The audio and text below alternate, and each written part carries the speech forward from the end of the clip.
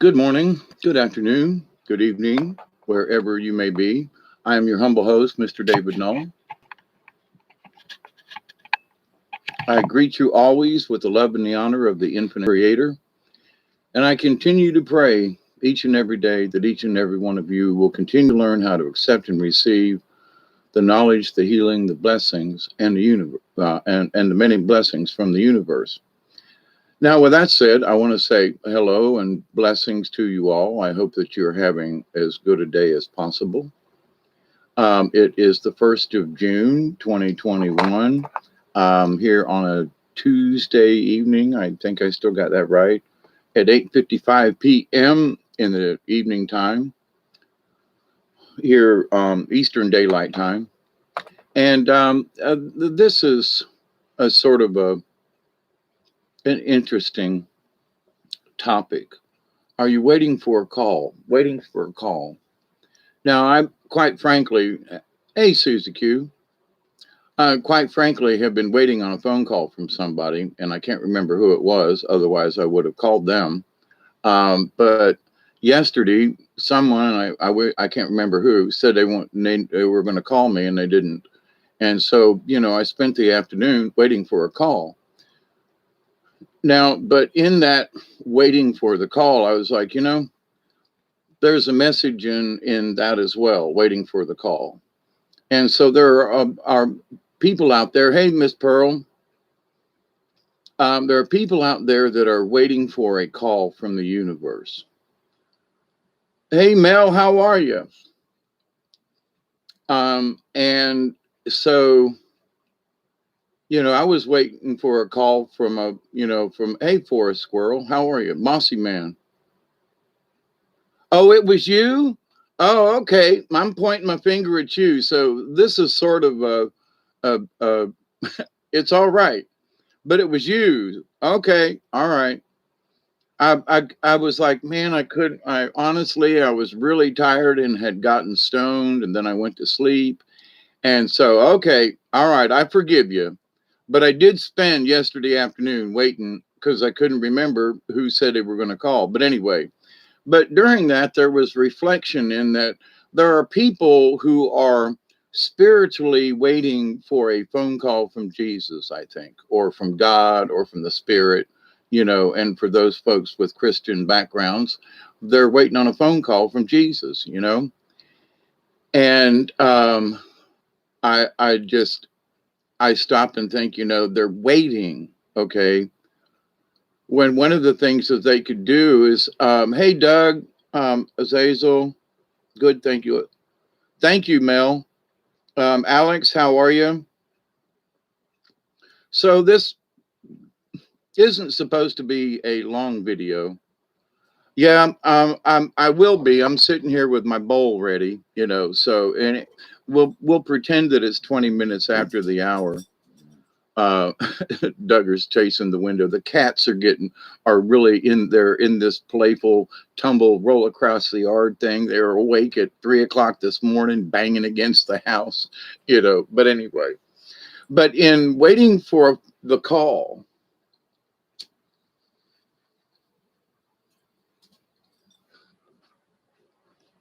and sometimes, and when I've talked with people, sometimes I realize that the spirit has already called them. And I mean this in a polite way, but they don't realize it. And in my description for this video, I said, such is life. And I don't mean that sarcastically, but there are people who've been receiving messages all their lives. And I did the same thing. For a long time, I tried to ignore the spiritual side of my life, this life story, this life's journey, this life's path, whatever I'm supposed to learn in this life, whatever I'm supposed to do. Now, we always have the option of accepting or rejecting our mission if you have one. So there are folks out there just praying for stuff and praying for stuff. And listen, I do. Hey, Elderberry, I do not mean any of this to be in any way derogatory towards anyone. I really don't. Okay. but it may sound that way to some folks, and I don't mean that, all right? Because I waited for God to show up for quite a few years, you know. I tested myself, I tested my faith in different directions, waiting for that call from God, if you will, from the universe. And then I realized that I'd already gotten the call and I was ignoring it. Now, my mission in this life is different from other people's. I understand that. And it doesn't mean, if you're sitting here listening to me, that somehow you've got some kind of extra spiritual thing that you have to do. I'm not suggesting that at all. I'm not suggesting anything, but maybe I am suggesting that you should pay attention to what those things that you've already heard from the universe. Or maybe, and this is where the brutal honesty comes in, you might have this little inkling of something that's kind of been in the back of your mind or something for a while or something, you know. That's how it lingered with me. Now, I think it may have lingered with me because, hey, Whispering Winds, yeah, it's 4:20 somewhere. I'll probably be here for the 20 mark, but I didn't know if anybody had anything scheduled at the 9 o'clock hour, and I just wanted to put in I did not, or nor do I intend to make this a long video, but I think it's important for folks that, you know, that are waiting for that call, or maybe they're waiting for the sign from the spirits or the universe or God or Jesus. And honestly, I mean no disrespect. However you wish to receive it, I hope that you get it.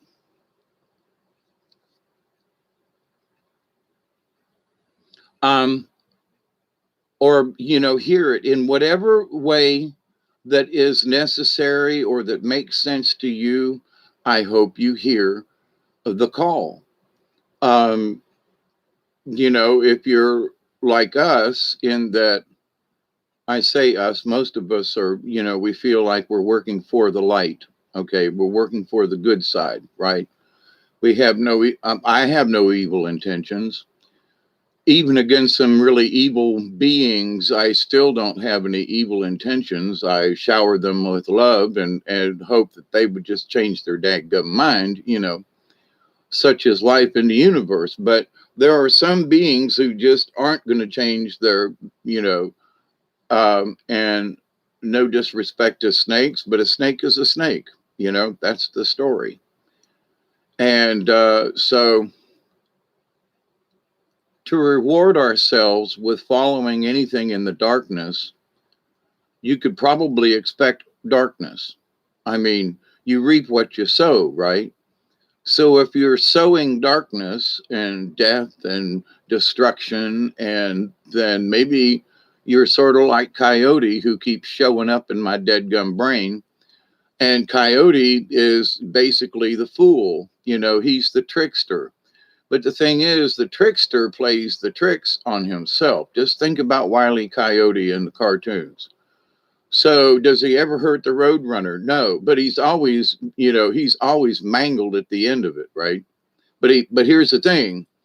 He's tenacious. He always gets back up, you know, and tries again. So, but the Coyote card, and I think there are folks out there that have Coyote on their tails. I know I did for many years because I kept sabotaging my own self. So, but we have to be able to be so honest. We have to be so bloody honest with ourselves.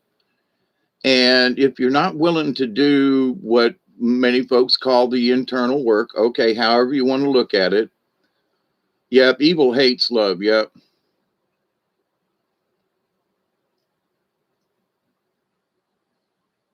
I have a username that is Trickster. Yep. Um, Forrest, Alex, Doug. I think I've said hi to everybody, haven't I? Yep. Now, I got to say that there are some, quote, evil beings that will care for their young. Not all of them. But, you know, just saying. So they may care for their own, but they won't care for anything else. But anyway, so in this idea, though, of waiting for a call, um, that are we listening too hard? Are we uh, listening to the wrong frequency in the universe? Are we even tuned in, you know, to just the cosmic stuff? And, um, or maybe subconsciously, we, you, me, whoever, may have already received a call, maybe two or three of them over the years or something. Or maybe it just, maybe you don't have that kind of path, which is fine. If you have an affinity towards nature and natural things and stuff, and that works for you, I'm absolutely behind you 100%. And it doesn't mean that maybe that you've already had your call because you're doing what you're supposed to be doing. That may be, quote, the calling, right? So, but are we paying attention? So there may be some people looking for something when maybe they've already found it, and that they need to focus on what they've already found. In other words, focus on the gifts that you've already been given from the universe. And so many people, a lot of times, will, just only look at the bad stuff that happens during the day. And I say, and as I have evolved in my own personal looking at things, if that's the only thing you look at, then that's the only thing you're going to get. So I always look at the headlines and go, oh crap, there's crap there and crap there and crap. But I also look for the good things, and that people are standing up to things, and people are saying, you can't control me, and I'm coming out of it. There are a lot of things that are happening that, there are those who would only poke at the bad things, but then because of some bad things, some folks are trying to do good things. You know what I mean? Just, it's a yin and yang. It's got to find its balance. But in that, though, if we only look at the bad things, that's the only thing that's what we're planting in our lives. So we don't want to plant a bunch of weeds. And then at the end of the season, we say, well, all I got is a bunch of weeds in my garden, like mine. So, and there are times when I know I used to listen too hard. I used to try to make the universe call me. And I was trying to, as the cards would say, the animal cards would say, that I'm trying to push the river. And it's flooding like hell. And I'm trying to, push the river backwards. And it just doesn't work. And I did a video about this, last week sometime or something, in that we find the answers in the stillness. And even in a busy and hectic day, we can find 2 minutes where we can be still. And when we learn how to be in that stillness, regardless of our situation, we are more in control of ourselves, which puts us more in contact with the universe. So as we maintain ourselves and our self integrity, meaning spiritual, physical, mental, the whole thing. So as we maintain our integrity as a being, human or otherwise, as a being, then if we need answers or help from the universe, we're already ready. We're already semi-tuned, you know what I mean? Versus caught in the chaos of something. So regardless of what's going on in your life, finding the stillness in your brain. It doesn't mean you can be out running and find the stillness. You can be out walking or doing or something. You could be riding a bus, don't care, but you could still find the stillness. It's sort of what some folks would call being in a Zen moment. And you might be able to understand that. And you're going along and you've been pedaling or something, or maybe it's driving and you realize I just went 10 miles and I don't remember anything. How did I get here? That's sort of a Zen moment. But those Zen moments sometimes are not necessarily controlled by us. So we can take one of those, we can create those Zen moments for ourselves and be in the stillness. Now, why do I keep repeating about the stillness? It's because that's where the answers lie. So, if you're listening for the phone call, it may be that you just need to be in the stillness a little bit, and you might find that there's a message on the recorder that you missed because of the chaos. So I'm using these phone metaphors and things to try to get you to understand that, you might have come home and not seen. Now, if you um, call me on the line. You can call me anytime. Call me. Anyway, but uh, my answering machine is at a remote location, so I have to check it by myself by my phone. Um, so I have to look at the phone to see if there are any messages, and sometimes it lies to me. But that if you don't check your messages, maybe you got them, and maybe through all the chaos of living and life and trying to hear, if you're looking for a call from the universe, and the universe will call you a bunch of times. It ain't just like once or twice. It may call one particular really big time or something, but in the grand scheme of things, the universe, once you tap into it and allow it to happen on its own, which it does, then you're tapped into the message board, if you will. Okay. So hey, Cherry, how are you? Have I missed me? Go out and earth ground. Yes. Yeah. Andromeda is tomorrow night. I'm going to be on tomorrow night as a panelist, a, a panelist. I might be a pain in the butt. Yeah, I know, but I didn't really, it's not like I have to go, but I haven't had supper yet. Um, and, uh, and Duggar wants to go back out. Um, but the idea, though, that getting the call from the universe, are we expecting it? You know, or somehow do we have this gut feeling that somebody's going to, or I'm going to get a message from the universe? Or are you saying, and I don't know, I'm just putting stuff out there.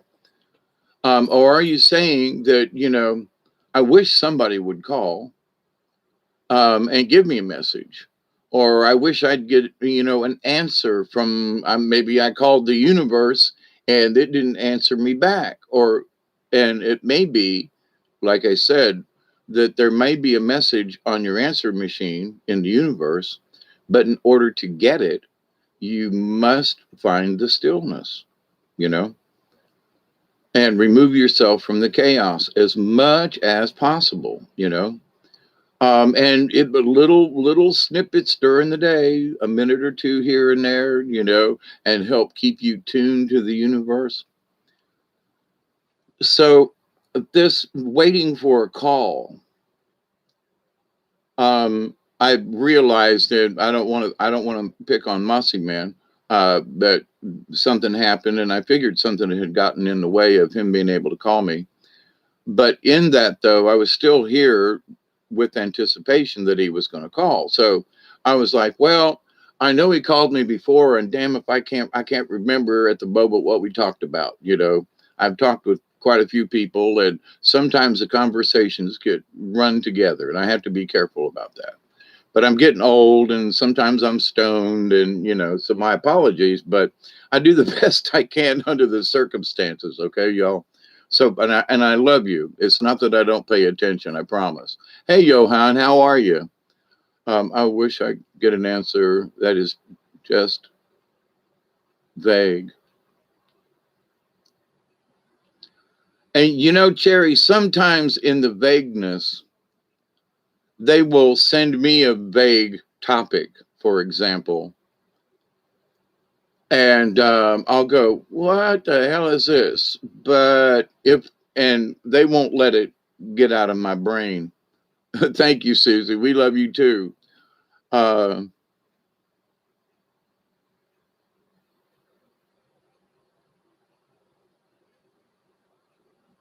or yell at you. Yeah.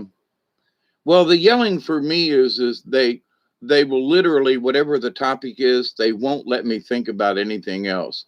I could try to watch cartoons or a movie or listen to YouTube or go outside, and it just won't get out of my brain. And so if it's 4 in the morning, it's like I got to do this data dump. It's got to come out because I can't think of anything else. They won't let me. I love you all. I do. And I say that with love, but there are times when it's important because there are some of you that in the middle of the night will say, "Gee, I'm really glad you're here this tonight or this morning, Hawkeye."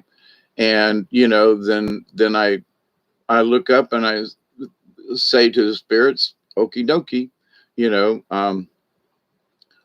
When and something else. And Elderberry and I have talked about this vaguely around it. But the idea, though, that when you commit to something like going down a particular path or a particular study or spirituality or whatever. Hey, David, how are you? Um, and that the more you learn sometimes and you share it with others, that there is a responsibility that comes with it. Not something necessarily that you must do or have to do, but it may show itself to you spiritually as you really should do it. Like, we're not going to make you do this, but just thinking about it, maybe you should do this or say something or help someone. It's really vague. There's not any particular thing about this, but it is specific in that it is always in the helping or something in that area. It's really broad. It could be spiritual. Somebody might need $10. It's all of the above. Okay, but it's paying attention to the universe. And sometimes the universe will call you to help somebody. Now, I know that some of you have heard this story, and I'm not going to the lengthy portion, but several years ago, I got a phone call from the spirit. Me and my friend went into town, hung around for a couple hours, walked through Walmart. I bought a sewing machine I think I've only used once. It's sitting right up there. And on the way home that night, there was a bad auto accident, and a gentleman was in a burning vehicle. We pulled him out, and the bottom, his left leg was missing below the knee. And we treated him and helped him and all that kind of thing. But had I not listened to my phone call and we had gone into town, it's not about the accident, but it's about maybe sometimes you will be. I had no idea that that these types of events would happen to me. I'm usually like turning around and finding feathers. Here's my feather from the other day that I turned around and went back for when the universe said, "Hey, we got a present for you if you turn around." Patrick Lair, hey, how are you? Is that real Patrick Lair? The one that still wants to go kayaking with me? But anyway, so if we're waiting on that phone call, it may be another phone call. You may have already gotten an answer, or go check your answer machine spiritually. Because when we do our internal work, think of it like this. Now, I've learned self-hypnosis years ago, which will help you to it hadn't helped me quit smoking, but I haven't really. Anyway, that's another story. But in the using self-hypnosis, it will also help you to uh, astral project and meditate, and just it's really helpful. And when you realize that you can take control of your mind by giving quote commands to your brain and trigger words that only you know, or some kind of feeling that will trigger Where for me, it's like, I used to get angry way too much. And so if I felt that somehow that anger thing was getting beyond a certain point, my other program, my app would run and go, nope, we ain't going there. All right, put up the hand, talk to the hand. You know what I mean? Um, oh, is Chloe in the house? I missed.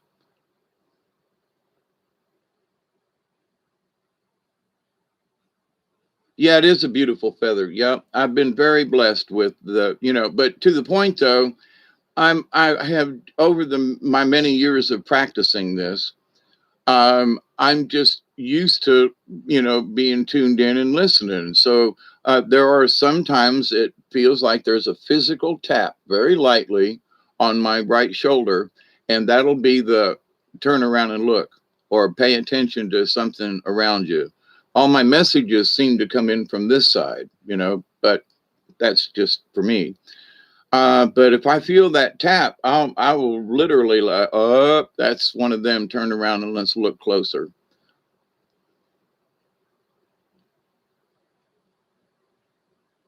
Yeah, where's Chloe? Anyway, okay, Jerry, I thought I missed it, but anyway, we can still send Chloe blessings. You know what I mean? She doesn't have to be here for us to send blessings to her. But anyway, in this, are you waiting for the call? Oh, it's 9:21. Oh, I missed it. Shame on me. If you got your bowl ready, smoke if you got them.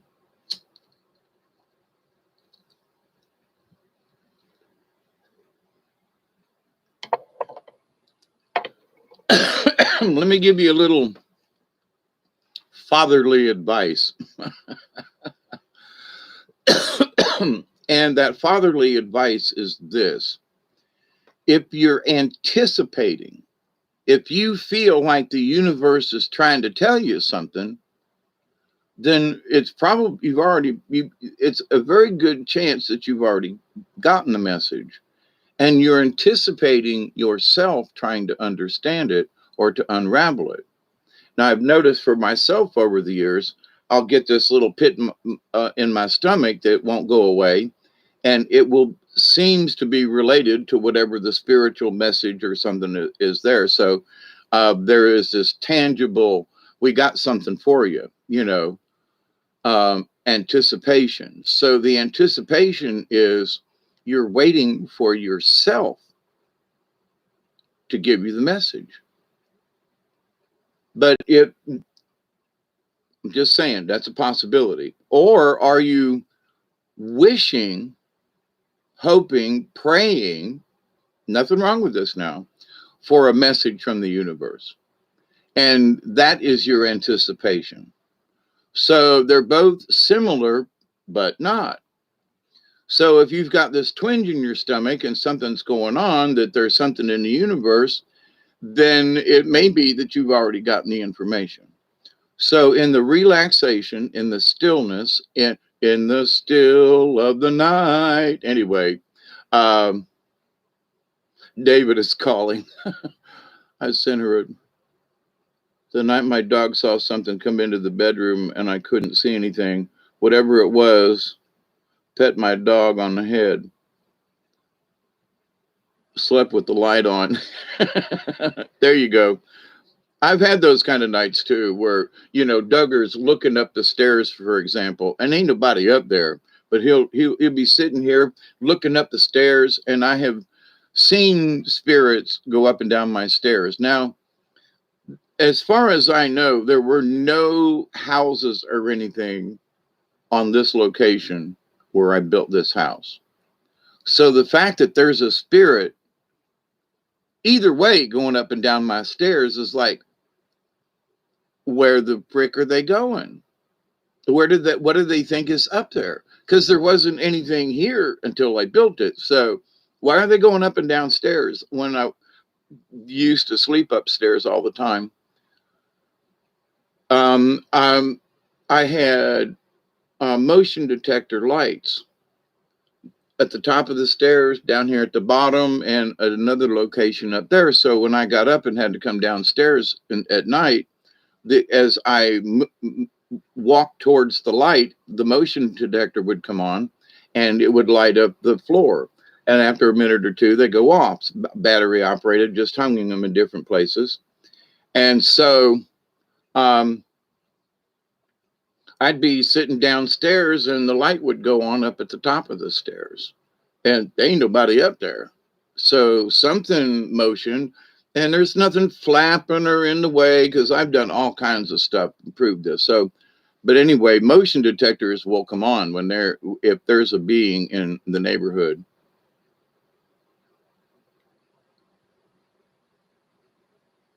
Hey, Teresa, I got your message. Yeah, I got a lot of, well, right now it's starting to get dry again, but living on the edge of a swamp, yeah, there's a lot of energy. But um and also I um I used to know about rods before they were called rods. It was just two pieces of copper wire that was bent in the shape of an L that you put in your hands, and we witched for water and other things. I had a lady to witch my well almost 40 years ago. And so next year will be 40 years when I bought this property. I bought it in 82. So, and it took me a year and a half to move on to the place. But anyway, um, I had it, held on to it, moved down here, and I've been homesteading it ever since. I look around and I think, I don't know if I'm ever going to finish this house. And which is like my life's goal was to finish the house, and I just don't know because there's just so much to do, and I'm getting so much older and things. But anyway, that's for another. Um, but the idea, though, that receiving a call from the universe. So for those of us who have I'm sorry, I'm just older than some of y'all, and I have been practicing this longer. It doesn't necessarily, in my humble opinion, make me any smarter or wiser than any of y'all, but I have had more practice. And so in that practice, helps to make whatever it is you're trying to learn perfect. So practicing to stay connected to spirit is one of those things as a shaman in training that I knew that I could do on my own. For example, I could pray over someone, but I've not been taught any type of healing, uh, direct healing with a feather or anything like that. I've used crystals with people and my own personal what I feel would help them out. And they have felt, whether I healed them or not, they felt better after the exercise.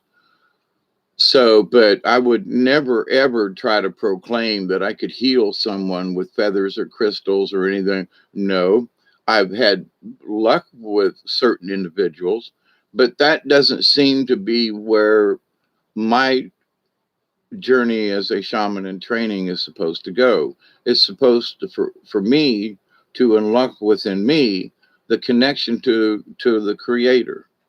I keep thinking about the deer card where Fawn, melted the demon's heart to the size of a walnut and just walked up the trail to the top of Sacred Mountain and had a chat with Creator, so that pathway is open to us when we use gentleness in our lives. But anyway,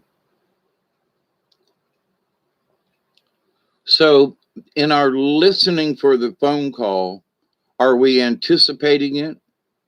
Have we maybe already received it? Do we anticipate too much? Are we looking too hard, sitting by the phone?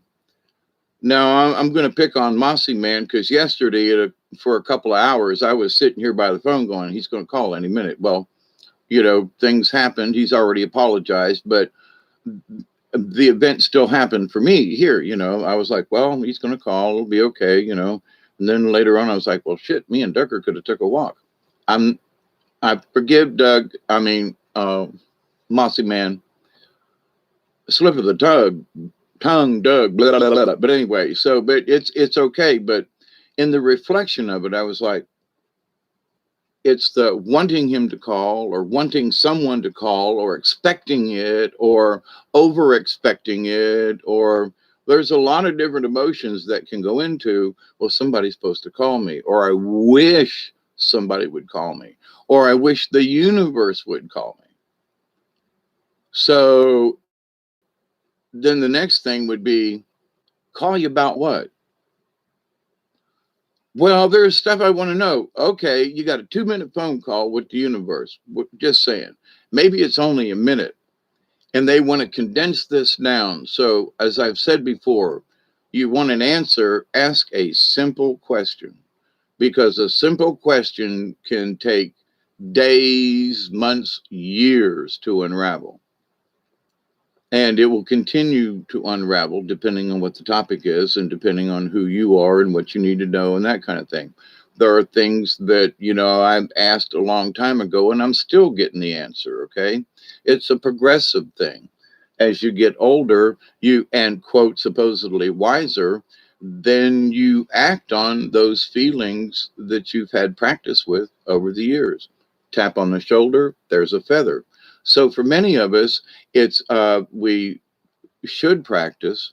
We need to practice. I think that y'all being here in the chat room um, is that this is practice for all of us. I'm a moderator here in that, y'all practice between yourselves. You know what I mean? I mean, this person understands this one and people are this and y'all back and forth. So you're training, you're learning what that is. So, and that only comes with practice. And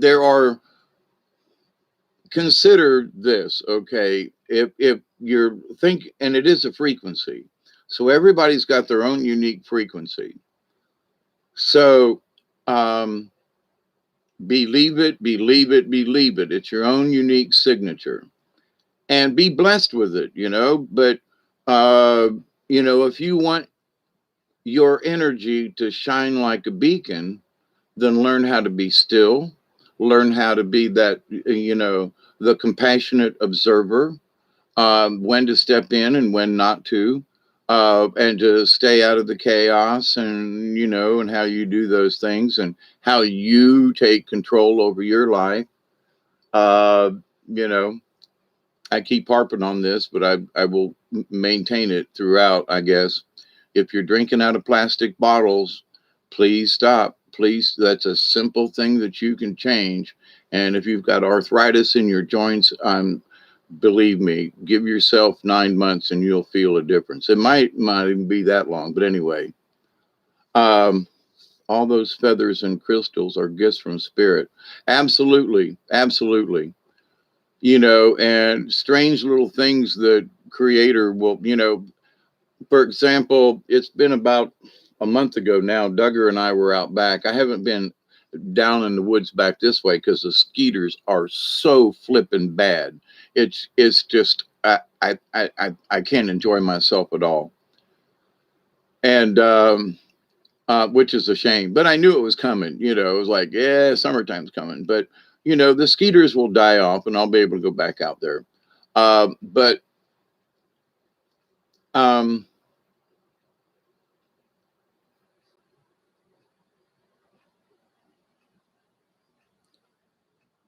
the energy that we feel from the universe, we could interpret for the moment that it comes in. And then that same message or feeling or whatever, if we go back to it 6 months later, and a lot of messages have been coming out through the cards that say, write this stuff down. And the reason is so that you will know how you're progressing. Date it, time, date, and write a little blurb. And it doesn't have to matter about anything else. It doesn't, unless you want it to relate it to something else. But write down something, if you had a dream about Write it down. Get just a pad. It doesn't have to be pretty. It's your scribblings, but you want to be able to go back and look at them. But with that said, though, it's so that you can see how you're doing. And it isn't about whether or not you're comparing yourself, and you shouldn't compare yourself to anybody in the universe. I am me. Nobody can be me. Nobody lives the way I do. A lot of similarities with people, but I'm still Hawkeye, you know, because no one has led this life but me, you know, and that's not being rude. I haven't led your life, so I can't be you, you know. So, but we have very similar things in common. And that's what we should grasp and go, yeehaw, you know. So, the energy from the universe, there are times that we get messages and it's stuck in our subconscious. I mean, seriously.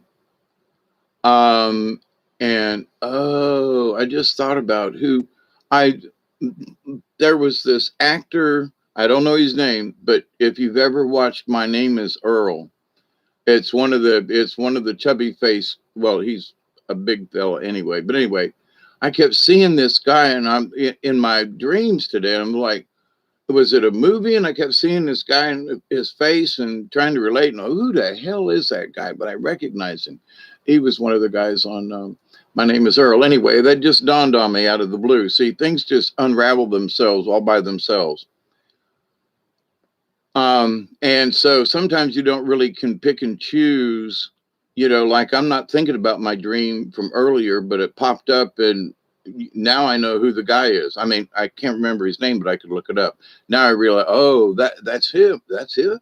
Now I'll scratch my head and go, and I wonder why I was dreaming about this guy. Like close my eyes and wake up, you know, an hour later and he was still there kind of thing. Nothing else attached or nothing, but you know, just really odd for me. Okay. So was there a message in there? I don't know. Maybe it's in, you know, something. I don't know. I don't know. I'm just saying that's what happened today for me for, you know, my newest little, you know, thing. Had a list of people he had to ask for forgiveness or help out. Yeah. And it was absolutely craziness. And I can't remember if it was his brother, but he hung out with him all the time. And but anyway, I kept seeing this guy's face and I'm like, maybe he passed away today or something. I don't know. I don't know. I'll worry about that later. Um but in this understanding and phone calls from the universe, remember that the subconscious records everything you do. I mean, while I'm sitting here looking at the camera, the rest of my brain sees the light over here. It sees what's in that windowsill over there. It sees the TV down over there. It sees over here, you know, from my peripheral vision. It's looking at all of this and recording it. Although I'm not doing it on purpose, but it's doing it, you know. So these things are being recorded in a way. It's spying on me. But hey, Christy, how are you? Um,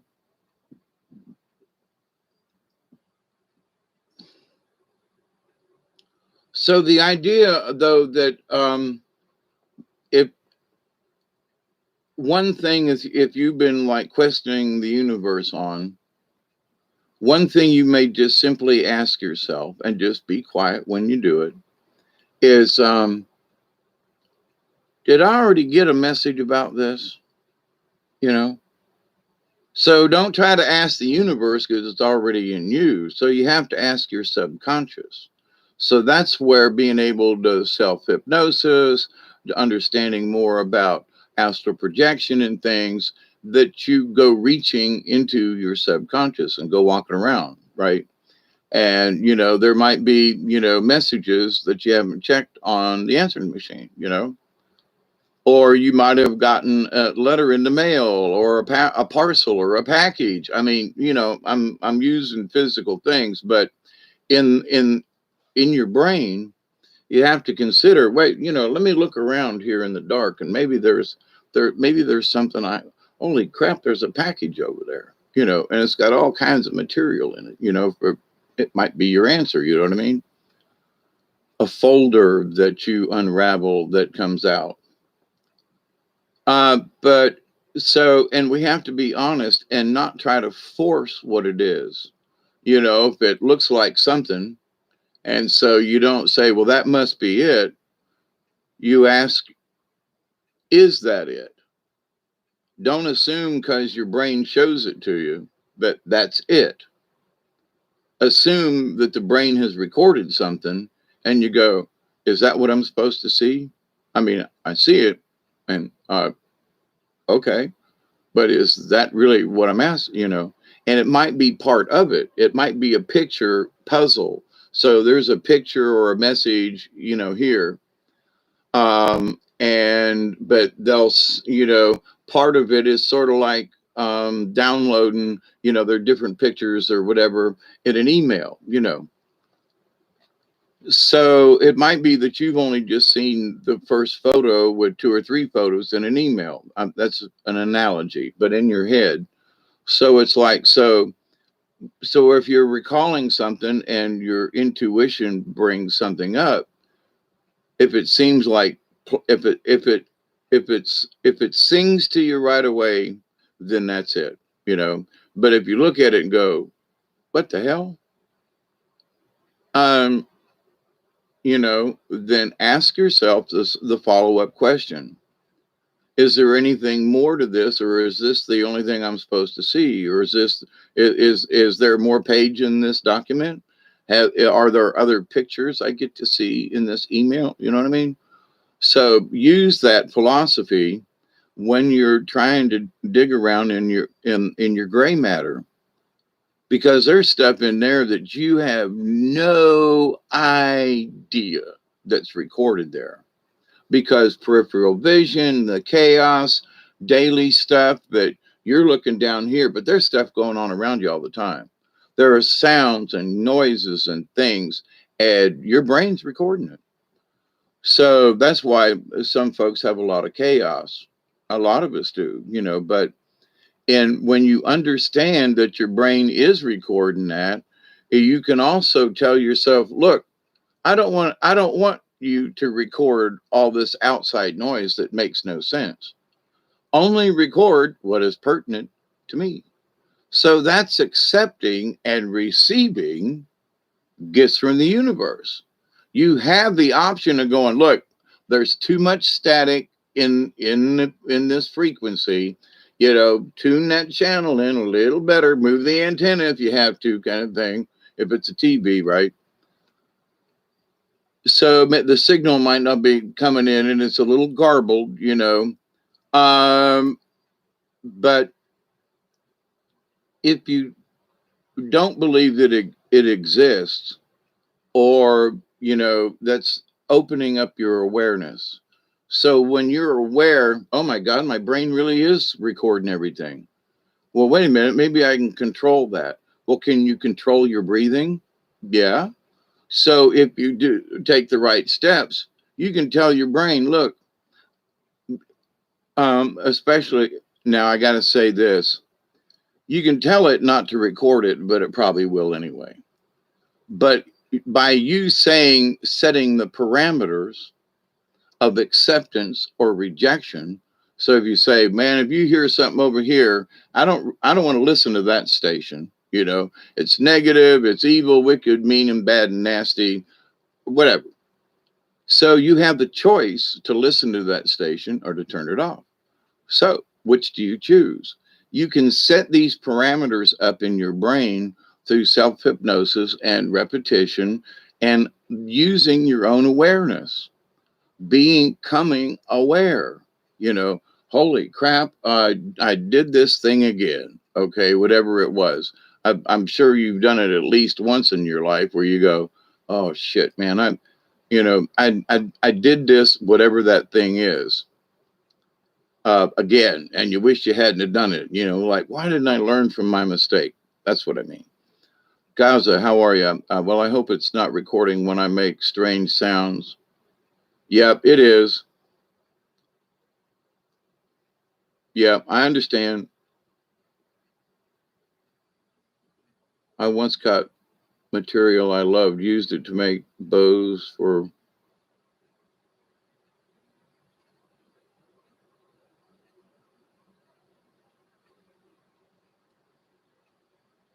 I missed conversation. It's okay. I just wanted to see. But and I love it that you all connect. I really do. But this idea, so our acceptance of what comes in from the universe. Yeah, Patrick, a lot of deep thoughts. You know, I have, I waller as a philosopher, I guess you would say, in these deep thoughts. Hey, Hawkeye guys. Oh, hey, Brandy, how are you? But anyway, with that though, if you're trying to understand yourself and your place in the universe, you may already have a lot of the answers. So, but, and only you can determine this, but if you have a lot of chaos, then you have a higher chance of missing a message, or you saw it and it just kind of went by because you were busy. You know what I mean? So, doing that internal work means checking out what your brain's already recorded. So when I pull these cards and they say, you know, the answers are in the great void, the null and void, you know, I'm the great, you know, the nothingness. But in the nothingness are all of the answers, and all we have to do is listen. So for every question that we have, there is probably an answer that's already been answered because somebody else asked it, because we're all a part of this cosmic, you know, goo that surrounds us all the time, the manna of the universe. So the more that you accept that it's there and it's just natural, the more that you start paying attention to stuff. um, you know, and as an old person, I look at things and I look at how my grandpa was and stuff, and certain things made him really cranky. And oh, them goddamn, shake his fist kind of thing, you know. And I get where, you know, he was with that. But that was all he lived for, was to like shake his fist. And at my age right now, I outlived him, you know. So I outlived my grandpa. Excuse me, my grandpa Raleigh. So my sister called today, and our trip is still on for the 12th of June. And we'll be going to Ohio and through Georgia and Tennessee and Kentucky and, you know, and back. Maybe a dip into North Carolina. We'll see. But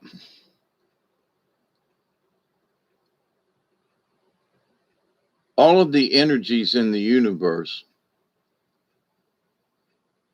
you know, you can read the headlines on a newspaper and go, oh, there were, you know, 20 people killed in a bombing someplace. Damn, you know, let me send a prayer out to them. And then you just go right on to the next subject. Well, if you want to read the details and you want to go down that rabbit hole, but do you really? And it's not that you're not interested, but scan it for details. But people will read it or watch it or become so involved in it that it becomes, they have absorbed some of that emotion. So, and that's where we need to be able to filter things out. It's not that we don't pay attention to them. We just, okay, I'm sorry, nothing I can do about it. Hey, Max. Mad Max is in the house. Yep. But so, you know, in listening to the universe, we don't want to force what we think the answer is. If we think we know the answer, you know, that might be it.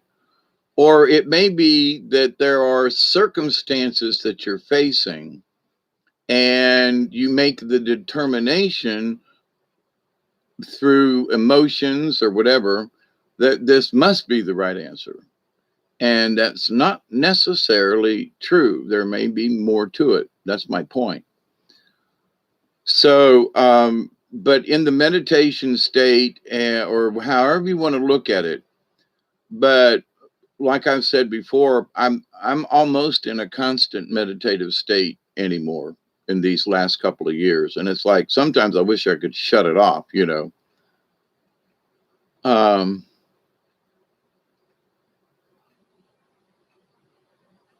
you must swim at Martha's Falls. Where's that, Brandy? We have a limited time to get to certain places, and you know, my sister's younger than me. She was the next in line, so we're both of the same mother, but not of the same father. But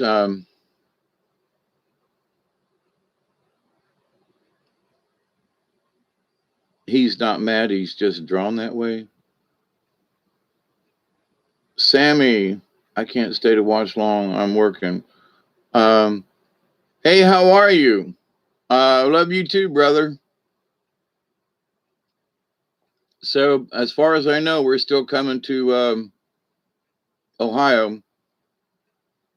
Um, if I got, it says Sammy.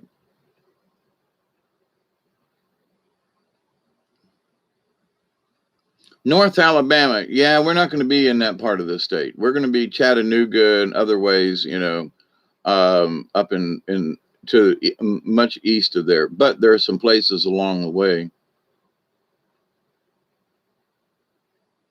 Right. Okay, brother. Well, no, your brother has gotten on here before. I didn't know that you had gotten on to the channel.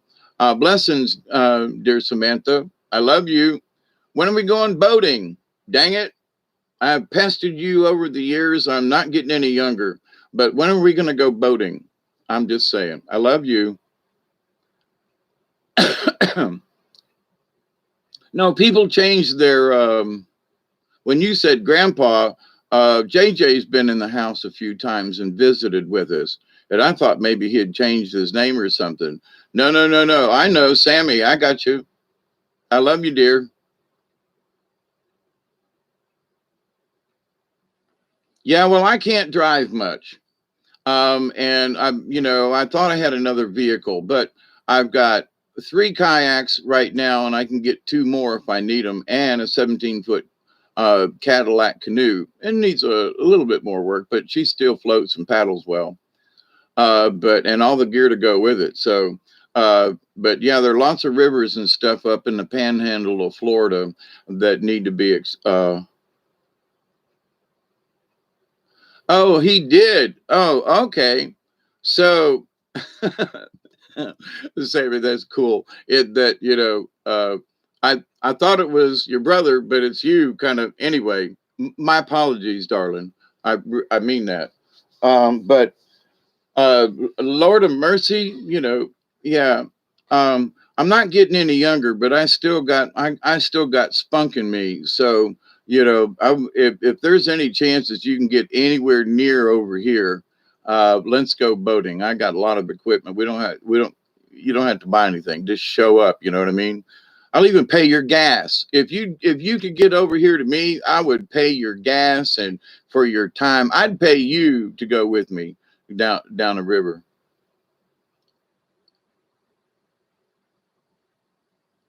Yep, that would be fun. Absolutely. Yeah. Yep, yep. But I don't drive a lot. And Sammy and my good friend Marcia passed away back in February, and her and I would just, you know, go off anywhere at a drop of a hat and camp for a couple of days. Um, but anyway, yeah. How about that, my friends here in the chat? My granddaughter uh, shows up as well as my grandson. That's wonderful. She's the oldest granddaughter too, by the way, y'all. No, what I'm saying is, if you needed extra money or a stretch, I would. I have begged people to go kayaking with me and have told them I'll give you $100 for the day to go with me. That's how bad I want to go. And me and Duggar go sometimes by ourselves, but to go with somebody else is like, I'll give you $100 if you'll go with me. Well, I don't know. Then the hell with you. But anyway, but I'm serious. I want to go that bad. That's how bad I want to go.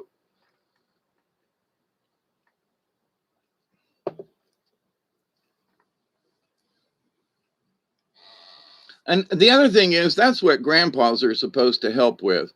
I remember, my grandma Raleigh and stuff. But anyway, I thought life would be easier if I just shut it off, but then I wouldn't be me. Yeah. But Johan, the thing about this, though, the understanding is that you can pick and choose. You don't have to accept everything that people are throwing at you. You don't have to accept all the evil. You don't have to accept the negative. You can reject that crap. You still keep an eye on it, but you don't become emotionally involved in it. So you change your attitude. Now, I've seen people just get damn grumpier the older they get. And I've got my ways I want to shake my fist at. Y'all have heard me enough times get off on tirades. But the idea, though, that, this pisses me off, but I want to see a resolution out of it. These are the things that piss me off. But okay, but I don't want to be pissed off about it. I want to see a resolution in it. So whatever it is that's pissing me off, I want to find middle ground somewhere, But anyway, what time is it? It's been an hour and 1 minute. Hey, Max, I use a dory on Lake Ontario. I've always wanted to go on the rivers up there. Hey, Enlightened One, it would be a pleasure to go. Yeah. Yeah, we could sit around the fire and have a good time. Yeah, so you do remember that, Sammy? That's wonderful. I remember when you was a little kid and we played down on the river. You were a little kid, but you can come and see you when I go kayaking. I want to try salmon fishing.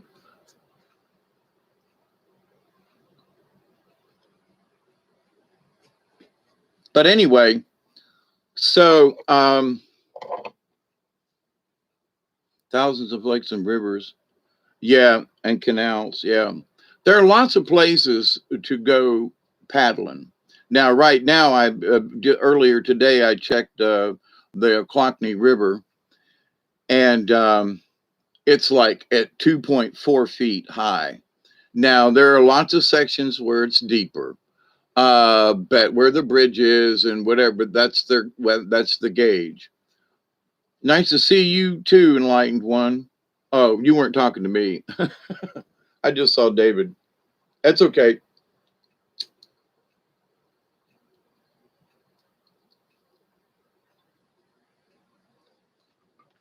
I feel blessed that all of you show up when you do, and that you greet each other with the kindness and love that you do. When I'm out waiting on, I'm picking on Mossy, man.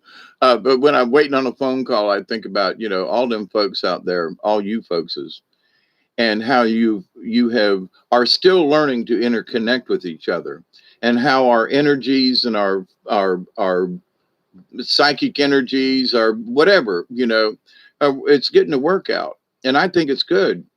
And because, there are very few people who, they may be in a negative mood when they show up, but we somehow have a chance to be able to enlighten them enough to where, as I'm looking at Enlightenment One, yeah, I'm sorry. I just saw the David, and I'm, glancing without my glasses. Hey, Richard, how are you? I almost missed you.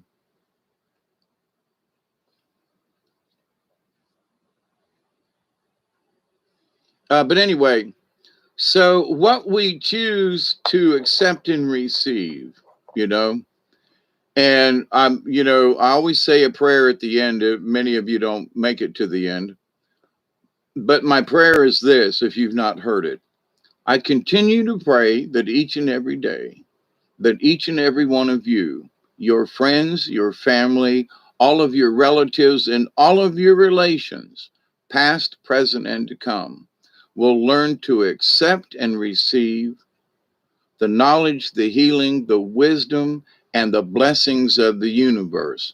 And I've been adding a tag, and that you learn to reject those negative things, and that you will learn to stay out of the chaos.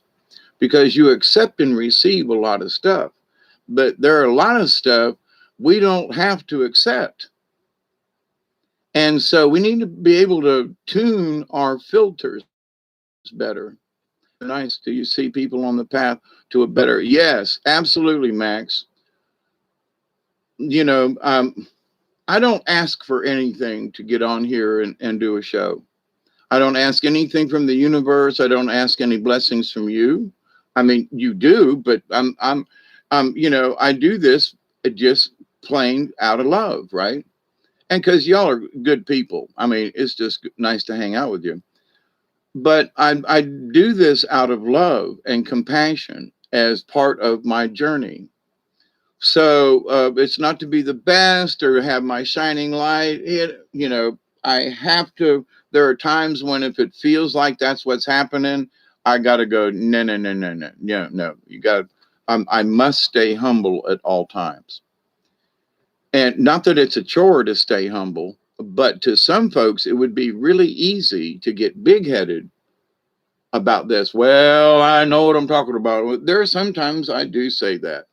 Well, I know what I'm talking about. And I do. Quit drinking out of plastic bottles and it'll help your joints and stuff. And I do know what I'm talking about. Max will back me up. I just have to throw that in there, you know. But anyway, there are things that we can control in our lives. And when you take control of your life in these various tiny little ways, it makes the rest of it.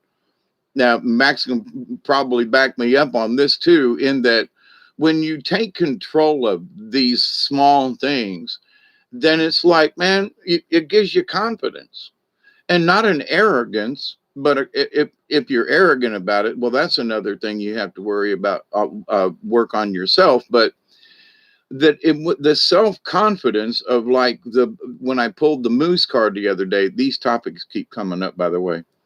The moose bellows out how proud he is of a job well done. He's proud of who he is. He's not looking for accolades. He's just bellowing out to the world, I'm proud. Not to be sticky or egotistical or nothing, but I'm proud, you know.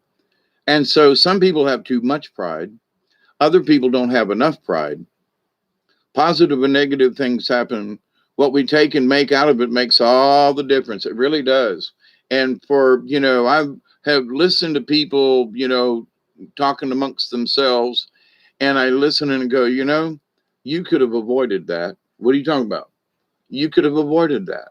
And you're having a conversation about something you could have avoided, and now you're pissed off about, and now you're going to drag somebody else into the conversation because you're pissed about it. And now you're continuing. Now, an hour later, you're still pissed about this thing. Well, I can't believe they did that. And I can't get. It's almost like some people love Coyote and they drag this stuff along to get beat up about it. In Canada and Denmark, a psyop going on as leaders have been implanted by the white hats.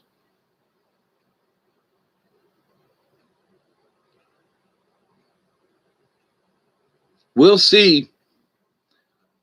All I got to say about that enlightened one is this. Them folks have been promising me stuff for years. Oh, I mean, I've been into this stuff for the last 20 years. Actually, since I was a child, we saw UFOs over Tampa. Even, you know, in like 68, we saw stuff over the skies in Tampa. And you know, they weren't helicopters, they were zigzagging and doing this kind of stuff. Called up the radio station, called up the you know, tried to call the airport, anything, you know, on their radar. I mean, a bunch of us kids in the neighborhood watched this stuff. Okay. And I've told you about my own stories. um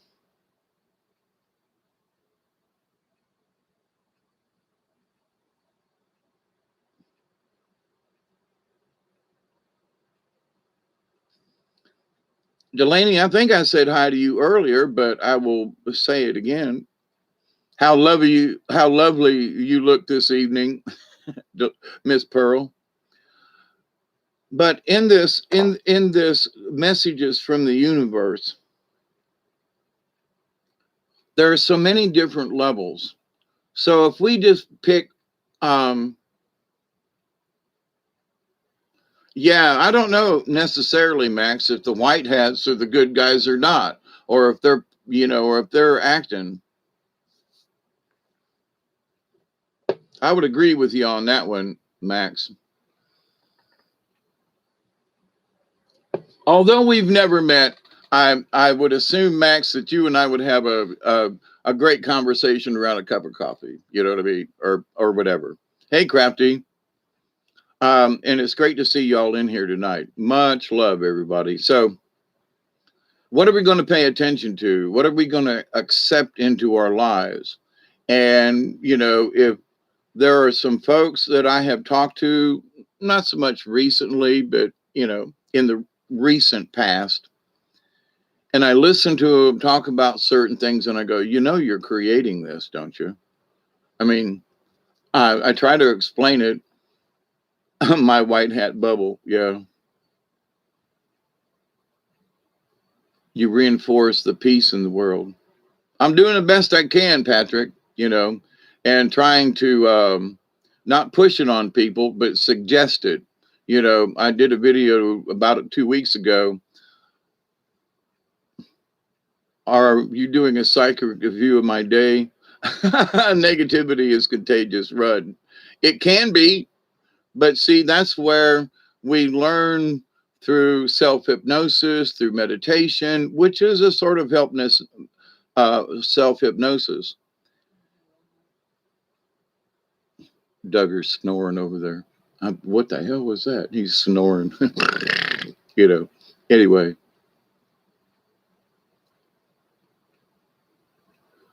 Perlu says, I have accepted that most people are working with 10 brain cells or less. And there were people that I met years ago that I would have swore had a little bit more sense. Now, my granddaughter was just on here. I don't know if she's still in the background listening. I still love you, Sammy. Um, is that she still remembers some of the things that I taught her years ago. So if there's something that a grandpa could ask for, it would be that some kind of wisdom or something was passed along to my granddaughter or my grandchildren, a philosophy or a way of thought or something. But anyway, so the fact that she hasn't forgotten it, it brings peace to my soul,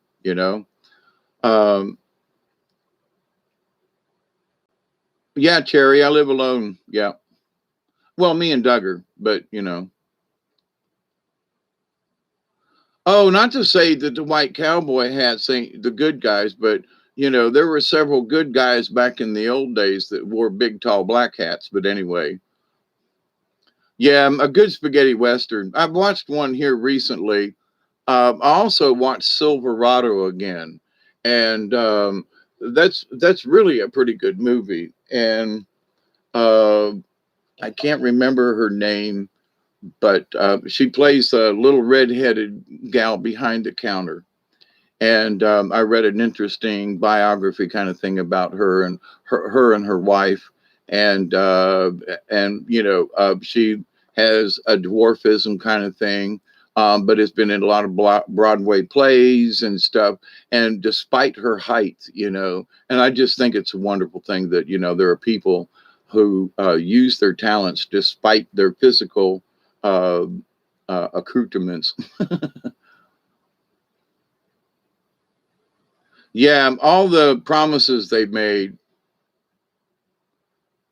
Yeah, some of them guys. Yeah, Wyatt Earp. I just watched the Kevin Costner Wyatt Earp last night. I was bored, couldn't think of anything, and was in one of them moods. At 3 hours long, kind of thing. Slept in a couple of times. Anyway, uh, Not sure either. I keep an open mind. Some say Trump evil, others he's working with a number of countries now to rid cabal with Galactic Federation, test countries, implant. Yep. There's a lot of things that that Trump did that was working towards our going back to the original Constitution. And um, you know, he walked in front of the Queen kind of thing when he met her or something. Uh,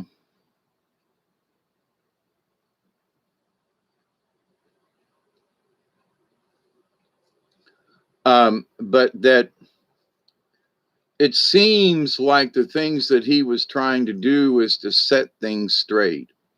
And with the Treasury Department, which, you know, we need to get out of this fiat money stuff and all this. So there are really clear signs that that's what he was trying to do. And of course, the other guys don't like that mess worth a damn.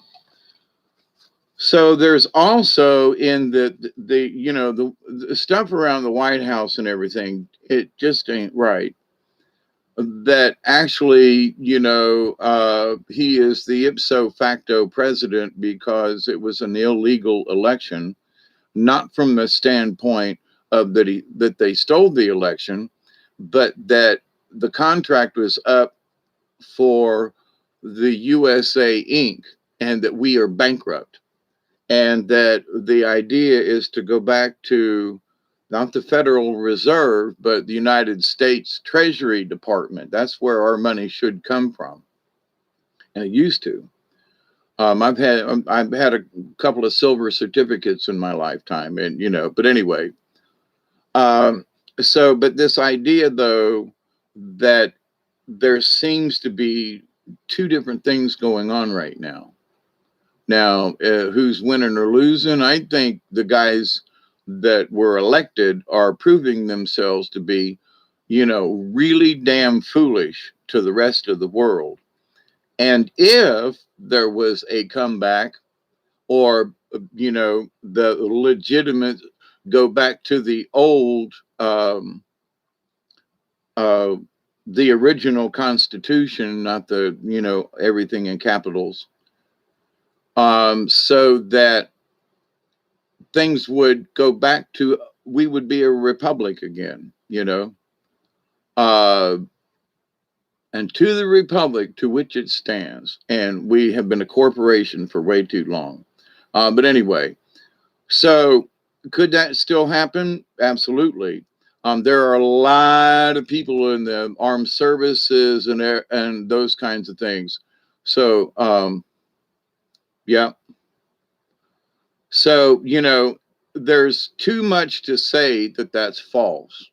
There are too many things that are you scratch your head and go, why isn't the White House operating like a normal presidency has in all of these past years? Things just don't look right. You know, whatever it might be, things just don't look right. Yeah, I'd like to be almost anything other than a corporation. Absolutely. Absolutely. Teresa, out of here. We love you. So, but anyway, I'm going to stay for the 20 mark, which is about 8 minutes. Hey, Jody, I didn't say hi, but why does Joe talk like Thanos, but without a clear train of thought? Why does Joe talk like Thanos? Oh, because he's out of his mind. You know, his brain is so whacked out. You see, if you go back into Joe Biden's early career, there are those who have said it. I have read it a long time ago. It was interesting that his wife and child was killed in an accident, I think an airplane accident or something. But anyway, that was a sacrifice so that he could be senator, and he's been senator ever since. Now you got to take that with a grain of salt. Yeah, and the latest things with Joe is him, you know, leering obviously over little children. You know, they should just take him out back and just say, "Hey, Joe, there's a little kid over there," and when he turns around, they should shoot him in the back of the head and get it over with. I'm sorry that sounds gross and rude and all that, but they should put him out of his misery and our misery. I mean, you know, uh, if a horse is wounded, they shoot it. You know, if a dog has gone mad, you shoot it. You know, but anyway, uh, I really don't mean anything hard or bad, but they used to do that in the old days.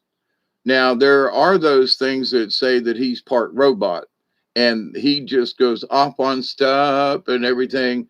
And then there are days when he can't have a straight thought.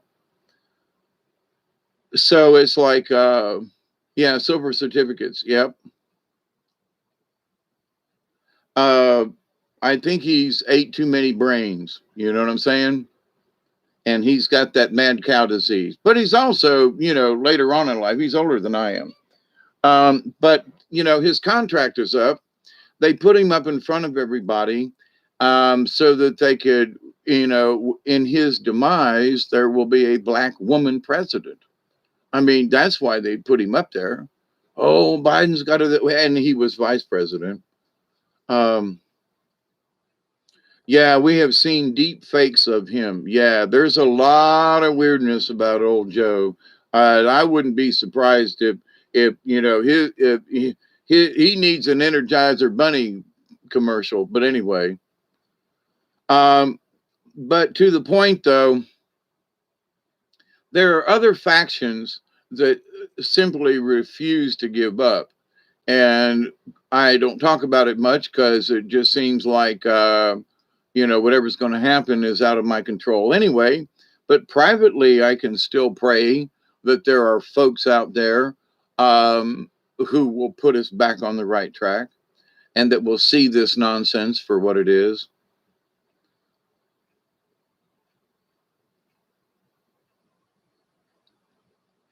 Yeah, I agree, enlightenment. There's a lot of weird stuff.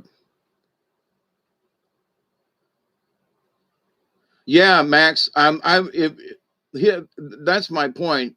His body might be working and slow at that, and but whatever you know, whatever that brain matter is in there, it just ain't working. Now, you know, I'll be 69 in a couple of months, and I have my moments, but I've had 25 head concussions.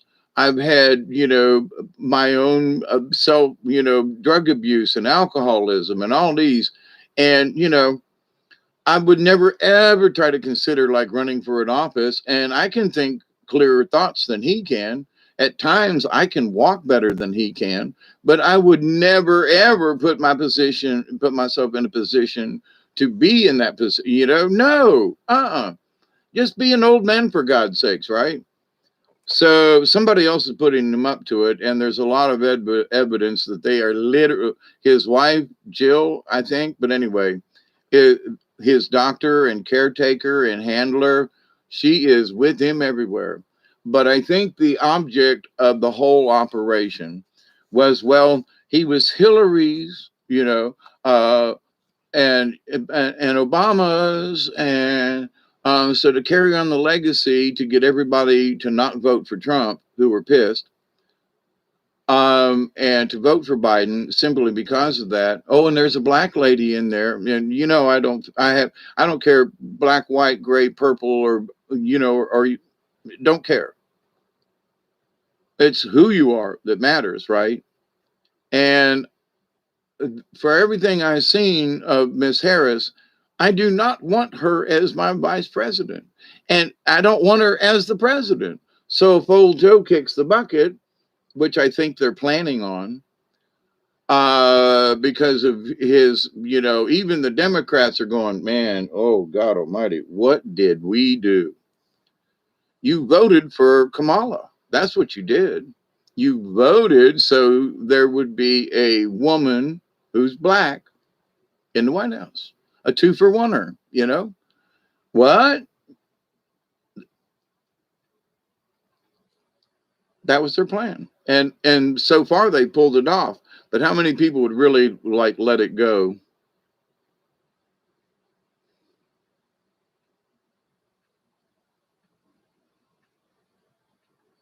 Johan, if you make it here and we can connect, I'll gladly take whatever gift if you want to.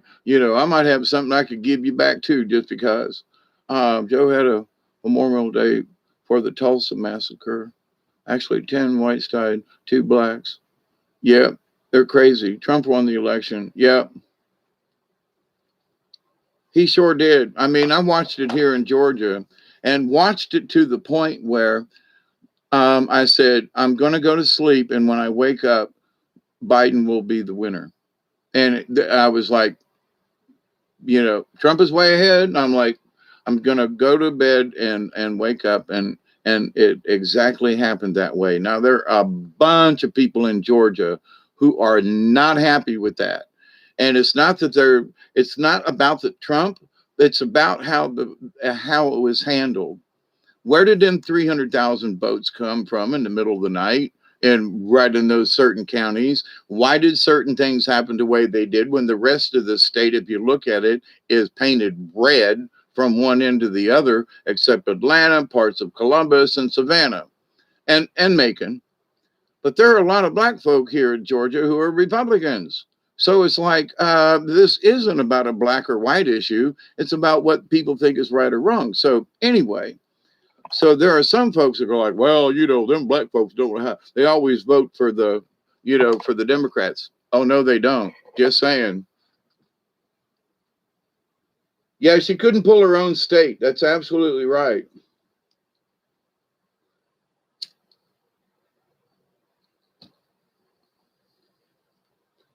Now, I have met and known some very, very intelligent, witty, kind black women in higher positions, I guess you would say, as director of this or director of that, or anyway.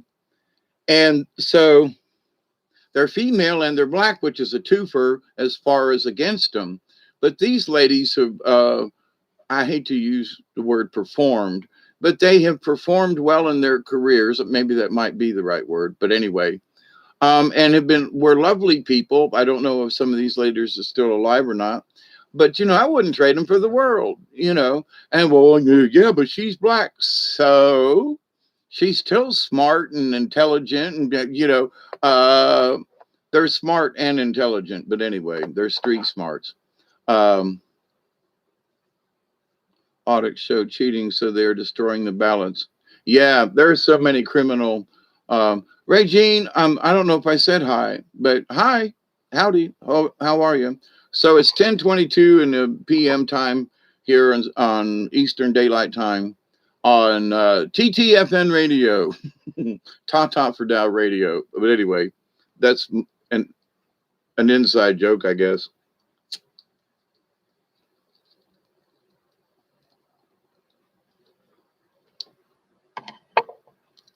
But to what's going on in the world,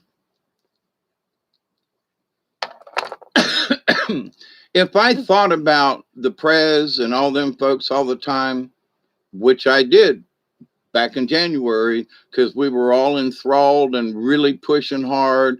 All of our energies were like, this is going to work. And here we are now. But anyway, but the stupidity is showing through. You know what I mean? The border thing. The president told, Kamala months ago, you're in charge of the border. You're the czar for the border patrol. She still hasn't been down there. So all these other senators and people have been down there to the border to talk with the patrol. And you can see the people on the other side of the river. And when they ain't looking, they crossing boats and stuff, And I had no idea just how many folks were crossing. But, 1,500 a day, that's a population of a small city. We're one of these small towns around here that we have 12 to 1,500 people in Meigs or Coolidge or, Ocklawaha. And so you're telling me that there are whole small towns of people crossing the border every day? The answer is yes. So, and I'm not against, Mexican people or anything like that, far be it. But the idea, though, that we somehow um, have to just accept that this could continue on, that open borders. No, if you can get, I can't go, I can cross over into Mexico, but I can't become a citizen. It's really difficult. You can't, there, it's hard for for Americans to buy property in Mexico in some regions. You got to know somebody. And if you're married, then you can. So, but so what Mexico is versus what America is, come on. No wonder they want to leave, but that's not the point. The point is it needs to be better controlled. Does it mean I'm not for letting folks in? No. I think everybody that wants to come to America from another country, um, should have a sponsor. Back when Vietnam War was over, there were people that wanted to come in from Thailand and all over from over there, but they had sponsors here in the United States. So I'm all for that. Well, there's a family over here. They're poor. They need help. They want to get out of a communist country. But if they come over here, they would be a drain on the economy and on the people. So people supported them. People had houses. People, had jobs for them when they got here. They sponsored them. So if somebody wants to sponsor a family, I'm all do it. If Mexican, Chinese, I don't care where they're from. But to say just let them in and then, get a check from the government, nah. But if somebody wants to sponsor a family, please do. There are a lot of people that have a lot more than they need, and they could at least partially, support, sponsor a family.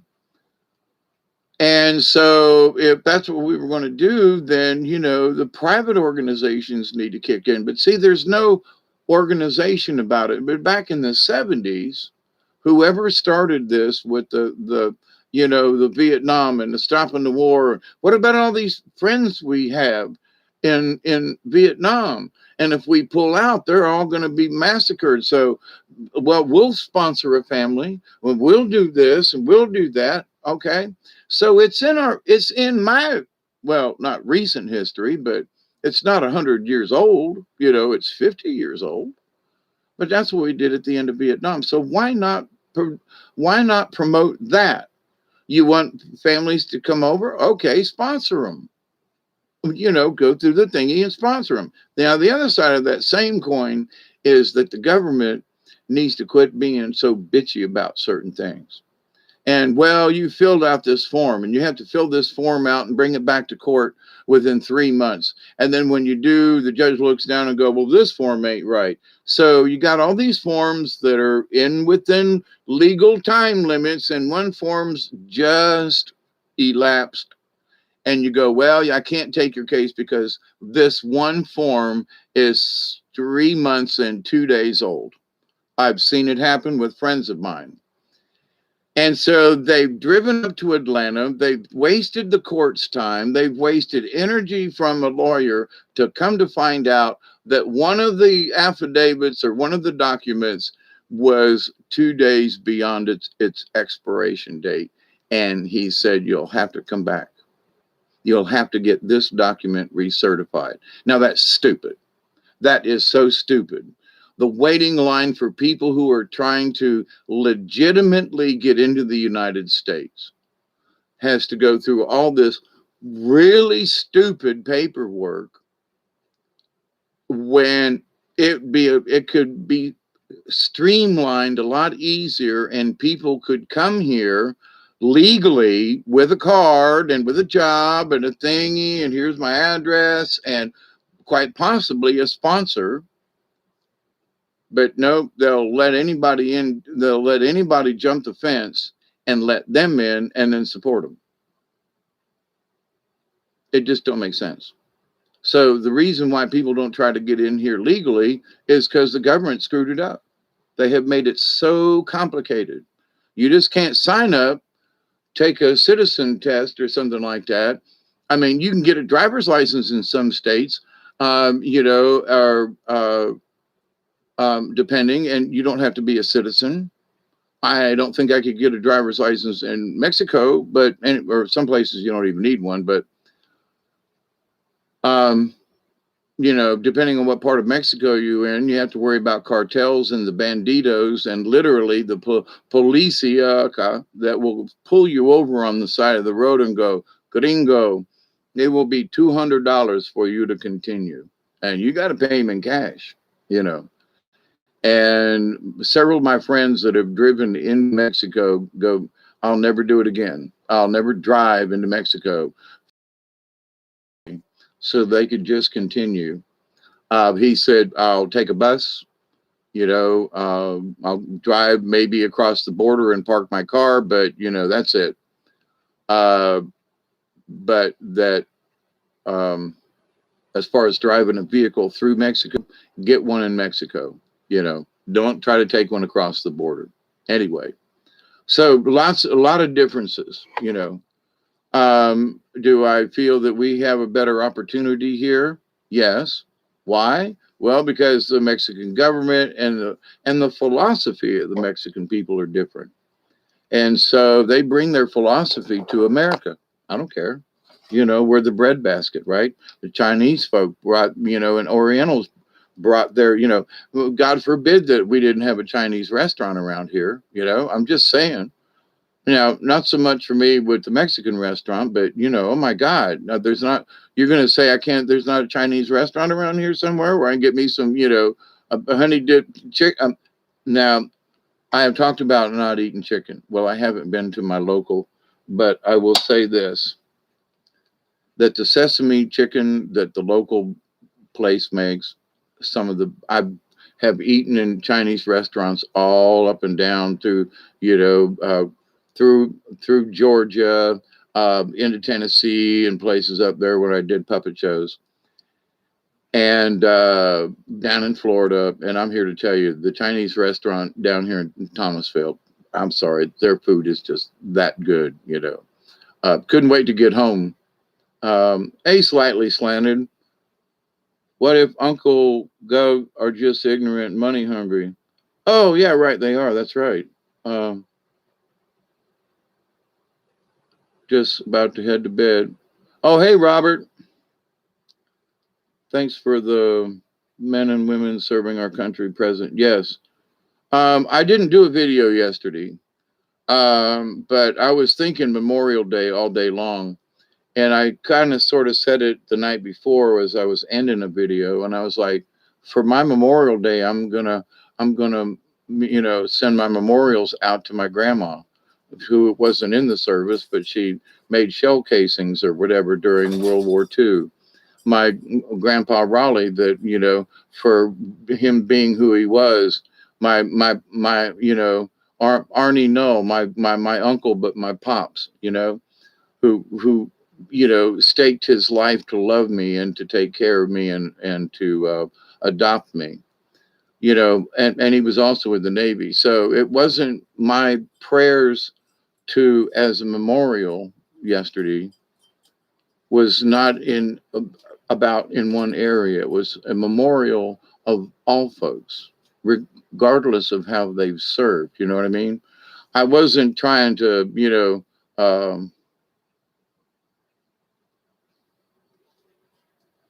for tribunals and get my own.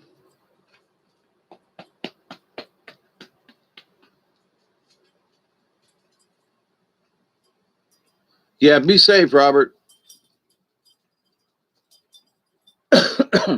So, but anyway, in what we learn spiritually and what we are trying to understand in the grand scheme of things, are we still listening from the call for the spirits? So we watch these things and there may be a message. I talked about this before years ago about there are melodies within the chaos, because if you just hear, one particular instrument play in an orchestration, you'll go, that doesn't make any sense. But when it's blended in with other melodies, then it doesn't sound chaotic. So we can hear a melody in the chaos that may actually give us an answer versus just hearing the chaos. Not that the chaos is good, mind you, but we can find goodness within the chaos. Because good deeds happen, even though the world's crap. Oh, look at what happened here. Oh, and more death dying and more people. Oh, now there's COVID someplace else. Oh, Jesus, would you stop it already? As an old man, that's what I want to shake my finger at and go, listen, damn it.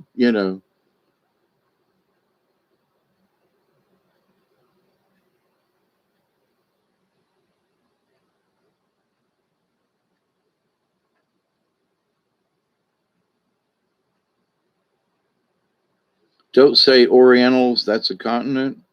Yeah, and this thing about Asian Pacific Islanders thing that has just recently, to me, just popped up. Now, I'm not against it, but The Rock or this person and blah, blah, and they're Pacific Islanders. Okay, I just thought you were Americans. Now, some of them aren't. Some of them are, were born on the islands or, are more Taiwanese than possibly Chinese or Japanese. And I don't have a problem with that. But I didn't know there was like this subgroup of Asian Pacific Islanders thingy. And I mean no offense, but you had to create a group. That's all. I I just accepted you as you are. But now you're part of a group. Okay, then I'm in the group of cranky old white men, right? Okay, but I don't consider my white because I'm part Native American. So I consider myself native because I was born here. My father and mother were both bone here. My grandmother and grandfather were on both sides were both born here. So I consider myself to be a true American citizen, or uh, so this idea that I have to be some kind of a subset. Well, Native American, okay, but all right, yeah, okay, but now that is my path and that is my discussion. But uh, I try not to make it what my heritage. Yeah, I got Native American. Okay, that's all. I just drop it. How much? Don't care. But because it doesn't matter if it's one drop or 10 or 10 pints of it.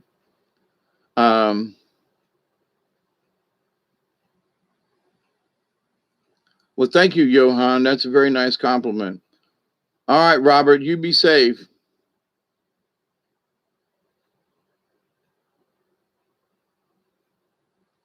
Is Max out of here too? Good. Love and everything to y'all. I got on here early, and like I said, I had no intention of staying really late. But anyway, but with this idea of paying attention to the phone calls, I would just recommend to many people to just sit quietly and allow the universe to replay some of the messages that may already be there. Not saying they are, but that could be there.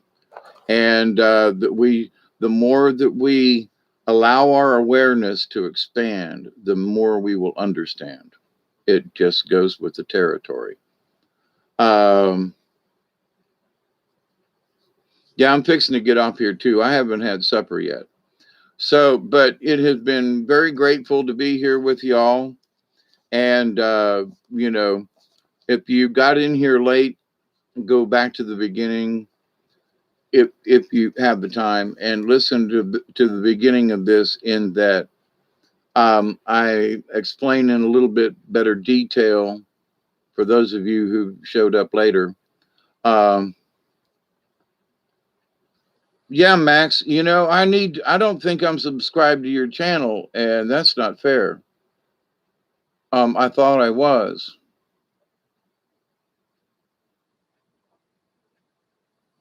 So I'll see what I can do about that. I thought I was subscribed to your channel, but apparently I'm not. Uh,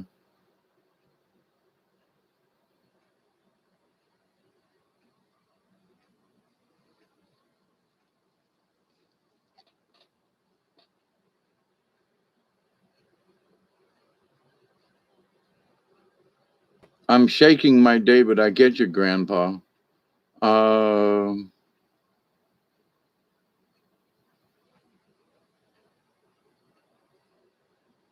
Um, anyway, okay. So, yeah, there's a lot of crap, but don't accept it.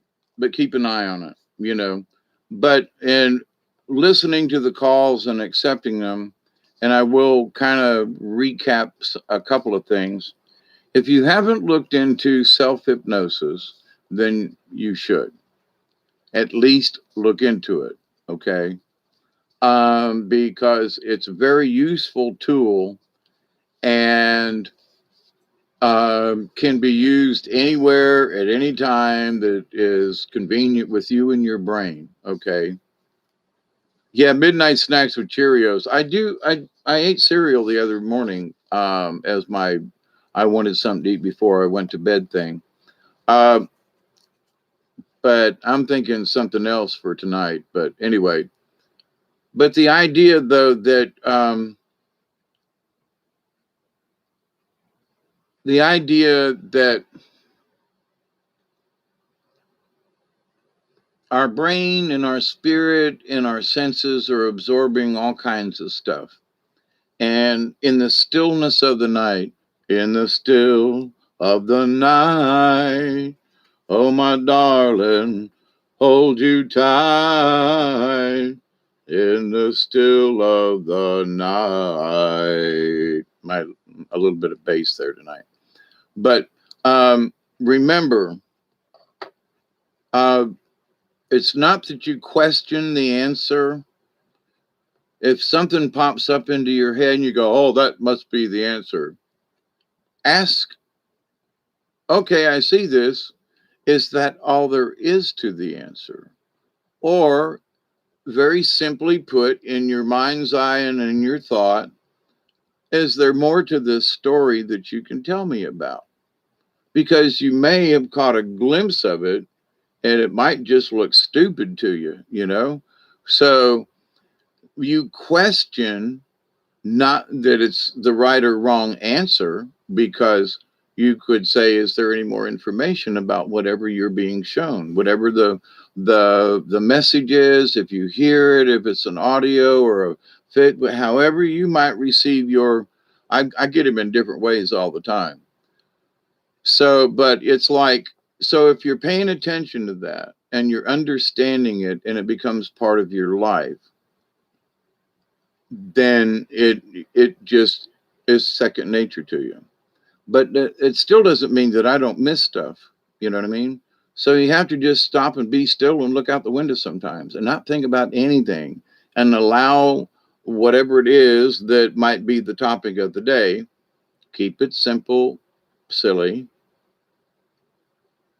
in that you ask simple questions and just allow them to happen. But you're welcome, Enlightened One. Thank you for hanging out, Max. Always, thank you, thank you, thank you, Regine. Always, thank you, every single one of you. I know a lot of you have already gone to bed and stuff. That's wonderful. I'm just so glad that you blessed us with your presence again this evening. So, with that said, I am your humble host, Mr. David Knoll, saying thank you, thank you, thank you, thank you. Always can keep the faith, keep your center core lit up. That is your protection through all, that is your stillness. And remember to believe, believe, believe, believe. Because a little bit of belief can go a long way. When I'm stuck on the river, I believe I can get back. It's sort of like the little train that could, I think I can, I think I can, I think I can, I know I can, So we have to be that way with ourselves. But so with that said, I continue to pray. Thank you, Barry, Johan, Regine, Max, Brandy. And if I missed anybody, I know several folks have dropped off. Thank you, thank you, thank you, thank you. I love you all dearly, and keep the faith. Have faith and believe, believe, believe, believe. The universe has got so much stuff, you know. So, but anyway, so if you're waiting on your phone call, maybe you need to check your messages. And maybe it's just that it isn't time for you to get that message yet, whatever it is. Because there have been times when I wanted an answer and it just simply wasn't the right time. I needed to be older. I needed to experience a few more things. And then they gave me the answer. And then I understood it. Because there's been some things that if I'd have got that answer 10 years earlier, I wouldn't have understood it. So I had to go 10 years and then get the answer that I wanted. And I went, oh, holy crap. Timing is everything, you know? So what you want an answer for, maybe there's something else you still haven't picked up.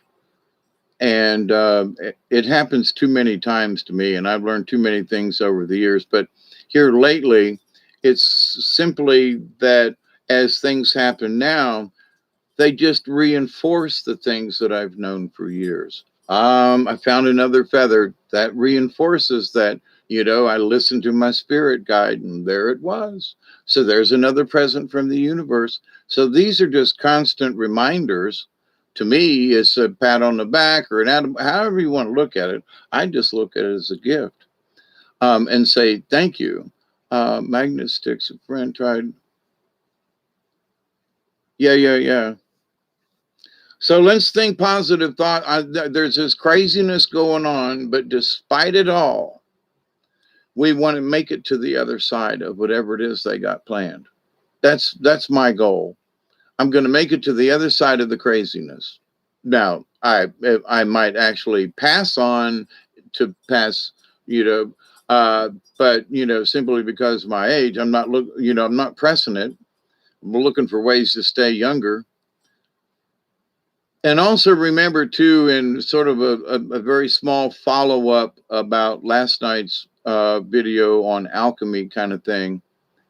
Remember, the simple things are what's important. If you're living a good life and doing it, uh, you know, do the best you can. Sometimes wonder works and things and that kind of thing. It may be that you're not paying attention to the simple things within your own life, that you've already gotten a phone call from the creator and say, hey, you know, look at the herbs and look at the roots and look at the things and look at your own health. Hey, Mimi, how you doing?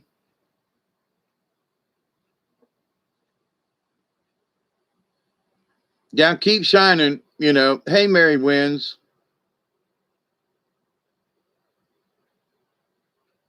Yeah, we have to guard our heart, you know. We always have to keep an eye out, but that don't mean we can't share our heart, you know. But that's and every day's a new day in that respect because there are people who will try to get at us and get at our heart and want to tinker with us, and it's just like, no, please, no, no, no, no, no, please don't, no. you know I don't want to go there, you know what I mean. I just want to start an argument over the smallest thing, and it's just not necessary. Well, you could have. Oh, stop! Just stop! Just grow up and stop it. But I know whatever it is that you're in your tiny little brain that you want to have a little tiff about. Stop it. But just stop it. I don't want to whoop you or anything, but some folks, I swear to God, you just want to just take them and put them over your knee and paddle them a good one and go, stop this childishness. Grow up. Stop this. You really don't need to do that. If somebody wants to start an argument with him, you just smile at him, say, I love you, and just stay out of it, you know, just stay out of it. And you know the moods is, and you can feel it coming. You can literally feel the energy wanting to fight you and wanting you to get involved. And you got to go, sorry, I love you, but I'm just not going to fight with you. You can rant and rave all you want, but I'm just, and it's not that I'm trying to take your abuse. I'm just not going to get involved in your anger or whatever it is. Oh, looking like we may be in light body, perhaps meeting up at Star Wars Cantina. Yes, absolutely. Dun dun dun dun da da dun dun dun dun dun dun dun dun dun dun dun da da dun dun dun dun dun dun dun. Brian, oh my gosh. Oh, I gotta hang out a couple of minutes now because you come on. How are you? I run across your phone number the other day, and I was so tempted to just give you a call from out of nowhere, but I don't do that much anymore. But how it's good to see you in the chat room, even if it's just to wave your hand for a minute. It's just good to know that folks are still out there. And I think I was talking to Barry about this the other night.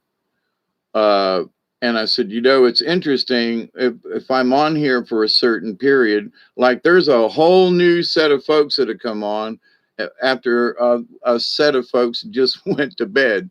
And now Mimi's here and Brian's here. And, anyway, so there are folks that were on earlier, and now there's the second crew, the second wave. Mary wins, it's a second wave coming in. Johan, I stepped on a tack and I broke the devil's back. Yeah, the man who found Hathor in my video, Brian, it's the airplane wheels. Oh, you said call you anytime. Oh, okay. All right. Nothing in particular, but I was just like, damn, there's Brian's number. And I remember we talked on the phone a couple of times way back when, and oh, holy crap, So anyway,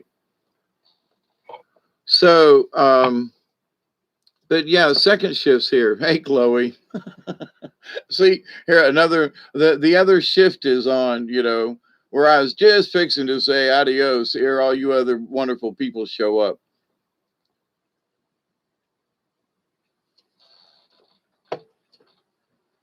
That's why sometimes these shows are 4 and 5 and 6 hours long. People will come on and go, oh, you're on. Oh, yeah, I was going to go. Yeah, you did. You called me out of the blue.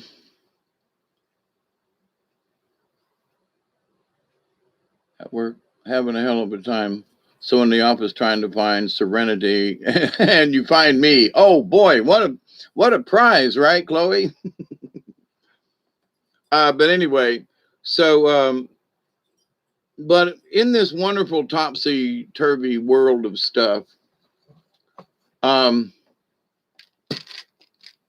we can be mad all we want to, but I lived too much of my life in anger, and my anger kept me from receiving phone calls. You know what I mean? And so I see folks nowadays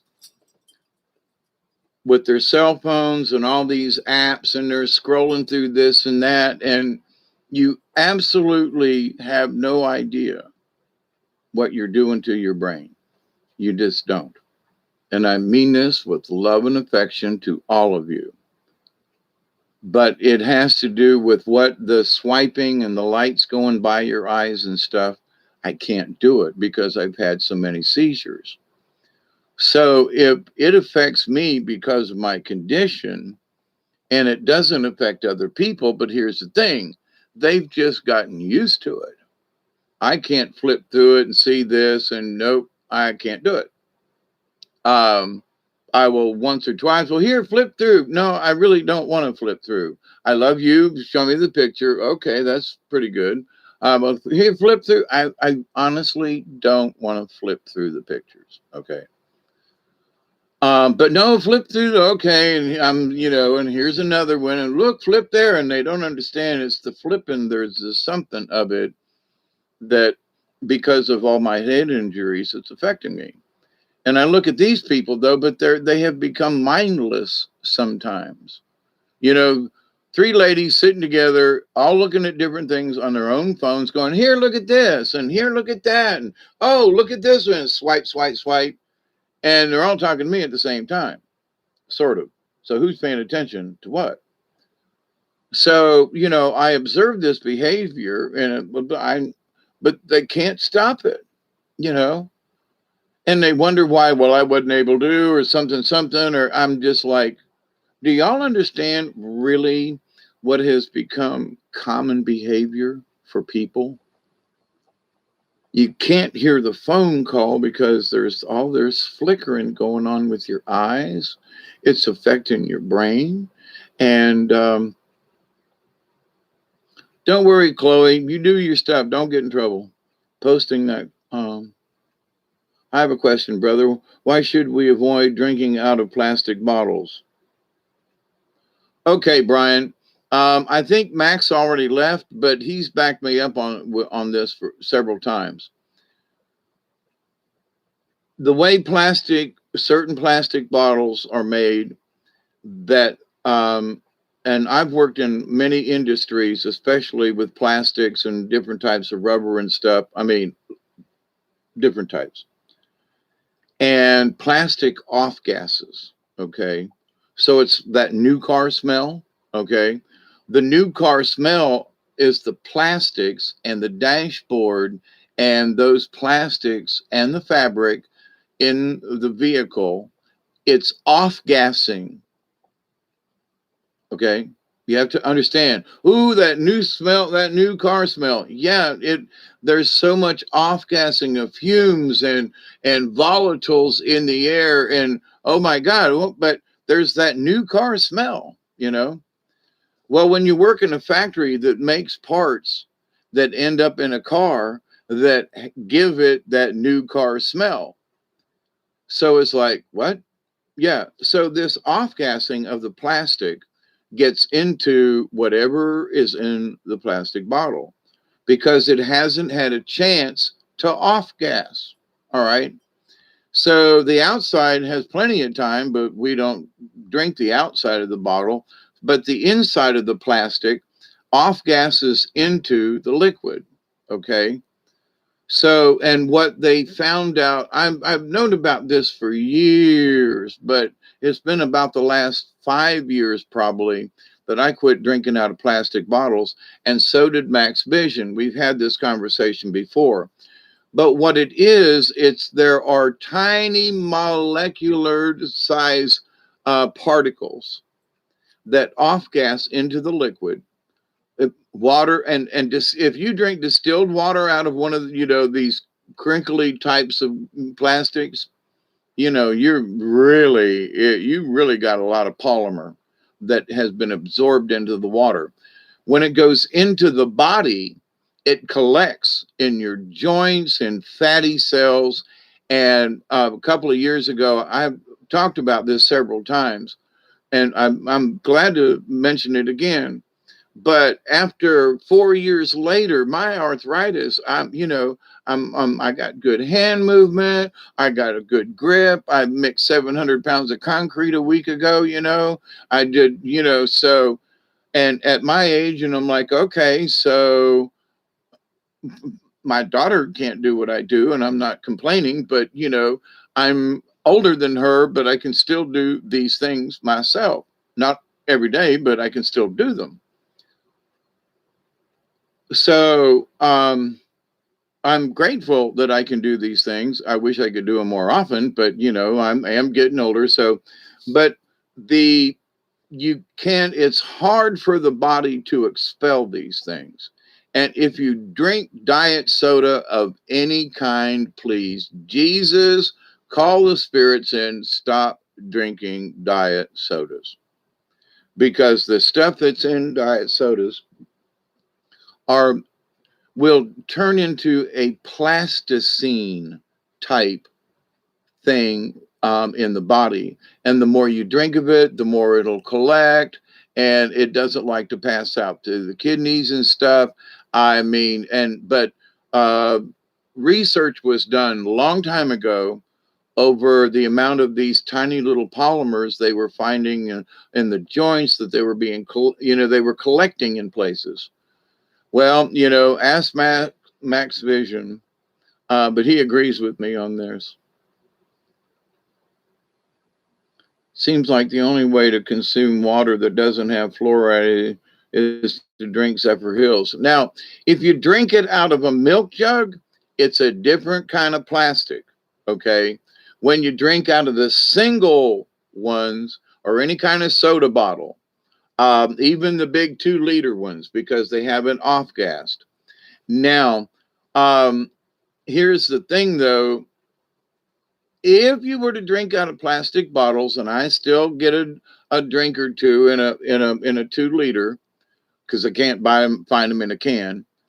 But the amount of area of plastic versus a small drink and the concentration is different. It's still there, but the frequency from which I drink out of those is very little. But I know there have been a lot of naysayers, but Max and I have talked about this before, and I can't tell you, but just do sort of and use different search engines too, because they don't want to put this stuff up on top. It's like I've been talking to, I gave up, the amount of radio frequency in a cell phone. I've got walkie-talkies that warn me about radio signals and how long I should keep a walkie-talkie on my belt, not even in my pocket or not on my head or anywhere. No, or, on a belt that should be shielded from my body. Walkie-talkies. But cell phones are allowed to sleep by people. I just don't understand. I just don't understand. So, but anyway, there's a lot of stuff that's going on that there is plastic in the V.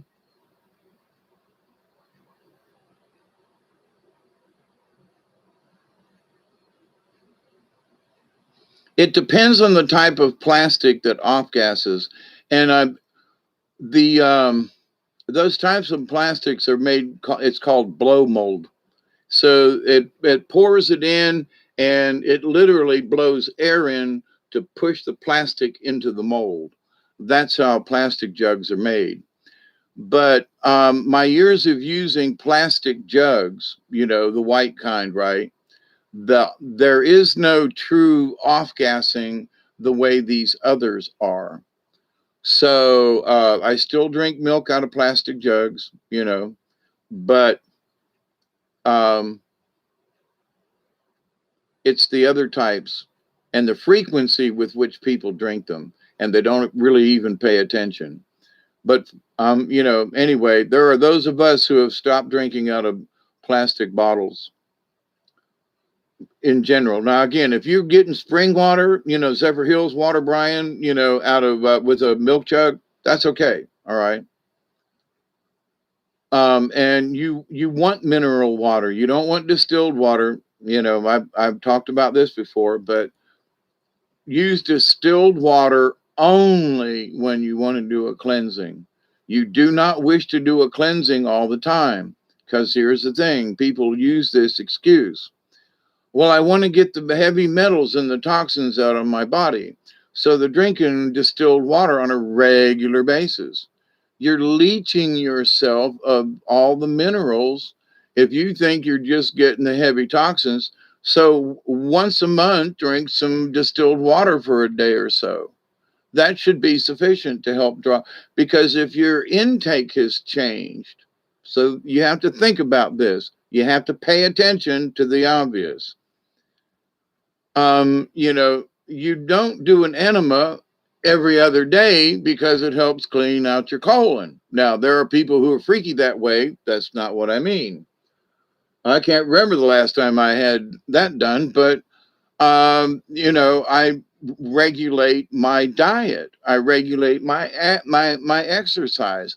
Knock on wood, I don't have those problems.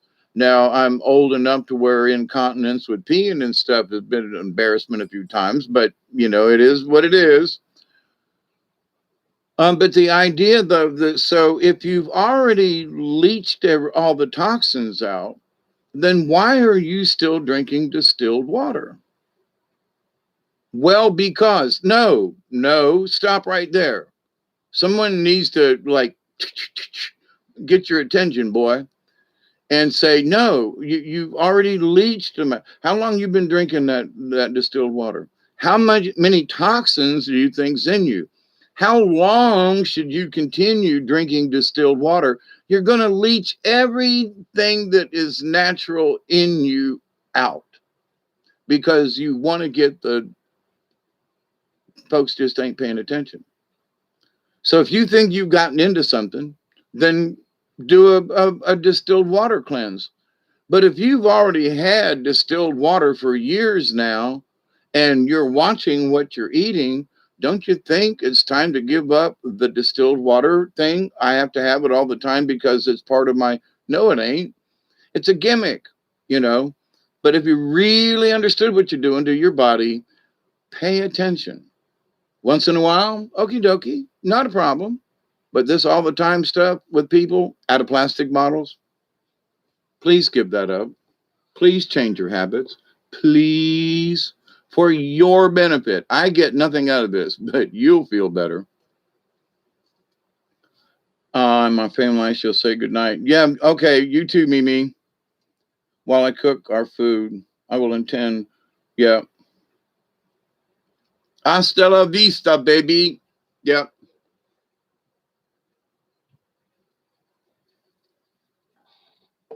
I know some of you folks out there are very powerful with being able to change water and stuff.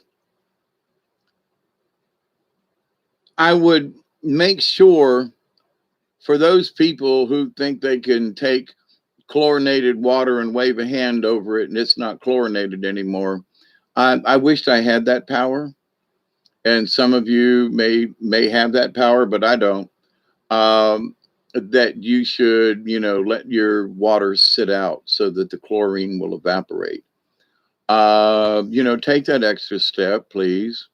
Don't assume that everything's out of it because you waved your hand over it. I'm just saying there are certain chemicals things that bond with the water. And I'm just saying that you should energize your water all the time. I'm grateful for the water that comes out of the hole in the ground up there that I dug. And I wished I had some help to finish drilling the well down here behind the house. But anyway,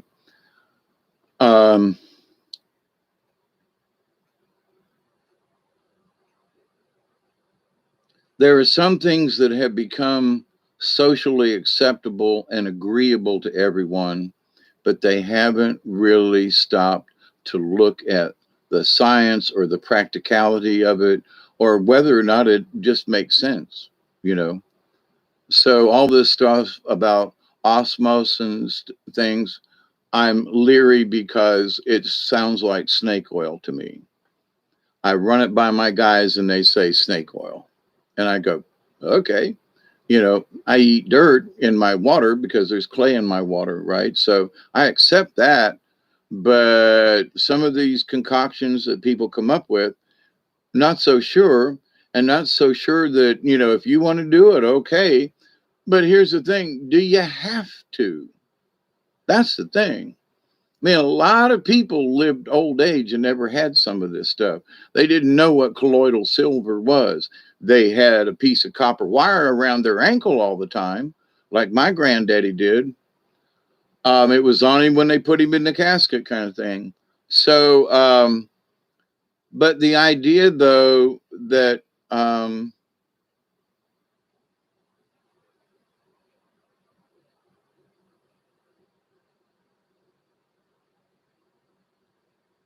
we should allow, there are some people who speak good intention over their water.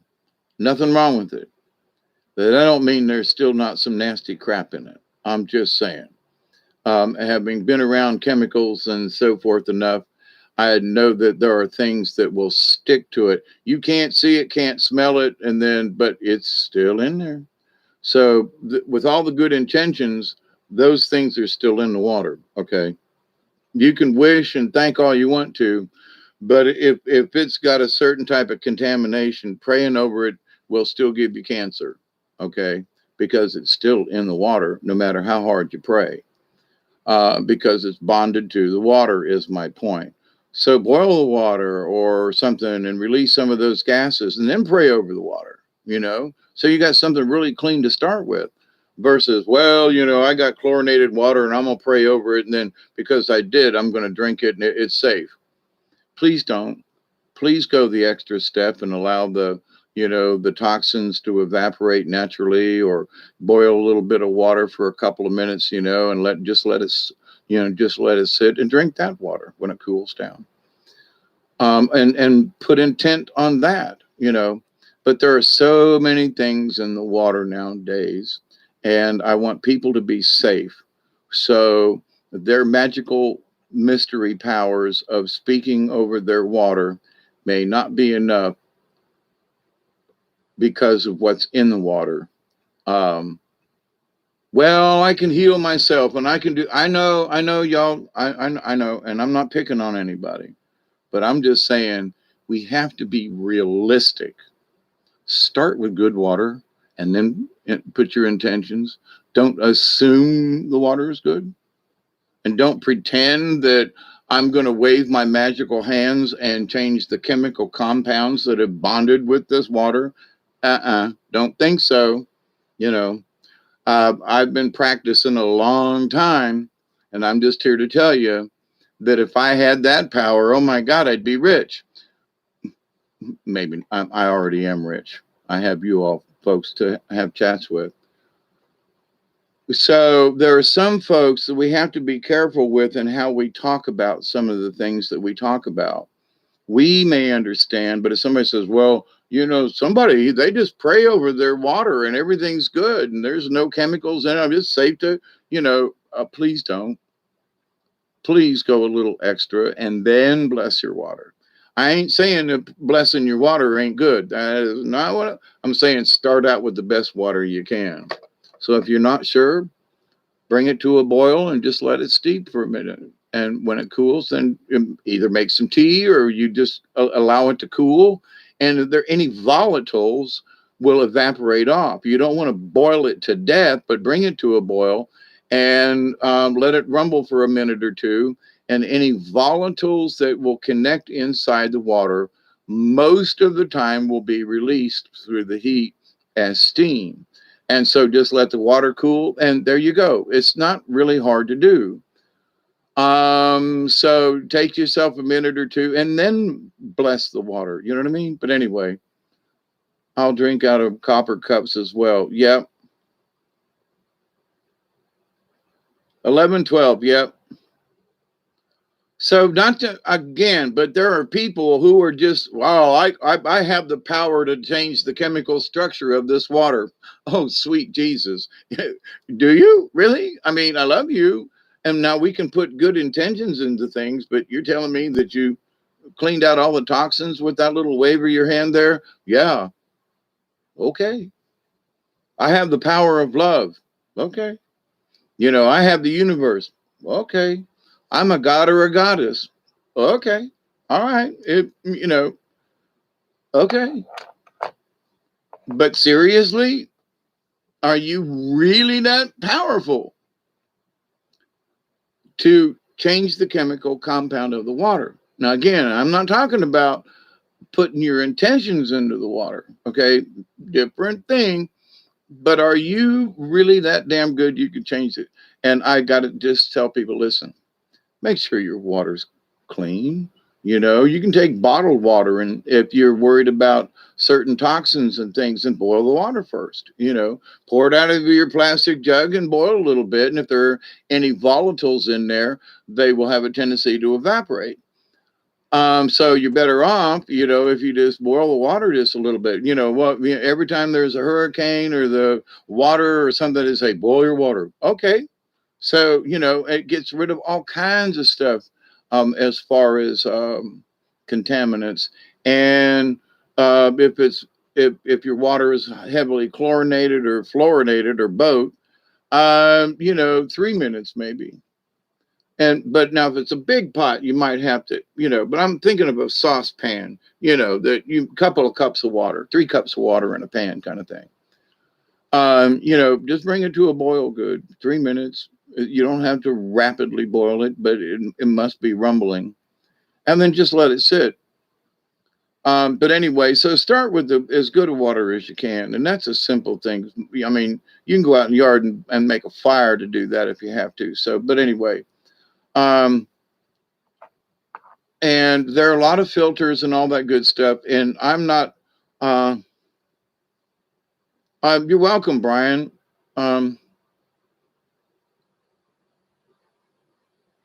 Max and I didn't know. Max mentioned in one of our videos I did, and he goes, he drinks out of stainless steel and uses stainless steel. I got stainless steel bowls that me and Duggar and the cats and everybody eat out of, I mean, it's not the same bowl, but, Duggar does lick the bowl sometimes. So, but yeah, stainless steel. It's just so easy to clean, and if you diaper that don't break, barely dents, and just anyway. And my stainless steel coffee cup here that, but is there anything that is in the stainless? It's inert that makes it. So whatever's in it is like, it's in it, it doesn't off gas and stuff. But anyway. Brian, well, I truly believe that we have those abilities. They are supposed to be, they are suppressed big time. We will get there eventually. Again, I believe we remember and forget over and over and over again. I agree with you. But here's the thing. I absolutely believe that people have the power of good intention into the water. But I'm sorry. But the way I hear these people talk and discuss things, as a shaman who studied, I've even looked into certain things in the black magic areas way back in the day. And when it's necessary, I'll check things out to see what its relationship might be to what native shamans would have practiced. And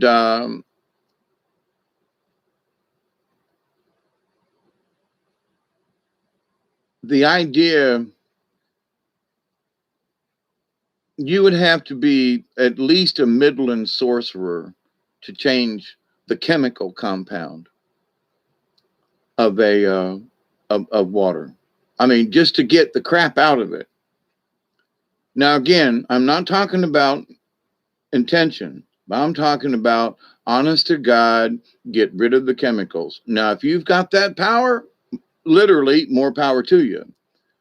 And you have my utmost respect. But there are people who are doing it with intention, and the water is still kind of polluted. Okay, it's got good intention in it, but that's really not going to take the fluoride and or the chlorine, honest to God, out of the water. We have to be practical about this. Are your good intentions in it? Absolutely. And there are people who will drink this water. Well, I prayed over it. Good for you. And then they end up with kidney cancer or something, or kidney stones. And so how was that working out for you there? Just saying, clean the water, make sure that some of those volatiles are gone, and then put your intention in it. There you got something. Okay. But don't just assume that because you prayed over it, because there are a lot of weird chemicals in certain waters, and that people just, what? Yeah. And so in the awareness of all things, do yourself a favor, start out with something good. I'm waiting for copper glasses we ordered. The copper helps energize the water. Absolutely.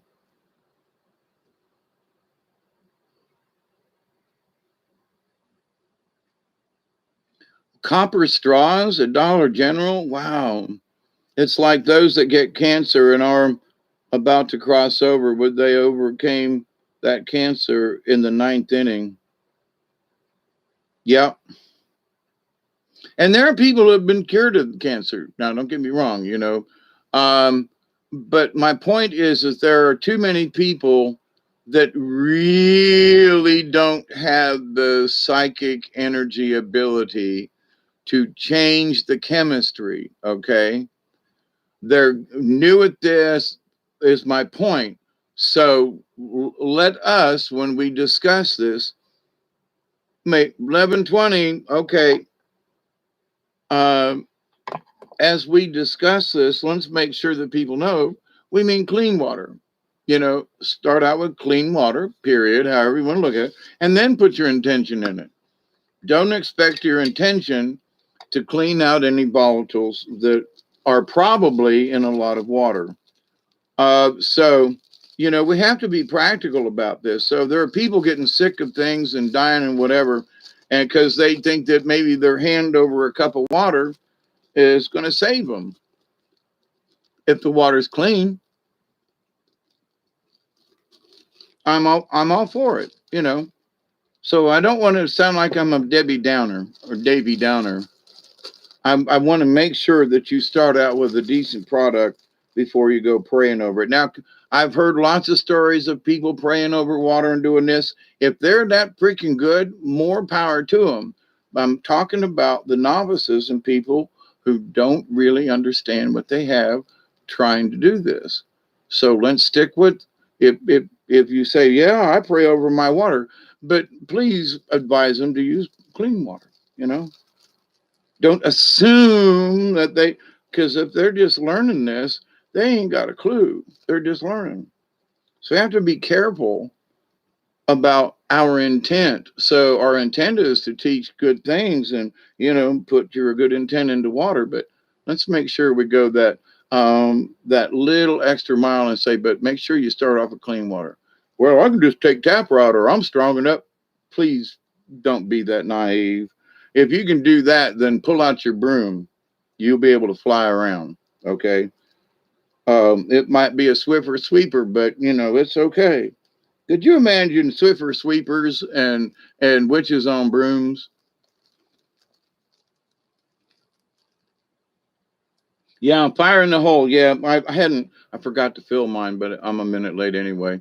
But anyway, so I'm all for putting positive energy into things. Absolutely, 110%. Okay, so please don't misunderstand me. But you know, again, don't trust your powers to be able to get rid of toxins in the water. Please trust in the fact that with clean water you can energize it and all that good. Absolutely, go for it. Go for it. But to novices, make sure, I'm repeating myself over. The folks upstairs are like, please tell these people this. Please tell these people this. You know, to start out with clean water, please tell, you know, because there are people who are just now trying to understand some of this stuff and they will get the misconception that, you know, they could pray over swamp water and it won't hurt them. And that ain't necessarily true, you know. Now they may be that strong in their faith or whatever that they can, but if they die of dysentery 3 weeks later because they were drinking swamp water because they prayed over it,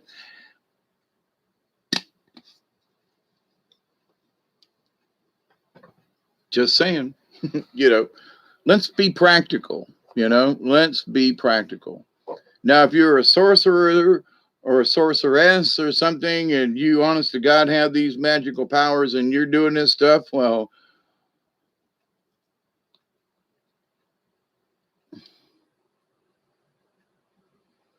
Olive Hill, is that how I pronounce it? Greetings to you and blessings. It is crazy, you know. Disclaimer of sensibility. Absolutely. You know, it's like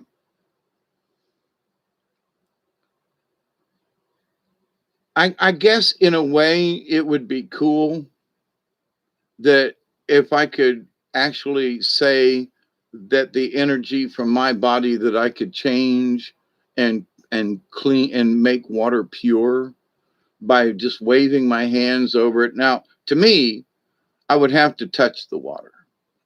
Waving my hands over it doesn't seem like it would really like fix the water. But if I stuck my finger in and touched the water, it's different because you're touching it, not just now this energy here and all that. Yeah, I know, but there's something about the grounding and touching the water. Oh, good. Greetings, Crystal. Dogma has stubbed our psionic abilities. Absolutely. And there's so many other things that people have just gotten used to.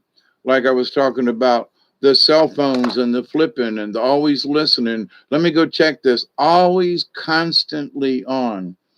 I get tired just because the computer screen is on. I'm not doing anything and I have to close the lid. To carry around the phone all the time and listen and this and that and this app and that app. I used to do it. Okay. It's not like I have been so square. I've never been there.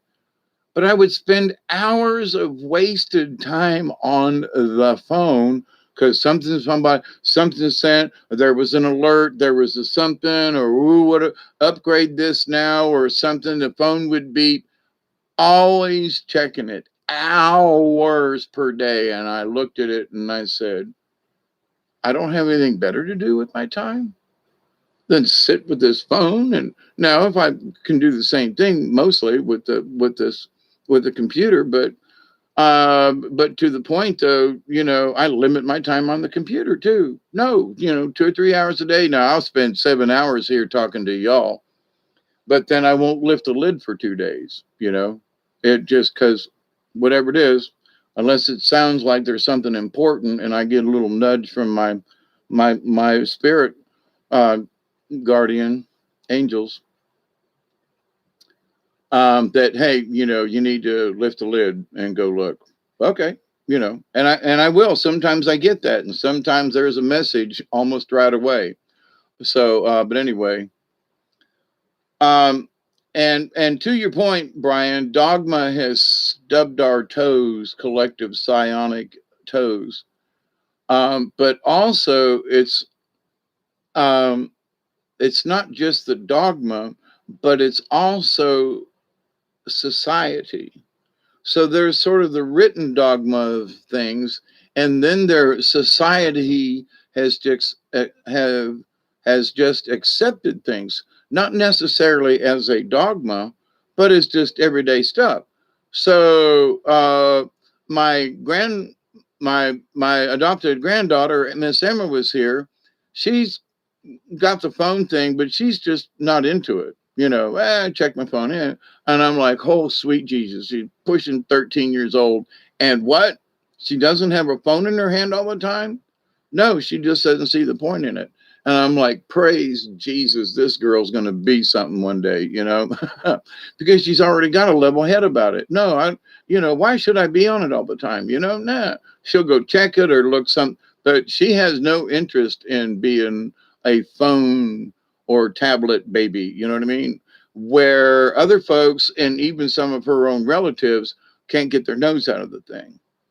So I look at who's the smarter of the group, and I say Emma is, hands down. Emma's the smartest of the group, and in a lot of ways, she really is smarter than them.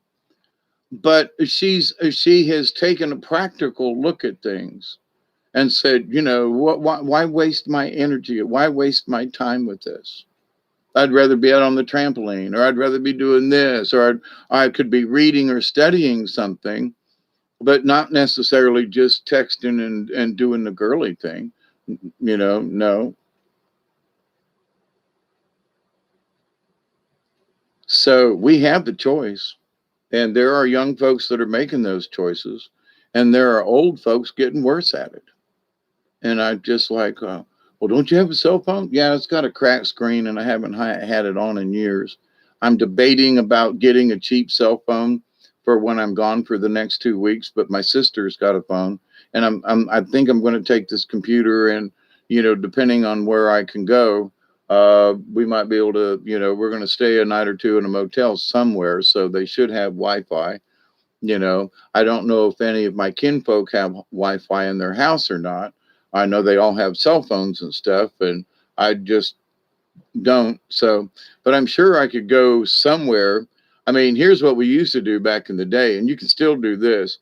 If you can't find a hotspot, what you do is you pull into a hotel motel that has Wi-Fi and pretend you're a customer and park down on the end somewhere and find a spot where you can get a good signal and just sit in your vehicle and use the internet. When I was traveling a lot, that's how I checked my mail and stuff while I was gone, by just going into just pull in the parking lot. You didn't even have to go in. Now, if it's hot outside, go in and have get a drink or something. But, and a lot of places have Wi-Fi now. So, but back in the day, 15, 20 years ago, when it was less common, that was the trick.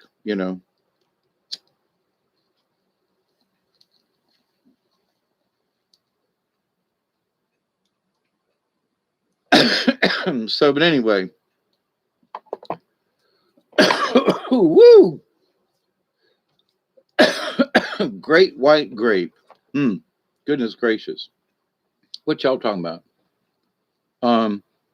It's like using telekinesis to make a piece of paper spin on top of a pen without a sealed globe. All of them can do this. The biggest obstacle that hinders that ability is our belief and lack of intention, and lack of practice at it, on how to channel that energy correctly. I'm not saying that it ain't there and the potential ain't there. I'm just saying that I've listened to some people talk about how they pray over their water and how it's all clean and sanctified and all that. And I'm going, you just got that out of the tap and you live in Milwaukee? I'm just, just or wherever. But anyway, because I have the power of I am a god or a goddess. I have prayed over this water and I have healed it. Okay. But can we just, honest to God, let's look at that under a microscope? Now, some people have this power. I get it. But I'm saying most people don't. Could they get it? Yes. Can they? You know what I mean, Pearl, don't you? And so it's for these people that we have to go, easy now. Do it slow. Unless you've been doing some serious magical hoodoo stuff, this takes years to learn. Okay. Now, I know that when that wolf that lived here for almost a year, along with the medicine man that stayed with me, that when that wolf got sick, I prayed over that wolf all night long. I've talked about this, but she was healed the next day. And surprised the shit out of me because I thought I was praying for her to have an easy death and she was going to cross over. I mean, I was praying that she would get better, don't get me wrong, but there was a part of me going, man, I mean, she looked dead. And she got up the next morning and ran to the house from the river, at my sacred place down there. The whole place is sacred, but I've done special prayers down there. But anyway, and it is a special place, in and of itself. But anyway, so there are times when I know that I've had some kind of effect on something, whether or not, through my prayer from the Creator to heal her and laying with her and hugging her and hold her and the constant prayer in her ear and to the universe. And I have been at deathbeds with people or sick people, not necessarily, deathbeds, but the people were like, pray for me, like, okay, but I don't know if I could get well. Well, I'll still pray for you, but if you really want to heal, you got to knock that I don't know if I can thing. You got to go, okay. And if you don't make it, then it might not honestly been your time. I think there are some people who are cured of things because there is an extra special something that they need to do. And there are some people, it's just their time to go. And we can't argue that in the universe if that is the plan. You know what I mean?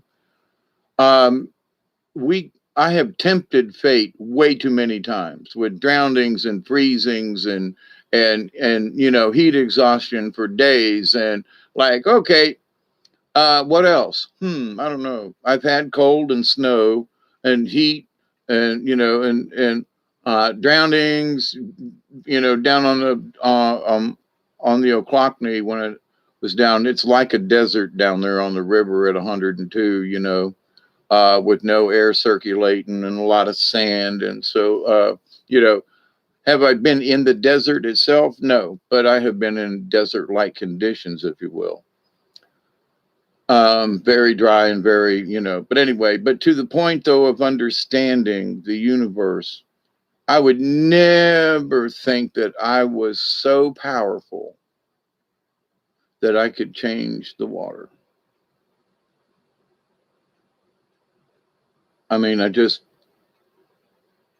because I feel, okay, wait, you got a question? Like Baptist snake gamblers. Yeah, I have a question. Supposedly, the girl at my work who is Caucasian said that when her mother was pregnant, that an Indian shaman told her that her daughter was going to be born under a smudge. Does that mean that there's some kind of like magic that's been done against her because she has said her entire life that she has had horrible things happen to her from pretty much the day she was born?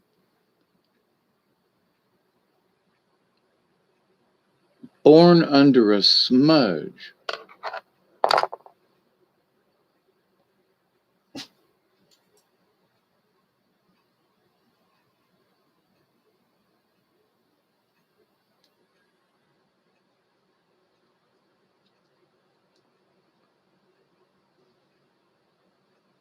To me, to smudge something. Now, this is just my take, okay? And my guys, gals up there are sitting around the table going, "What the hell does that mean?" Hey, John, what's that mean? I don't know. Mabel, come over here and sit down and let's have a chat about this. Uh, was going to be born under a smudge. So she's born, and she's lived her life, and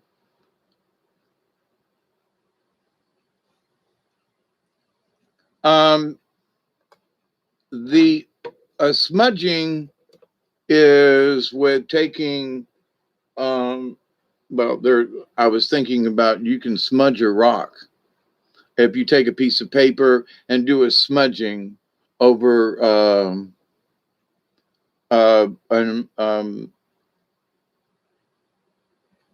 tombstones with a piece of paper to bring out what was there kind of thing, so which is sort of like a rubbing smudging.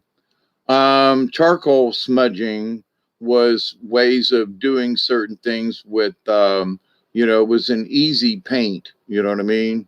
If you had a fire, there was a stick that was black. You know what I mean? And then if it burned down far enough, it was gray. So there you got two colors right there in a fire, and you mix it with the dirt and a little bit of spit and sometimes urine or whatever, and you end up with face paint or something or whatever. And I somehow got, so the smudge could be that there's a smudge on her spirit somehow. And it seems interesting. Are you suggesting that maybe she was cursed? I would ask. Because through reading this over again, it almost sounds like, so could someone have cursed her? Or here's something else. What was her mother like? Did her mother have incidents in her life? Because here's the thing. I was listening to he's sort of a pagan, mostly based druid kind of person over in the UK or over there. And I might be wrong. Maybe it's in northern England and Scotland. I'm not sure. But anyway, over there, lovely people. And he is very, talks about, earth things and how people looked at things and how people today have misread and misinterpreted some of the most simplest of things. And that druids were all these evil sorcerers who killed things. And that's just not true. At least not all druids. I mean, I'm sure that there were folks who got into the dark arts just to see what would happen. And I'm sure there were those like Gandalf or whatever that were like, no, I ain't going there. So it's all about the power that we seek. And I'm not seeking a power except the power of understanding for myself, and to help other people. But I'm the power of understanding, the power of connection to the universe, the power to stay connected with the universe, the power to understand the universe and to understand peoples. And oh, what am I going to do with them? Well, they're for me to use as is necessary. That time we saved that guy's life from a burning vehicle and his leg being chopped off. That was not on my agenda, but we were there and we were the angels that helped to save him. And I've often thought about, man, did I really sign up for that one? It was me and my friend Tim. We were meant to be there, and like, wow, but it wasn't on my list of things that I thought I'd be doing in my life. So the idea, though, that's what I want to be. I want to be a good angel. If somebody's had a wreck and I can be there and okay, then that's what I want to be. Now, I'm too old to be an EMT or anything like that, but I can still be here for what is necessary that I can help people with. So in that respect, I'm still that. That's all, that's what I want to be. So, and I'm going to keep trying to learn how to be the best of that I can be without ego and to just be humble about the whole thing and say, okay, here we go.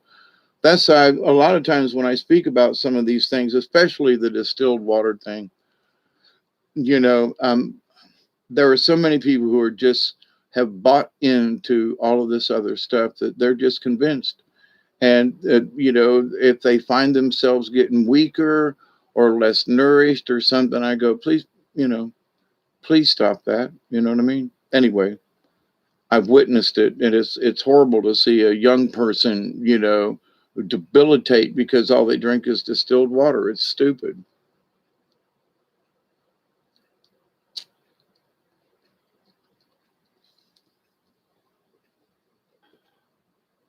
So with kindness, I say, but with a firm hand, if you will. If these are some of your habits, please reconsider. Not because Dave said so, but Dave has had previous experience. That's one, but it's because I'm concerned about your health.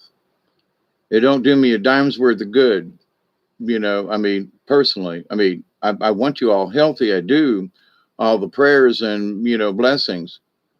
But I can't live your life. I can't make you do anything. I wouldn't want to make you do anything, okay?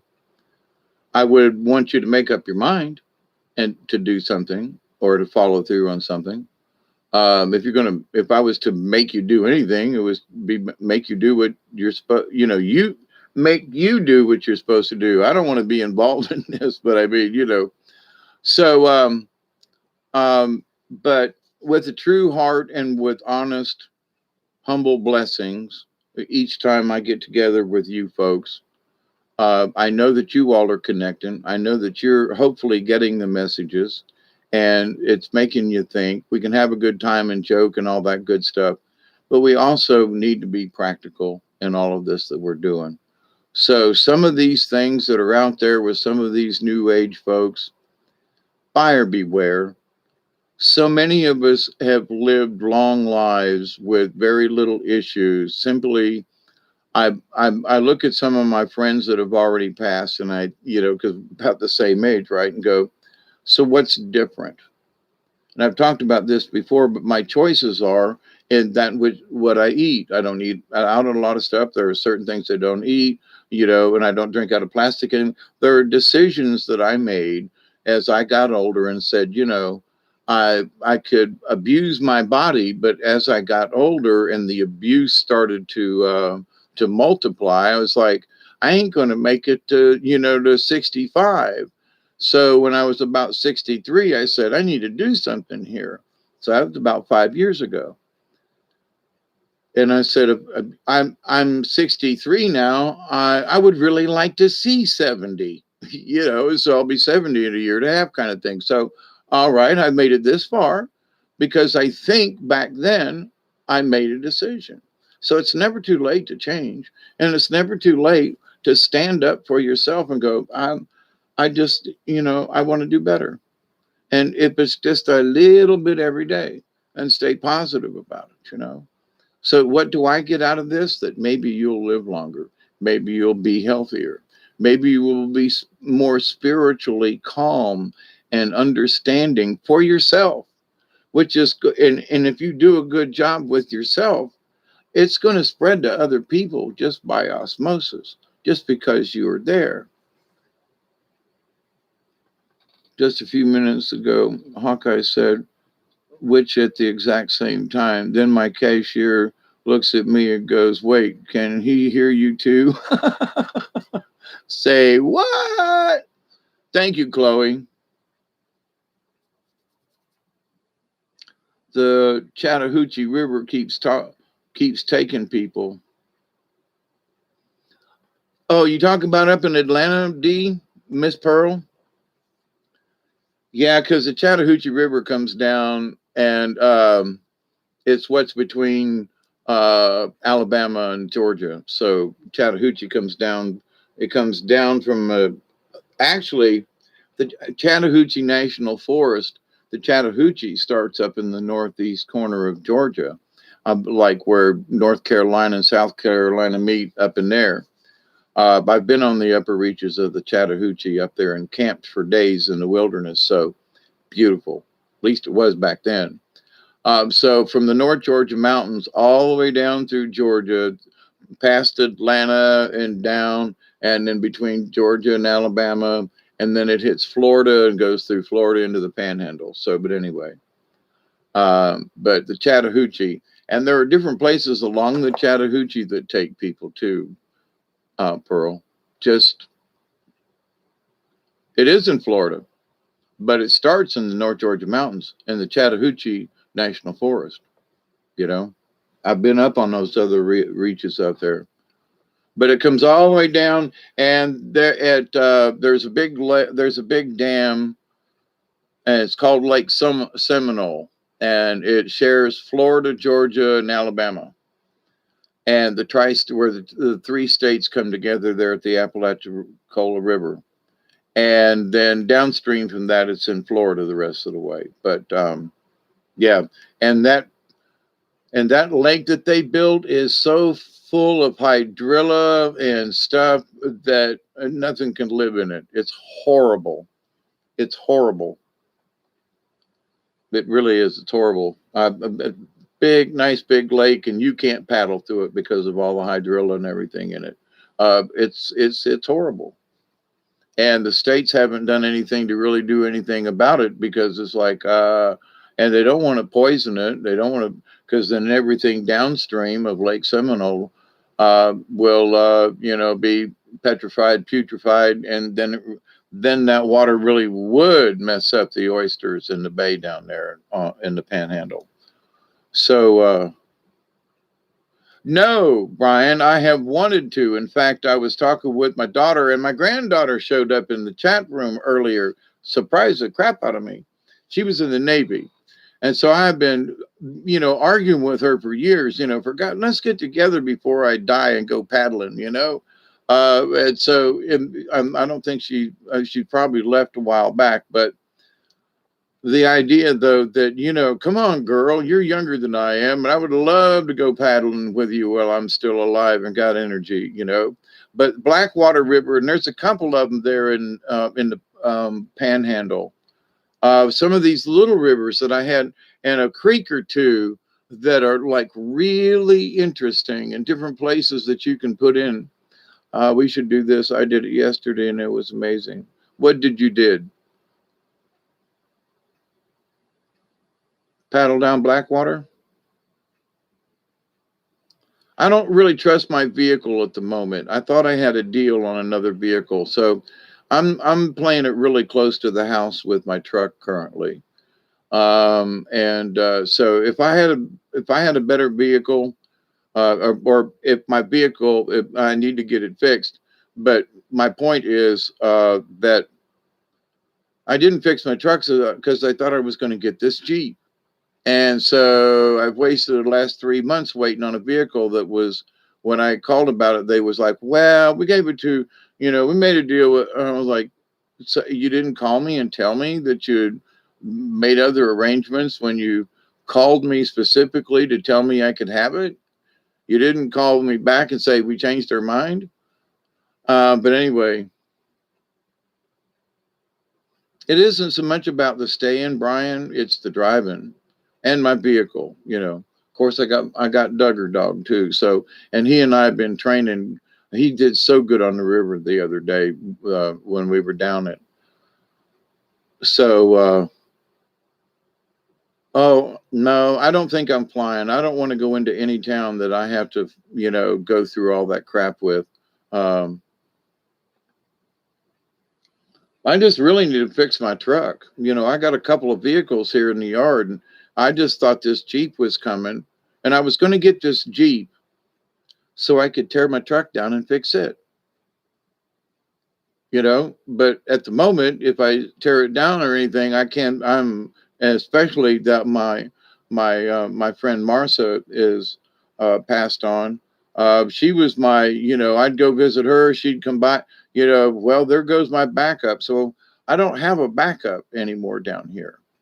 This ain't a complaint. It's just an observation. We had each other's back. My backup's gone. You know what I mean? After 40 some odd years, my backup's gone. And it's an interesting loss, let me tell you. Because I could call her up at any time, day or night, if something was wrong or not, or if I had some crazy dream. And we've done mushrooms together. We drank bottles of tequila together.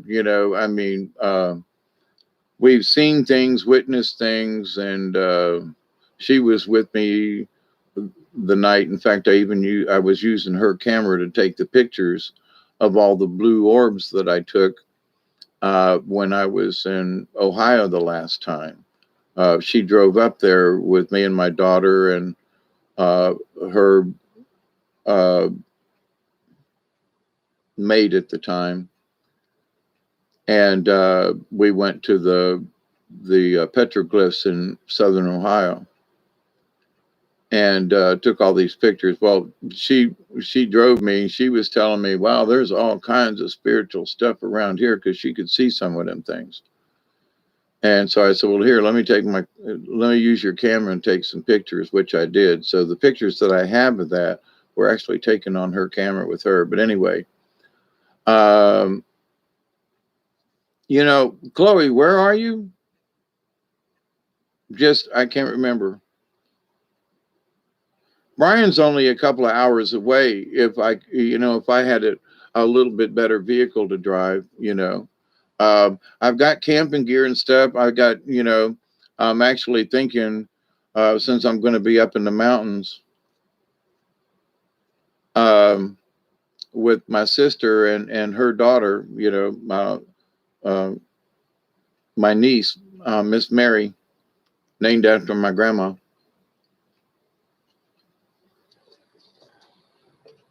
And I've had Mary visions and all that, so just interesting.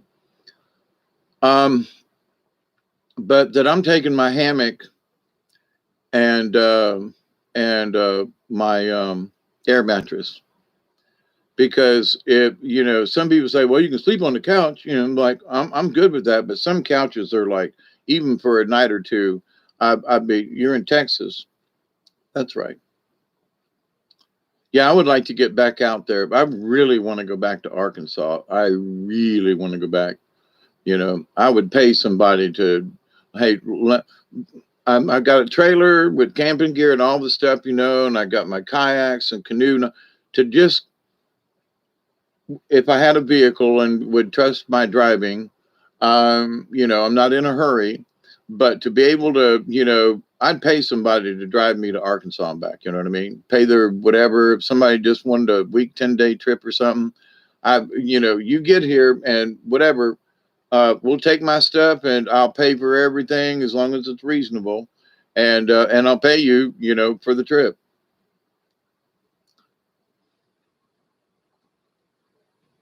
$13-hour drive.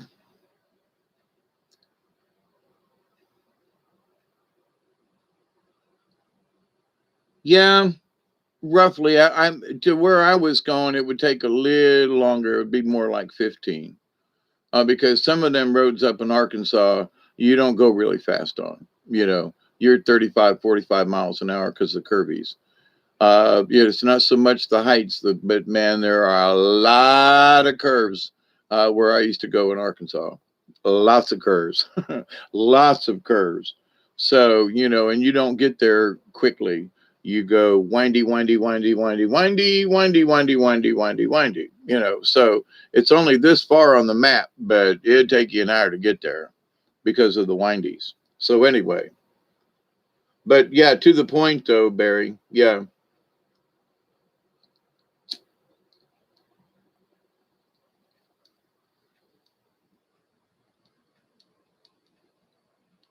And I had a way that I used to come up and I'd go up to Birmingham and hang a left, and it's probably done by now. But there's an interstate that runs through the top of Alabama, through the top of Mississippi, and heads right on over to South Memphis. Goes through Tupelo and a couple of. It's a beautiful ride through there. I got my car up to 110 going through there, but it was so much like this. We was flying, man. Nice highway. Not a lot of people on it, I guess, but um, that's how I would go to Arkansas to go to Memphis. But with certain bridges and stuff out now, I would might consider going a more southern route, which would really take me south. But anyway, that's the way I have gone many times and come home as well. If I've been out when we went out west. We were coming back through Texas and Oklahoma and everything. We came back across 40, which runs right through Arkansas, kind of thing. And so when we got to Memphis, it was just hang a right and come back heading down this direction. There's a lot of other ways with interstates and stuff, but depending on the road, I found that to be a pretty decent road to come through. Not too much traffic and all that kind of stuff, and it pretty country. But anyway, so yeah, I would love to go back out. Yeah, when Brian was the other Brian was around, yeah. But I'll tell you, Brian Lunsford, now that my granddaughter has been here, and now that we've had a little bit of a chat, that maybe she has seen me and seen Grandpa here, and that I kind of sort of challenged her in a way, like, "Come on, let's go. You're that close. I'm a really old man. You're not. You can get closer to me than I can get to you. Would I love to go down there? Sure, but I know better. But again, if I get my vehicle fixed and do a couple of things, then okay, I'll try to putz down there. You know what I mean? I don't really have anything else going on since I don't have chickens anymore. My biggest worry now is because of Duggar. Um, Now I've had dogs in the past, but Sasha was this little old poodle dog that literally was like this big, and she was easy to travel with.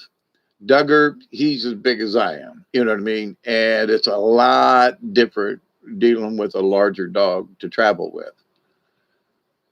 And so, but I got camping gear in my truck right now that if I was so in a way, there's enough stuff in my truck right now. I might have to grab a something on the way, but uh, I've got a couple of tarps in there, this and that. My um, uh, uh, a propane thing for fire. I got axes and choppers and saws. I got my kayak on top of the truck. So if I had to like boogie for some reason, uh,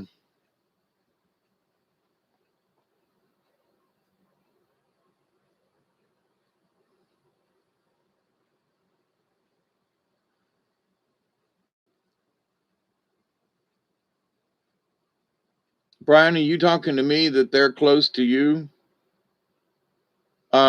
My daughter is north of Pensacola, uh, by just a little bit. My granddaughter is more, might actually be towards the Alabama part of Pensacola area. You just got back from traveling around the world. Yeah. Yeah. I was thinking about that. I don't have any information. So maybe before I leave to go to Ohio, my niece lives right up there near where Brian's from, and if I knew, Miss Brenda would call me or whatever, um, I might be driving right past her house to get to my niece's place, and we're going to stay there for 2 nights. So it's close enough to something, and I could get my sister and say, hey, you know, I want to go meet somebody. We're going to go have coffee or something, or whatever. But to be so close to being right there with my niece, and not be able to stop by and give her a hug, or I'm just saying, uh, that would be special. So I'm not moving. I'm just going off for a good night, Miss Pearl. Thank you. Love you. Keep up the good work.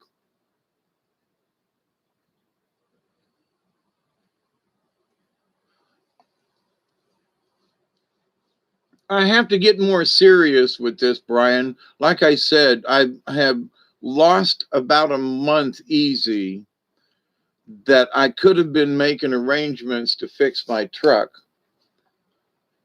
when I thought I was going to get this Jeep so I could put my truck up and work on it. Anyway, since that ain't happening, I still want to be able to go down to North Florida. You know what I mean? I would still like to go down there to Blackwater and a couple of those other places. And if I'm in that's only a couple hours drive. So if I could trust my truck a little better, I I feel I could handle that. I know I would come the back way down through Bainbridge and down through and whatever. I know the back roads really well. So we can roll down the window, and Duggar can look out one window and I can look out the other and not have to worry about traffic and a bunch of stuff. Like I don't have to go into Tallahassee or anything like that. But, and Bainbridge isn't that big of a town. So, and it's an easy ride down towards Crestview and down there. And if I really needed to go further west, then I would get on Interstate 10 there. It would be out of my way to go down to get on Interstate 10 and go west if I went to Tallahassee. It cost me 50 miles. I'd rather go the way back roads I know for all these years and get there kind of more in a straight line. Yeah, I got some folks up here. I got my friend of mine who looks in on me. His uncle runs a car lot.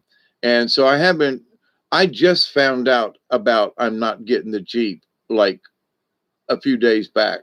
So I'm like, well, no, ain't that some shit? So anyway, but it's cool. I'll work it out. But the thing is that I'll stop waiting on trying to fix my truck until I get a vehicle. I'll just focus on trying to get my vehicle fixed. You know what I mean? I'll concentrate more on that because I got three of them in the yard. You know, I got an old Isuzu pickup truck up on the hill, but then I got my fast Toyota that's rated at 150 miles an hour. So, and it needs work. But I've been working on the house and cleaning up and that kind of stuff. And vehicles has not been my intention because my reality is that, you know, my brain don't work so good sometimes. And out driving around when your brain's going fritzy is I don't want to hurt anybody. And I've lived this long. I don't want to put myself in any more jeopardy, you know. But if me and Doug are driving down an old backcountry road and I feel a little tired or something, I can pull over. Ain't nobody gonna. There is no big deal. You know what I mean? And if I need to get out and take a little walk, I'll be able to do that. You know. So I know how I can travel where it might not be the fastest for somebody, but it would be the most convenient for me, especially me and my bladder. I was talking to my sister about that.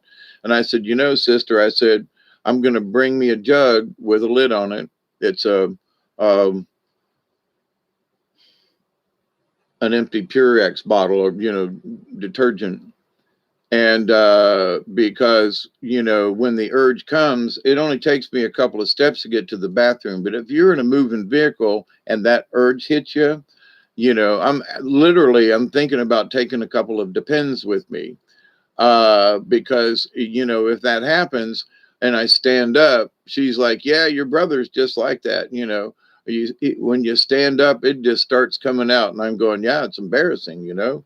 So you don't even have time to get to the bathroom, let alone stand up somewhere. So, but if I'm on a backcountry road somewhere and I get in that situation, I can take care of that kind of issue and it not be too embarrassing. Where if I was in a city or, you know what I'm saying? So anyway, yeah, I'm thinking about wearing diapers on the trip.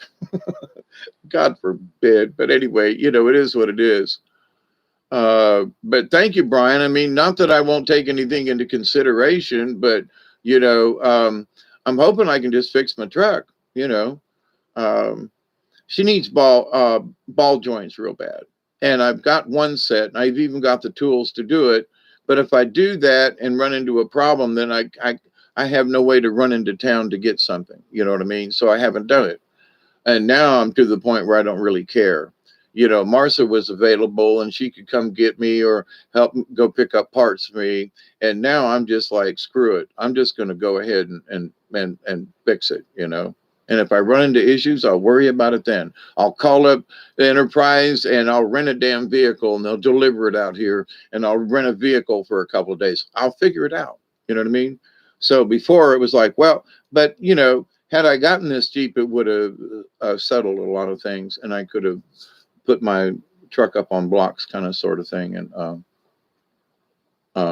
you know, it needs rear brakes, but they're two different sets, and I won't know until I take them apart. But if I take them apart, then I have no way to go to town to get the parts that I need to fix it with. So it's like, okay.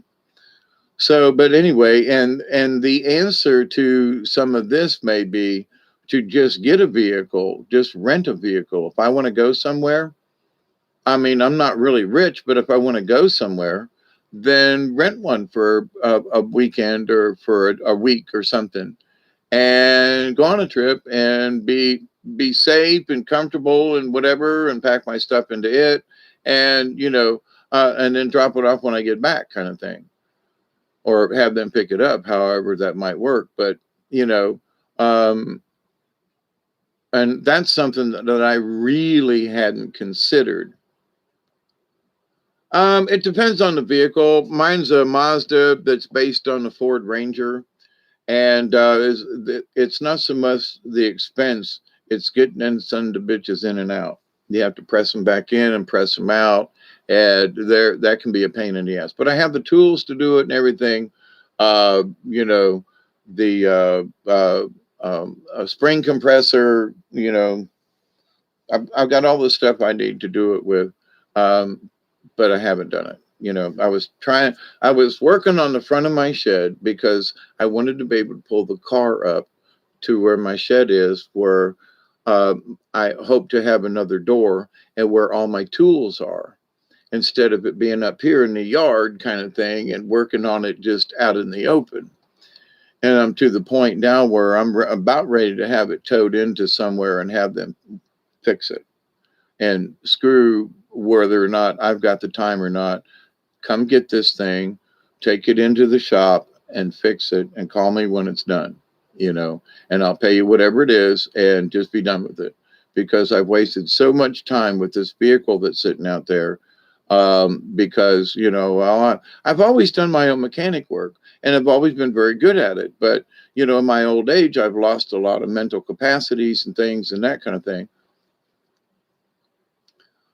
Mustang GT. Mine is a Toyota GT. Oh, well, that's the car. But my truck is yeah, they're a pain to do. You can actually buy, depending on where you're buying it, you can actually buy the whole A-frame, okay, with the ball joint in them. Now they're a lot more expensive, and maybe that's what folks are doing.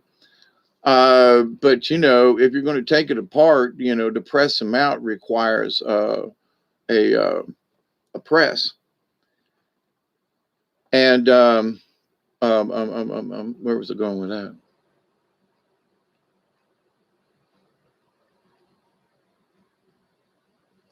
So you have to take when you take it off to replace the ball joint, because it's pressed into the metal, and so you have to press it out, and then you're going to press it back in.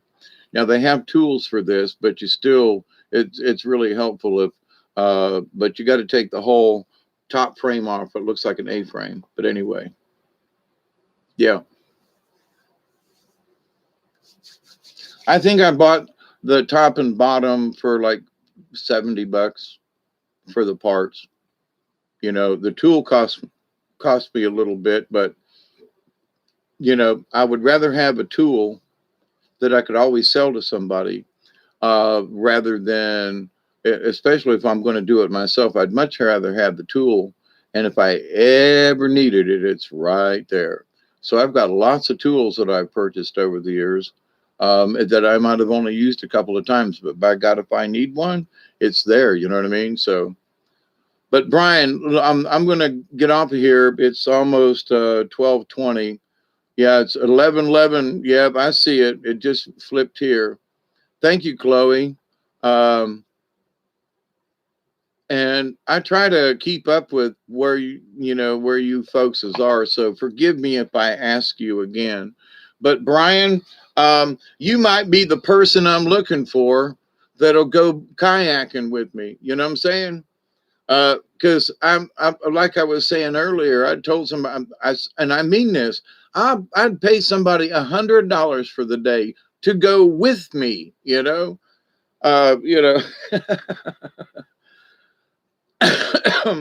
Doug, everybody, Barry, thank you, Johan.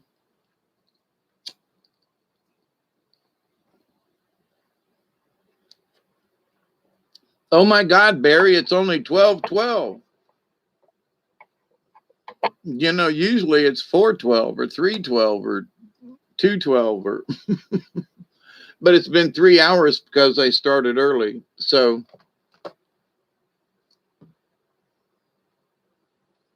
but anyway, so Brian, now that you and I have kind of sort of chatted, then a conversation on the phone should come shortly. Now, I might not be able to do anything before I go to Ohio, but when I get back from Ohio, absolutely.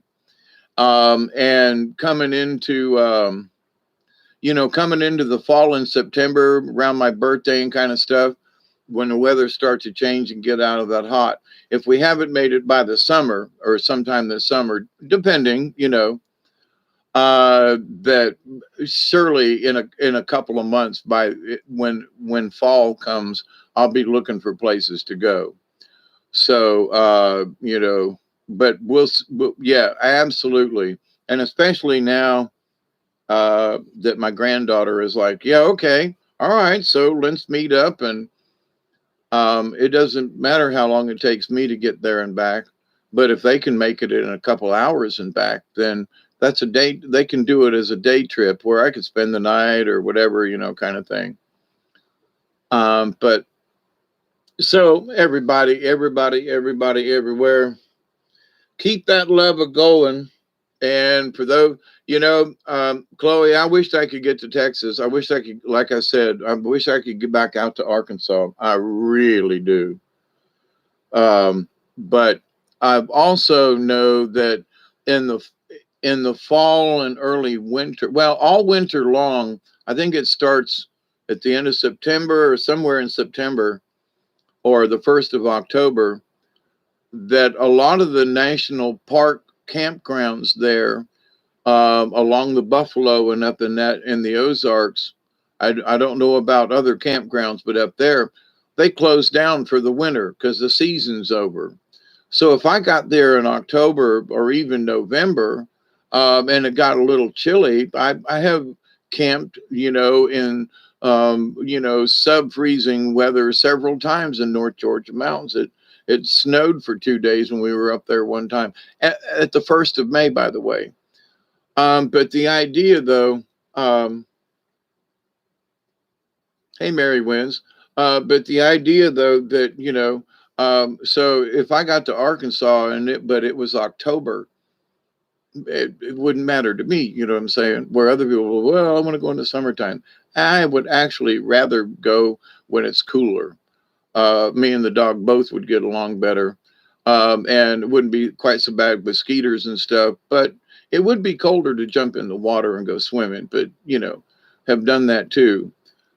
But to go paddling and that kind of thing and be along the river, it's just beautiful out there. And if for folks who've never been to the Buffalo, you ought to go visit it at least once. And sure enough, get on it somewhere, go down, put your feet in, lots of places to do that. So take the time, and camp if you can. But anyway, but at the moment, the way I'm looking at stuff, I want my truck running better by this fall somehow. And it might be that what my chore is for the summer is to get my truck fixed and get my car fixed, whether I do it or not, but I get it done. And I see that as like, as I sit here and look at this, I go, yeah, this is really what needs to get done. I got a little extra money because of the government. Why not go ahead and get my car fixed back up? And it's already paid for, and all I have to do is add it to my insurance.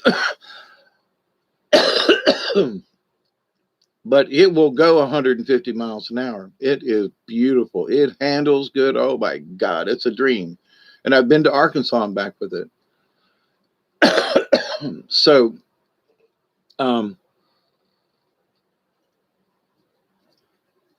Brandy, good night to you. Thanks for hanging out with us. Blessings to you. And now I'm just rambling about stuff and things I'd wish to do until we get to 12:20. But honestly, if there were any kind of chances that I could do a drive, or there are these places that I would like to go to, and y'all are in the neighborhood, let's, sure enough, let's have coffee or let's do a fire. I'll bring my drum and flute. I'll even bring the didgeridoo, just for the hell of it. Um,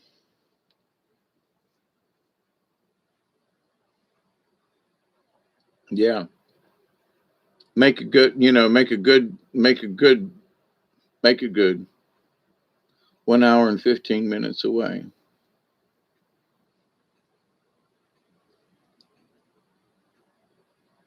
So as a 4:20 early at 2 minutes early, it's 6/2/2021 here on TTFN Radio with the old hippie Hawkeye Two Feathers and all his dear friends and locals, the crazy critters.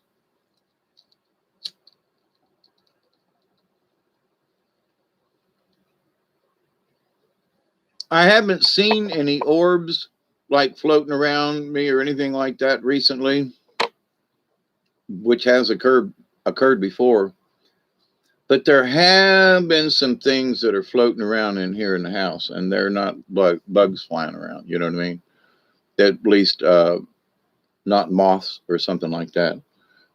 Interesting. You know, there's a lot of activity that seems to be floating around. I forgot to check the Schumann res, but when I checked it, the real news hour. That's interesting. But um, anyway, it's as the news hour and sort of just as a tail end of this thing, you know,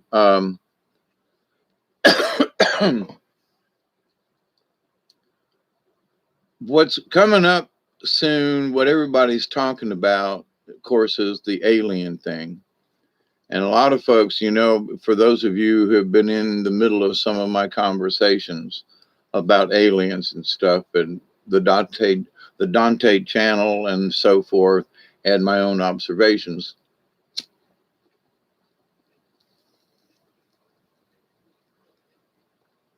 It's going to be very interesting, very interesting, very interesting to see what they disclose. All this about disclosure. Now, there's been so much talk about disclosure.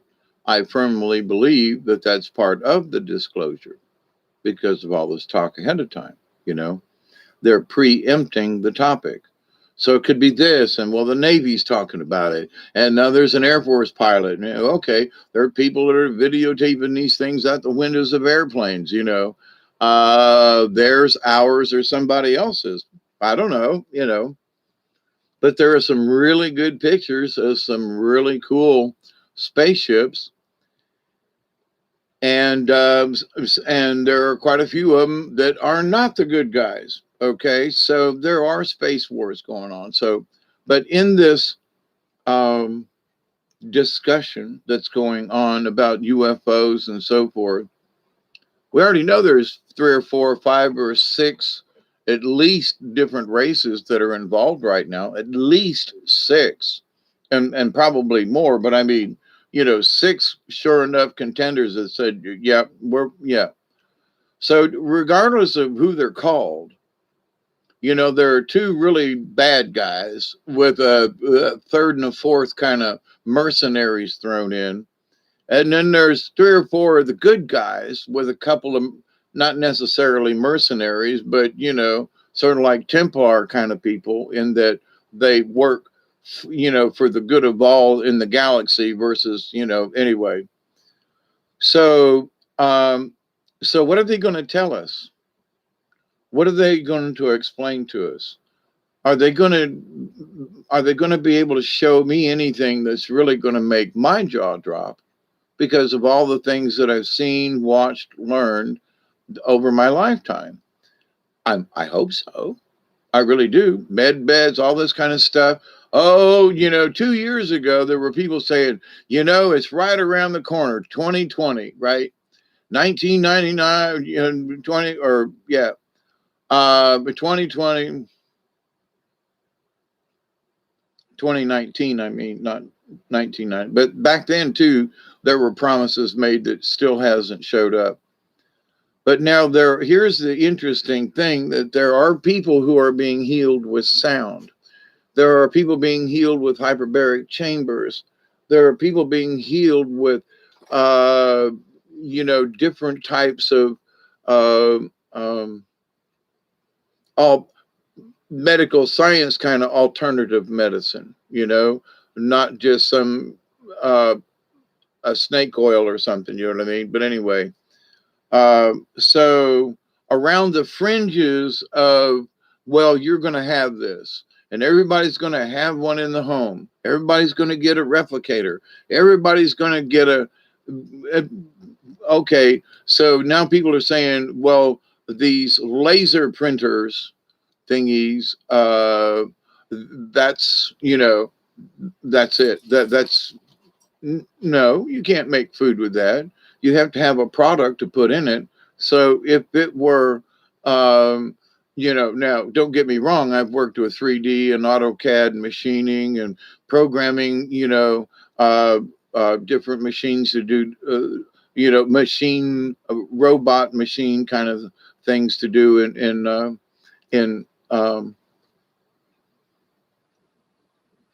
in production and industry. I mean, when you can program uh, a, a, a milling machine, just put a block of wood or whatever it is that you put in there, and you tell it what to do, and it'll turn sideways and drill holes. It'll tap them. It'll do whatever you want, right? So with that knowledge, though, it's like, okay. So one of the things that gets me about robots taking over the world, robots, the making of robots would end as soon as they didn't have material. So if there was a factory somewhere and somebody said, "Well, that's all robotically controlled. It could make other things." Yes, it could if it had materials.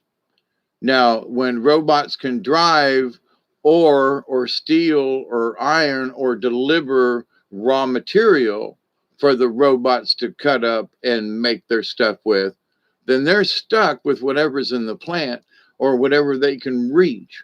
So this idea that robots and AI is going to take over the world, they could, but how are they going to get the raw materials? That's one of the things that people are trying to sell this thing about robots are going to take over the world and this. No, they can only go so far. Why? Because of raw materials. That's why. They could tear the building down, but after they tore the building down, then they would be looking for more raw materials. So they could only work with what's given to the robots. So could they make their own stuff and go crazy? Okay, I could kind of see that. I've worked with some CNC and NC equipment where the machine just once in a while would pull back and do this thing, and you go, "What the hell? That ain't in the program." You'd have to shut it off and reboot it and start over again. Been there, done that. Machines will do weird things. But this idea that these machines will become sentient to the point where they will talk to each other, and then, like in an automobile plant, they would suddenly make other robots and send them out to kill people and stuff. And it's like, only until the material ran out. That's all. If they didn't have the right, if there wasn't enough material stacked nearby the door, then how are they going to get it in? There are trains, there are trucks, there are cranes. And so where's the metal coming from? Is it coming from another robot factory?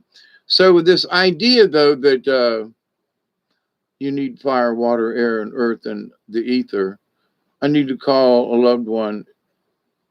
Okay, love you, Chloe. Thank you. 5 power steering pumps, turns out the rack and pinion was leaking. Oh yeah, I don't like that.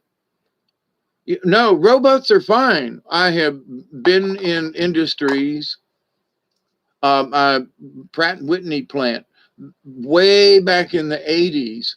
They had these robots that when you filled up your quota and put it in this cart,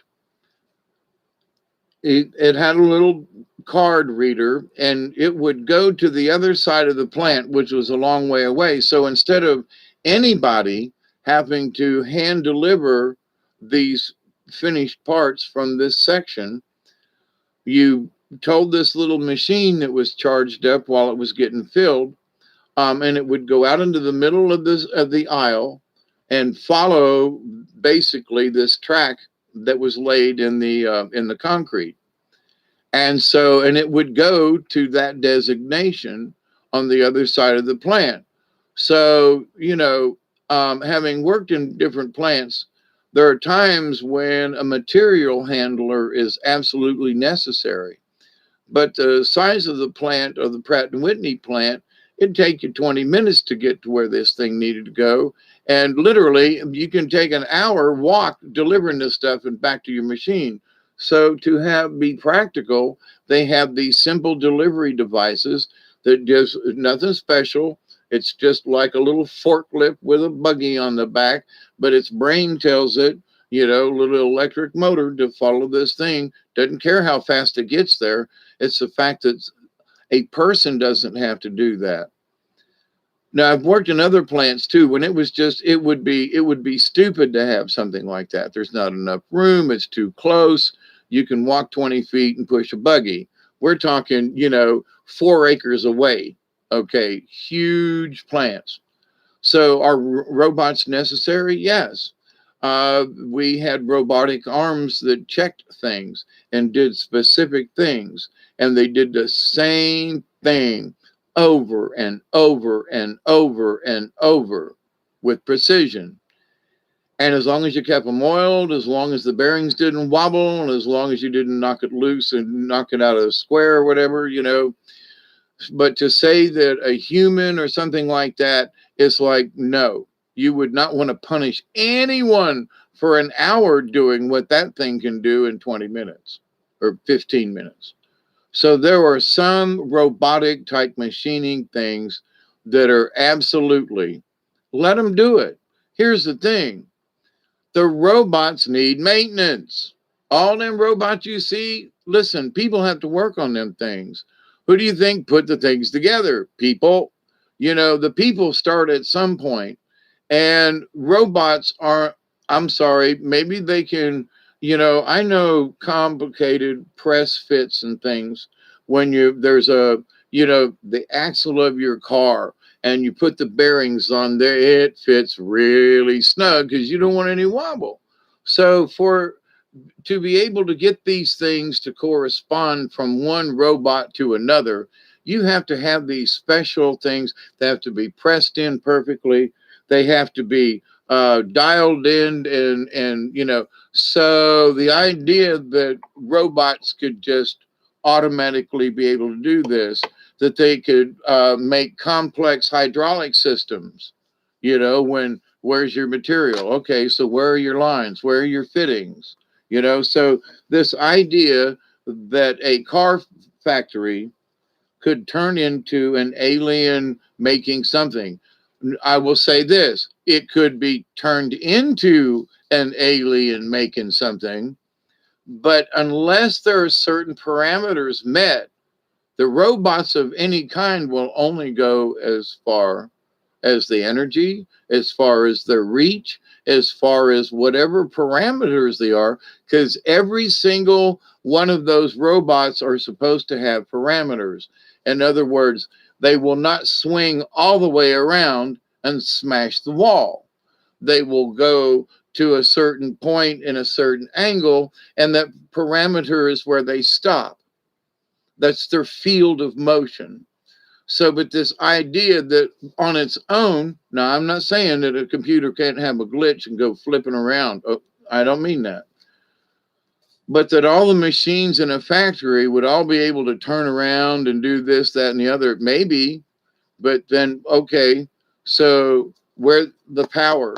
So if somebody cuts the power, then none of those robots work. So the theory of them taking over, to me, is like man's going to have to make the robots for them to take over. The robots. Now, if you're talking about Data on Star Trek and you got a bunch of them running around, that's different.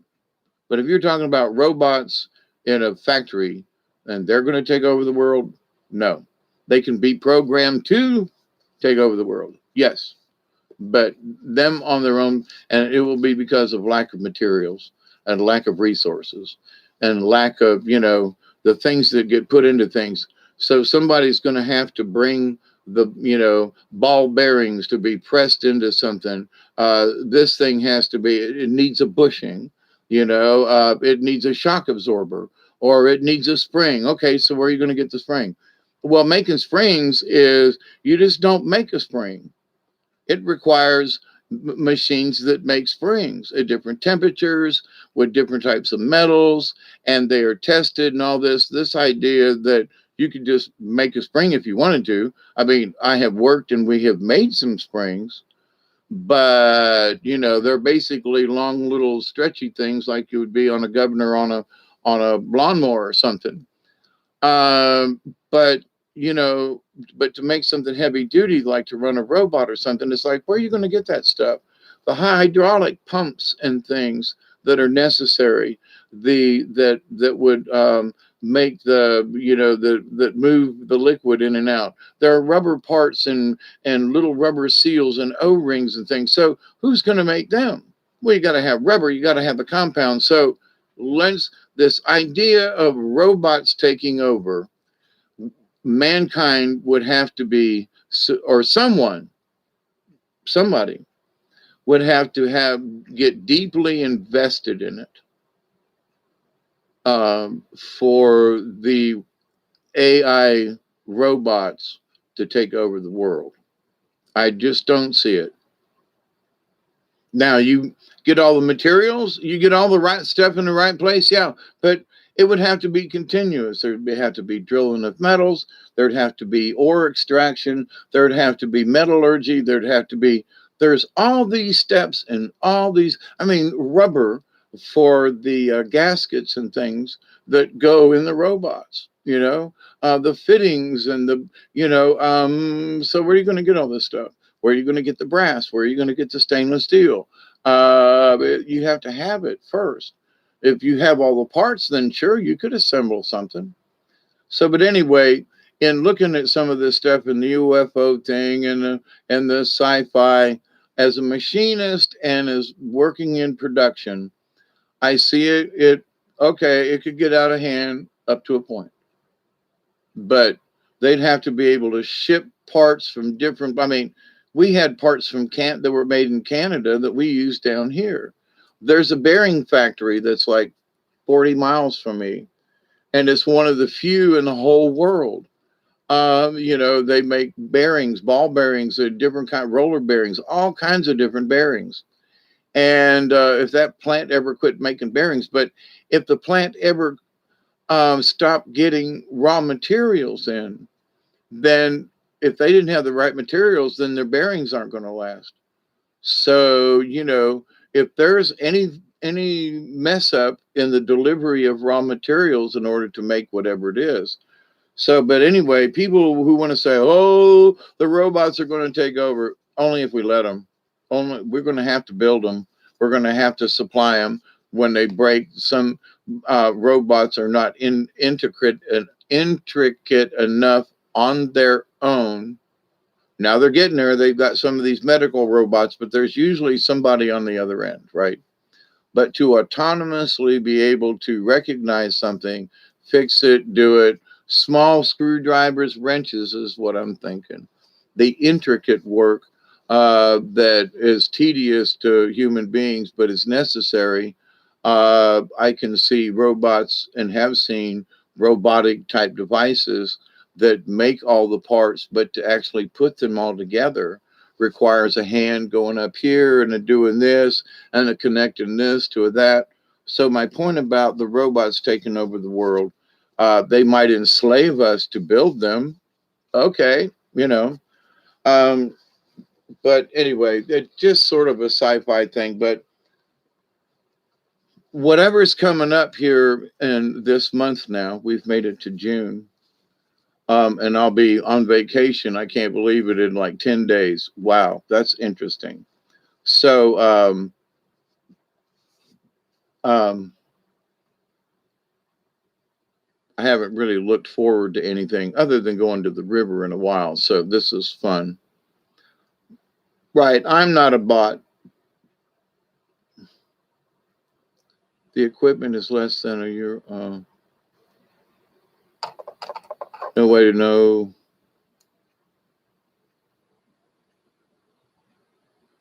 Yeah, I agree with you, Brandy. There's no way to know who's good or bad by appearance. Think of elephants, big but fairly nice. Yeah, they're prickly.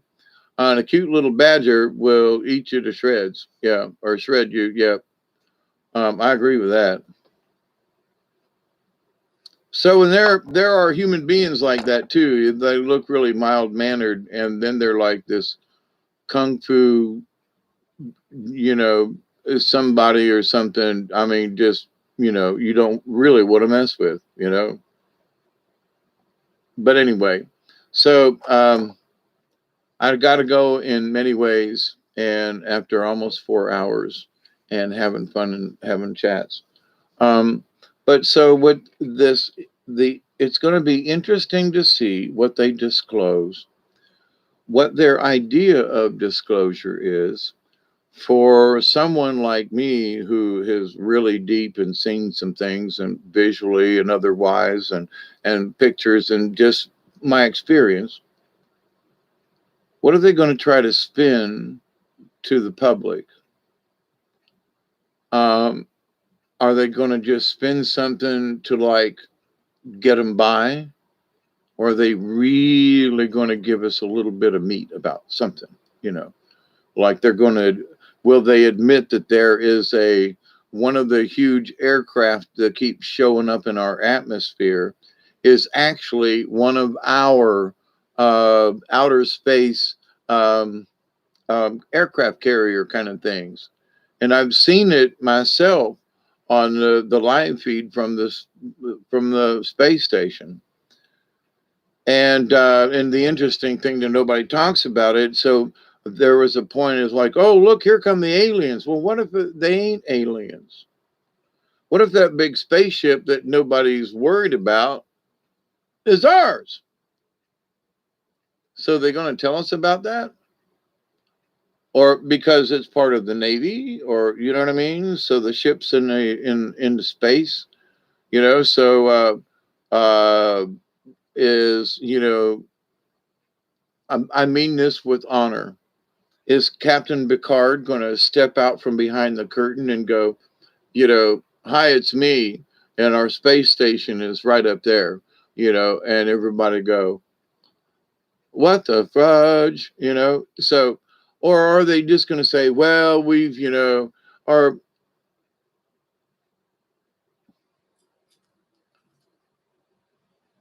yeah, ground control to Major Tom.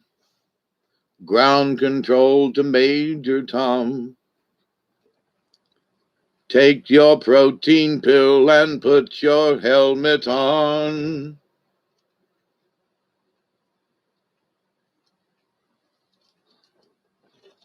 And though I've gone 500,000 miles, I'm really pretty sure that I'm sitting in a most peculiar way. And the stars look very different today. So here am I floating in my tin can, far above the world. Planet Earth is blue, and there's nothing I can do. Do the filler. Humans kill each other. Danger, danger, Will Robinson. Absolutely.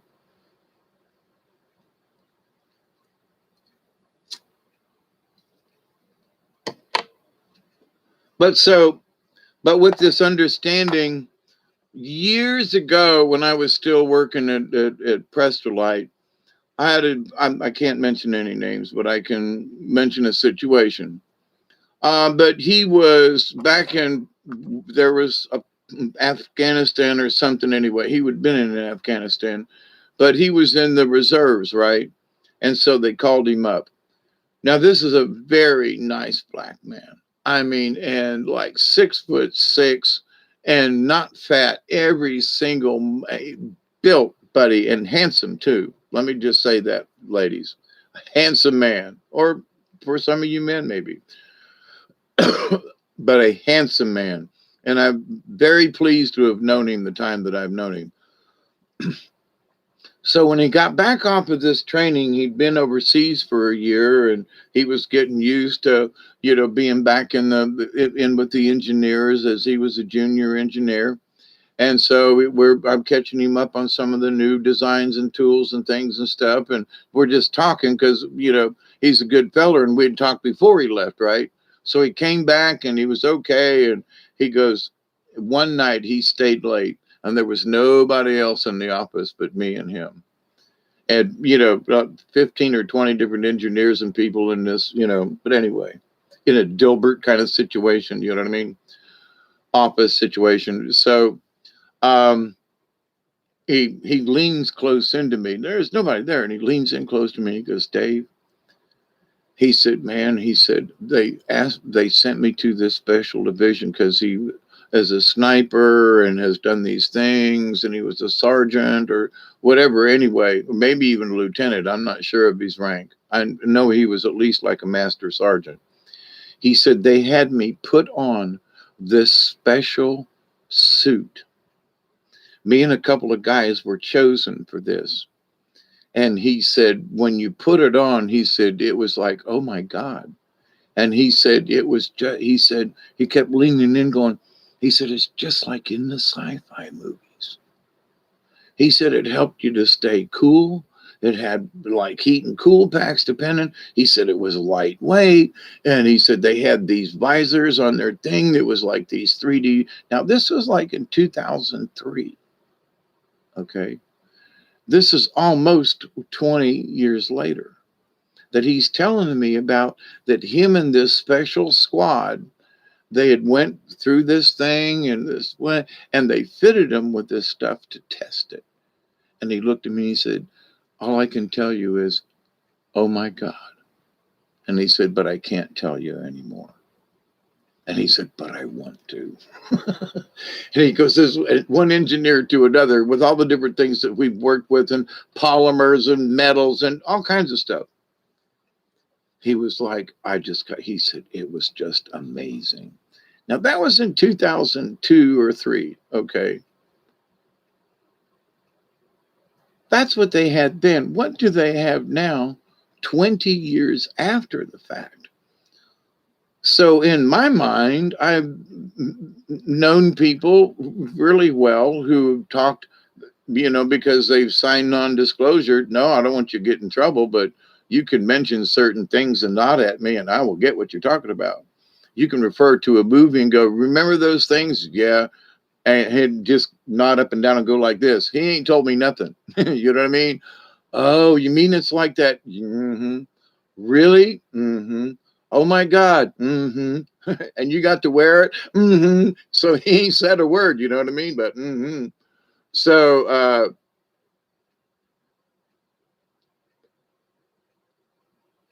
but the information is valid nonetheless. If they drew pictures or did it in sign language, the message would still be the same. So what are they gonna tell us? What are they really gonna lay out on the people? Because some of us know things that are 20 years old. Are they gonna bring out 20-year-old stuff? But they're gonna talk about the Kandahar giant. Are they going to talk about the Putin has mentioned this several times, so has Dante, but it's been in the news in other ways too. Even the Pope has said something about it, or one of his Wendigs from the Vatican, about how there are these superhumans over in the Ukraine and over there in Afghanistan and stuff. And there are reports from military type folks are like, these guys are superhuman. You can shoot them and they just keep going. Like in some of those movies, it's like that's it, however they made these guys, they're people or robots or whatever they are, they're like hard to stop if you can. So, but at least the idea of body armor, lightweight body armor that's made out of Kevlar and things with sensors in them and all this kind of stuff back in 2000, right after the turn of the millennium kind of thing that he's wearing and testing out for the military. So I can only imagine what they've come up with now. You know what I mean? 20 years later and all the techniques and other stuff they've learned and, from practice. Oh my God. But there's been a lot of discussion about a very large aircraft carrier or two type landing devices in space that ferry things up and down from our planet, up there. They actually, here's something I'll just throw in for those of you still listening. Many years ago, there are lots of people, I've seen it myself. Looks like a giant lens in the sky where the sun ought to be. And here's my thing to this. If they have enough technology, they could have put up a Fresnel lens up there in space that at certain times of the day, depending on its geocentric place in space, and what it would be pointed at, because it would generate a tremendous amount of heat, could be some type of space furnace to make these exotic metals that we can't make here on Earth because of bubbles and gravity, to be able to make certain things in space. Oh, I get it. It would be so homogeneous and strong. And oh my God, they've already proven that. So some of these spaceships aren't made here because they can't make them here. The metal wouldn't be right. You couldn't make the metal that's necessary for what is necessary here on Earth. You'd have to make it in space. So for those of us who have seen, I don't know if Brian's still with us or not, but I think he's seen pictures of these, what looks like a double sun. It's not a double sun. It's a humongous, giant, prefabricated furnace lens that takes the sun and directs it at a furnace in space. And to me, that explains why that thing looks like a lens on certain satellites and things, because it is a lens. Okay. Why is it there? There's a space furnace. Why? Because you can't make exotic metals on the ground because of gravity. All the metals want to separate. If you did it in space, then and everything's free floating, all you would have to do would be to compact it, heat it, and compact it, which they've had powdered metal materials now for a long time. Why? Because I think it's something that they can reproduce in space. And you can make space age kind of stuff out of this stuff. So if you had a process in space where you didn't have to deal with gravity in any way, then you could make these really super metals that would be light, thin, and strong as all get out. But I'm just an old crazy hippie dude.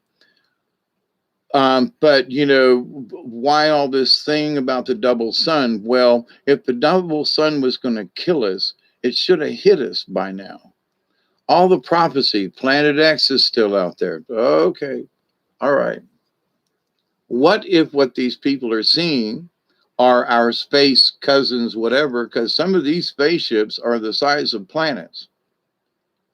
And there are millions of people that live on them and in them, mostly in them. So this idea, though, that this can't happen, is going to have to be a reality to some people, and there are going to be some people just going to go, no, I just ain't. Well, if it shows up in the atmosphere over your city or town, you might go, well, maybe, but it ain't going to collide with us, no, and it's not messing with our orbit in any way, no. It's not. There's no geomagnetical kind of, it's going to throw us out into outer space and the Earth's going to tumble over. No, it's just a great big giant spaceship. you know. Oh, really? So Planet X is actually could very possibly be a very large spaceship. People keep saying there is something out there, but I don't. This idea that it's Planet X. By looking at the LASCO and the C32 and all them satellites at the sun, you can see these objects and how big they are compared to how big the Earth is. These things are huge. They're not little kind of mealy mouth. And yes, there are giants out there. So you would need a really big spaceship for a 50-foot tall giant, you know? I mean, you just would have to. Everything would have to be that much bigger, but it really wouldn't be that big to the giant or the beings that live there. So, but there are lots of different things that let's see what they quote disclose and how far they're willing to like open the door to this. But for those of us who if there were giants in those days, there still are somewhere. You know what I mean? Uh, But anyway, the tall whites, okay, but no, I'm talking about 35-foot tall, to 50-foot tall beings. And that's, the 35-foot tall one is the short one. You know what I mean? There were beings that are reported to have been 75 feet tall. And imagine if a 75-foot tall being helped to build the pyramids, it'd be like building blocks to them. You know what I mean? And that's why I think in a lot of these things in archaeology, the missing link is we need to add giants to the equation. And a few aliens too, because the way things are laid out so accurately. I mean, it's like laser pinpoint, really, really, really, really close. So, so with that said, we can say, yeah, they were really smart too. And they did have technology to cut stone with laser precision. I mean, seriously, they did things in not just in Egypt, but in Mexico. Some of the carvings that are inside corners that are sharp corners. It's really hard to do.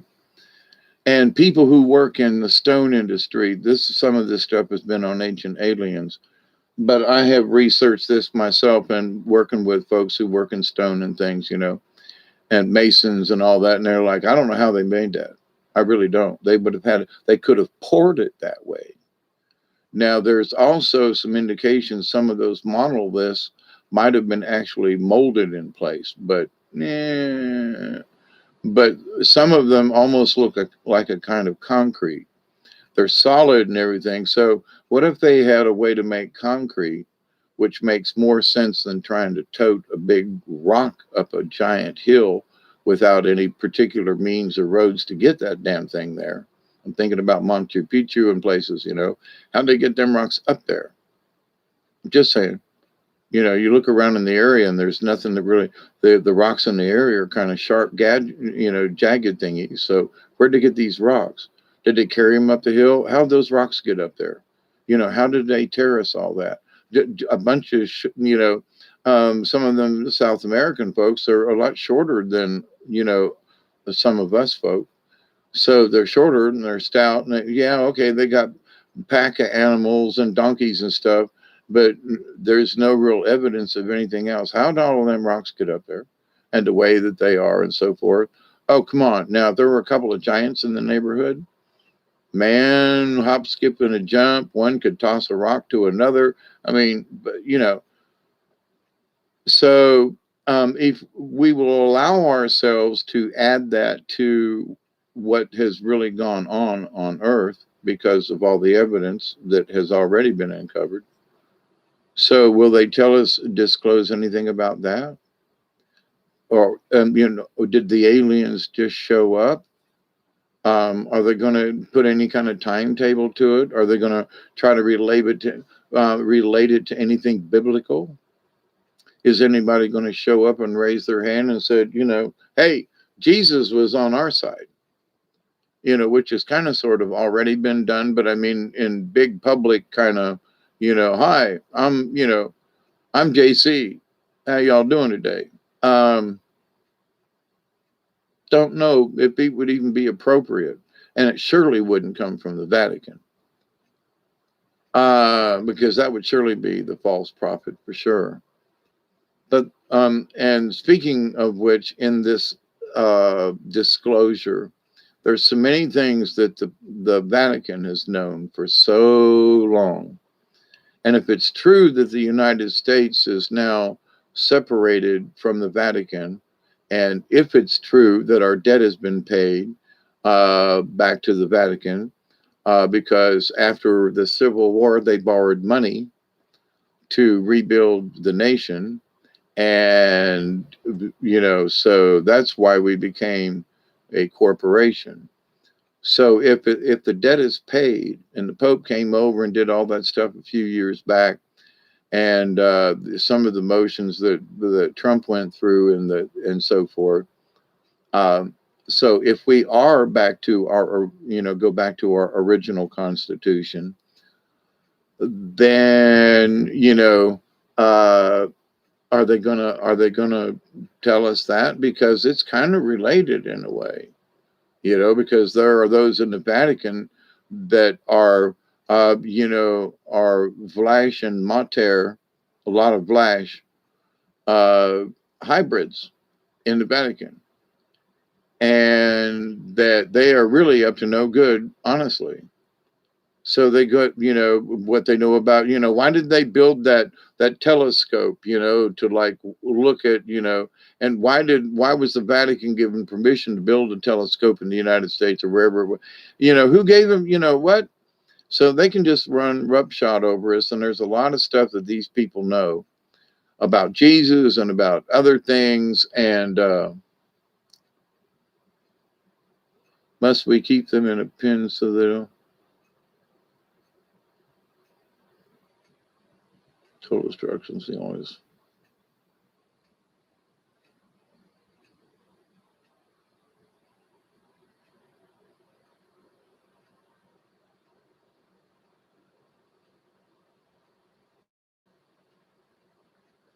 Yeah, I'm not sure if the Pope is dead, but Benedict is hiding for sure. And I watched this thing here recently, a couple of days ago, through one of the Catholic channels that I monitor. And it was a priest who was discussing. He said, Pope Pius back in the 60s, he died mysteriously because he wouldn't go through with Vatican II. And Vatican II, through the Catholic Church, was a whole bunch of stuff. That's when, as an altar boy, that's when they quit doing the Latinol. That's when they turned the Mass around. That's when they changed a bunch of stuff in the Catholic Church. After centuries, 17, 18, 1900, years, they have this council and all agreed to make all these changes. And within the last year or so, the Rome of the Rome, the mayor of Rome or the Vatican. I don't even like using Francis because that's an abomination. But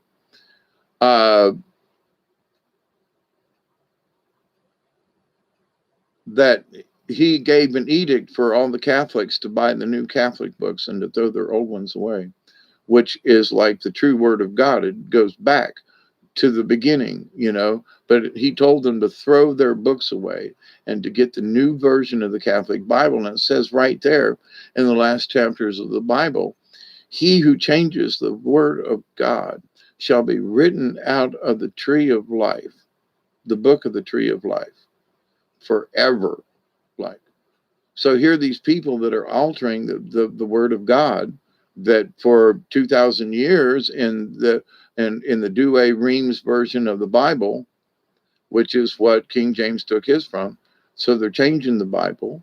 Why? At the last minute, so they're changing they want to get everybody out of any kind of tradition that might actually have a connection going back to JC, Nope, now they're going to change it. Now it's about this, and we got to let all these religions in, and all this other kind of stuff. And Benedict, the one who stepped down and said, I ain't doing this, in good faith said, I can't do this. I'm not going to do this. I'm not going to usher in the Novus Aurum, I think is what it's called. And it's the new order. So the Catholic Church is going into a Novus Aurum, a new order from the church. So they're changing all these things. They're making all this other stuff. They're doing all these things. And what most people, I've talked about this before, but what most people don't understand is the Jesuits and the Catholics split up years ago, and the Catholics told them to get out, the Roman Catholics did. And so, but this idea that we have a pope that is not even a Catholic. Okay. So when I saw that, I was like, we're done for. But Catholic prophecy says he will be the last pope. So Catholic prophecy, which there are a lot of folks in the Catholic religion are looking at now going, dude, we're here at the end. whatever version of Bible you got, but our prophecies say this something's big time is going on. This is it. And so the more that the Pope is even saying that anyone who continues to perform any priest who continued to perform mass in the old way would be excommunicated. Hey, Julie. So, but anyway, I'm on this kick, but I must not to read any books on my story. Tap in and branch out. Yeah. But anyway, so but in the disclosure of stuff, will they include anything in the Vatican? Will anybody talk about some of the what prophecies? They talk about Nostradamus and everybody, but what about the Catholic priests from 200-300 years ago that made prophecies that have come true to the letter? Anybody talking about that? Oh, but it's out there. But yeah, but that has to do with the Catholics. No, but because the Vatican is so entwined with everything else, it does matter to us because they have had so much control. So there are things like the CIA. I mean, they can pass notes. They were, the Catholic Church was responsible for a lot of the Nazis getting out of Germany after World War II. As sort of part of Project Paperclip, but not. And a lot of folks got underneath the wire and they went through the Vatican and the Church of Rome and so forth. And, got to go places that, other people just didn't get to go. But anyway, so this idea that the Vatican isn't important, it is. Not so much in the details, but that they have had their fingers in everything. And so have the Jesuits. I've said this before, but I wish I could find it. But there was something I read many years ago, and it shocked me. And it said that Abraham Lincoln said in one of his letters around the Civil War that if it hadn't have been for the Jesuits, the war wouldn't even have started. And so, bad mouthing the Jesuits goes a long way back with them instigating stuff. So, but here's a Jesuit that's supposed to have been excommunicated by the Roman Catholic Church, is the head of the Roman Catholic Church. Ain't something fishy? So, but we have to take this into consideration as part of what is being exposed to us because it's right in front of us. And what I've just told you, if you haven't known it before, please take this to heart because it's not just me talking about there's a lot of stuff that you don't have to go too far. The people talk about the Vatican and this, that, and the other thing. But anyway, and especially Father Malachi Martin, go back and hear some of those stories if you can find them. Oh my God, read some of the books that he wrote about the Vatican and satanic things and nasty things. And I ain't even gone into that. But the idea, though, that Malachi Martin was in the Vatican around the time that Pope Pius, I think it was, back in the 60s, and when things changed hands. Back then was also the time when the three prophecies from Fatima was to be read and opened in the 60s. The Pope opened it, looked at it, showed it to everybody in the room and said, I ain't doing this, and folded it back up, puts his papal seal on it and said, the next Pope can deal with it. And there's variations on the last predictions from Fatima, but they all included that if the bear was not saved, meaning Russia, and Russia is gone back into Greek Orthodoxy, which is even closer to, if there's a right religion, it would be the Russian Orthodox, the Orthodox Church. And because the Orthodox Constantinople. They split the church. And so the folks that stayed in Constantinople and the folks that went to Rome, Catholic, but the Catholics call the Orthodox, well, you could go to one of them churches, but it's not the same as the Catholic Church. Actually, it's better. But anyway, so in the spiritual realm and the political side of things, so all this politics has been going on for thousands of years. And there are things that we look at and we think, well, we know what's going on. Oh, hell, no, we don't. No, we don't. These people have agendas that we think we know about. They've got some that would really make us sick, you know? So, disclosure maybe at the end of this month. Agreed, Alex. That's why I'm kind of bringing it up here at the end of this video, just for conversation. But, and I'm asking the question, just how much are they going to show us? You know, there's so much that I've already seen and is, to me, has been proven that I just, okay, so now what are you going to show me? Are you going to tell us the truth? You know, years ago when WikiLeaks first came out, and I've talked about this before, but I went into this, they had different, you know, directories with information, right? And I went down into the miscellaneous. And I have talked about this before, but in the miscellaneous files and stuff of WikiLeaks, I found all of these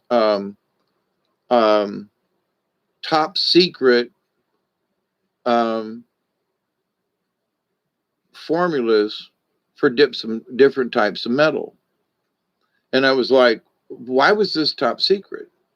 So when I was talking about, you know, them building, you know, having a solar furnace and having an outer space kind of thing, it would be easy to control. It would, you know, just saying. And all you need is an asteroid or two with the right properties, and you could melt that sucker right out there in space, and nobody ever know that you were building a spaceship. You know, just saying, a big one too. So, and robots would definitely be important in that rig.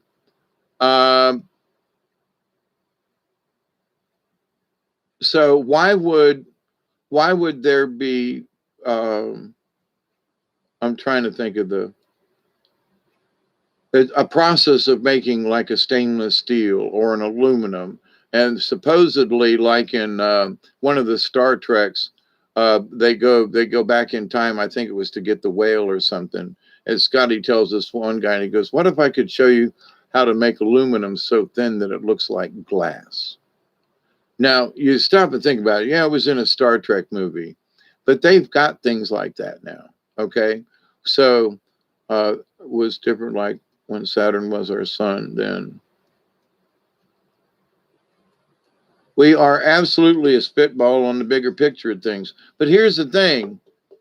When we think about stuff, there's a lot of evidence that there are a lot of folks who are living on the planet Jupiter, okay, and have been for a long, long, long time. Some of our ancestors. And Saturn may not have been our sun like a lot of people try to proclaim, but that I'm going to leave it at that. There's a lot of evidence that they're dreaming that shit up about Saturn was our sun. I'm just saying. They want to sell us on something else. Just saying. I've never really quite agreed with either one of them formulas.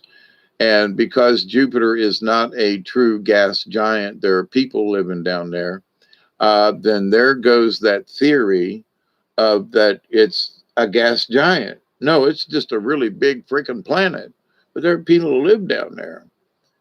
And quite possibly on Saturn, because you really can't see, you know, the surface of Saturn. What about Neptune? Well, here's the thing that a lot of people think that, you know, the further away you get from the sun and people can't survive and it's frigid out there. Not if they know what they're doing, and not if, you know, Like if you look at Jupiter and the swirls and stuff, could you think that maybe the way those bands are, that they're being controlled by an intelligent, very intelligent beings who have this filter over the planet for whatever reason, maybe to keep heat in, maybe to do whatever, but to the point though, oh no, it's a gas giant. And that's the end of the story. But what if it ain't a gas giant? What if it's really true that people live down there? What if it's really true that people live on Saturn? What if it's really true that people have been living on Venus for a long time? Oh, but it's so close to the sun. Is it really? Well, it's so hot down there. Are you sure? Well, that's what scientists tell us. Is it the truth? Brandy, if the magnetism was different, like when Saturn was our sun, then, but see, if Saturn really wasn't our sun, if it truly is a big giant planet, and that the rings around it are the result of, and when they did flybys way back in the day and took pictures of Saturn's rings, there's all kinds of blowed up spaceships in those rings. They flew by some of that stuff and took pictures and immediately wouldn't show them to people because some of the pictures got out, and there's like a huge, uh, Star Wars, the grand, the bad guys with these huge cruisers and pieces floating around within the other debris in the rings of Saturn. And it's like, seriously? And Dante had showed that the comet Shoemaker-Levy that hit Jupiter all them years back and everybody was cheering was actually an attack on the folks that live on Jupiter from one of these really bad, nasty entity races that want to try to control and rule the Earth, the Mater. And so it's the way the trajectory and stuff like that. So it's like, oh no, it was a comet. Okay. But then the explosions and things like that and stuff is like, what was it? Was that really a comet? That comet that came in that did the spin, that came in, it was on a trajectory, and all of a sudden something happened to it, and it started, moving and rotating in space. Mao thingy. And it was supposed to go around the sun and follow this trajectory, and then it went way out into space on its own. And that was alien technology, and that was sent to try to really do harm to the Earth, and they knocked it out, and it never even got close to us. But if you believe what NASA and some of these folks are talking about, and all these other quote space agencies, are they really going to tell you the truth about some of this stuff? They landed a probe on that one, and they knocked on it, and the thing bounced off of it and rang like a bell, and was emitting some kind of energy. Oh, but there's dust and ice on comets. I have been saying malarkey bullshit on that for years. The ice would be gone, the dust would be gone after all this time anyway. So there's so much bad science. Is it really hot close to the sun? Is it really? Well, it's all these millions of degrees. Are you sure? Well, if that's true, we've got satellites that are sitting a lot closer than we are. How come these things haven't burnt up then? How come there are certain things like they're a lot closer? They're like Mercury. Well, if Mercury's so bad and it goes around all the time and blah, blah, blah, it's so hot. Is it really hot? As in really hot, or is it the chemical reaction? But could you literally be kind of close to it and not with the right, obviously there look like spaceships that have been around it. So obviously there's some kind of something that you could shroud or cloak yourself in, that you can literally poke your ass right into the middle of the sun and it not burn you. Wouldn't it be interesting to learn that technology? How did y'all do that? But the physics of the sun, the lies about Saturn, that Saturn was important. Yes, the different things have changed. Yes. There were incoming asteroids. Yes, there was all kinds of things that changed in our solar system. But the idea that, there were people who worship Saturn is because their family came from Saturn, not because it was the freaking sun. But astronomers, the Saturn went, and Jupiter is a gas giant. And wait a minute, our sun has probably been our sun all along, with modifications and things coming in and out, obviously millions of years old. So, of course, there have been changes and stuff. But this idea that the planets were the sun and we're all this, it's just hypo bullshit theory that a bunch of guys ain't got nothing else to do. Where's your proof? Well, it's a gas giant, but you're not even sure about that. Well, but yeah, sure it is. Really? You're positive, right? Oh yeah. From all these millions of miles away, you're sure? Of course we are. We sent a probe. Well, let me send you a probe and find out whether or not you're a planet or not. Are you just full of gas? Or wait a minute, is that your prostrate up that hole? I'm sorry, that's a little rude, but they make us believe these things. When I was growing up, there were like 11 moons around Jupiter. Now there's like 70 of them or something. Where'd all these extra moons come from? Well, they just floated in, and then there was 79, and then they lost a couple.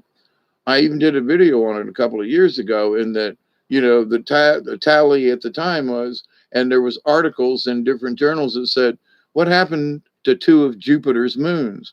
And when I looked at it, I was like, hang on, how did Jupiter get that many moons? When I was going to school, there was like 11 moons or something, what? 70? Oh, no, that number was, no. How does Jupiter get all these new moons? What if they're not moons? Well, I mean, they're moons in the sense that they're orbiting, but not in the sense that, so how'd we get them? Where'd they come from? They just showed up around Jupiter? How much of whatever it is they're going to talk about are they going to disclose to us?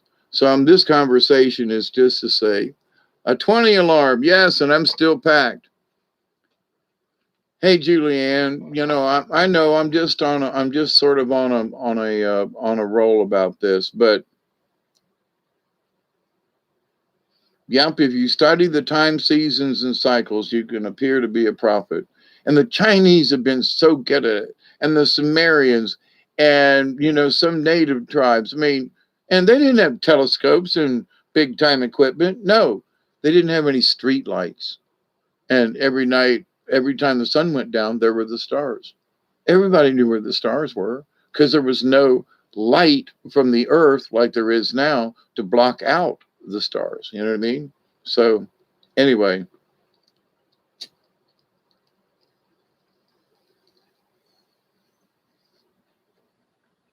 So if anybody, y'all that are here with me, I know you probably heard me talk about some of this stuff before.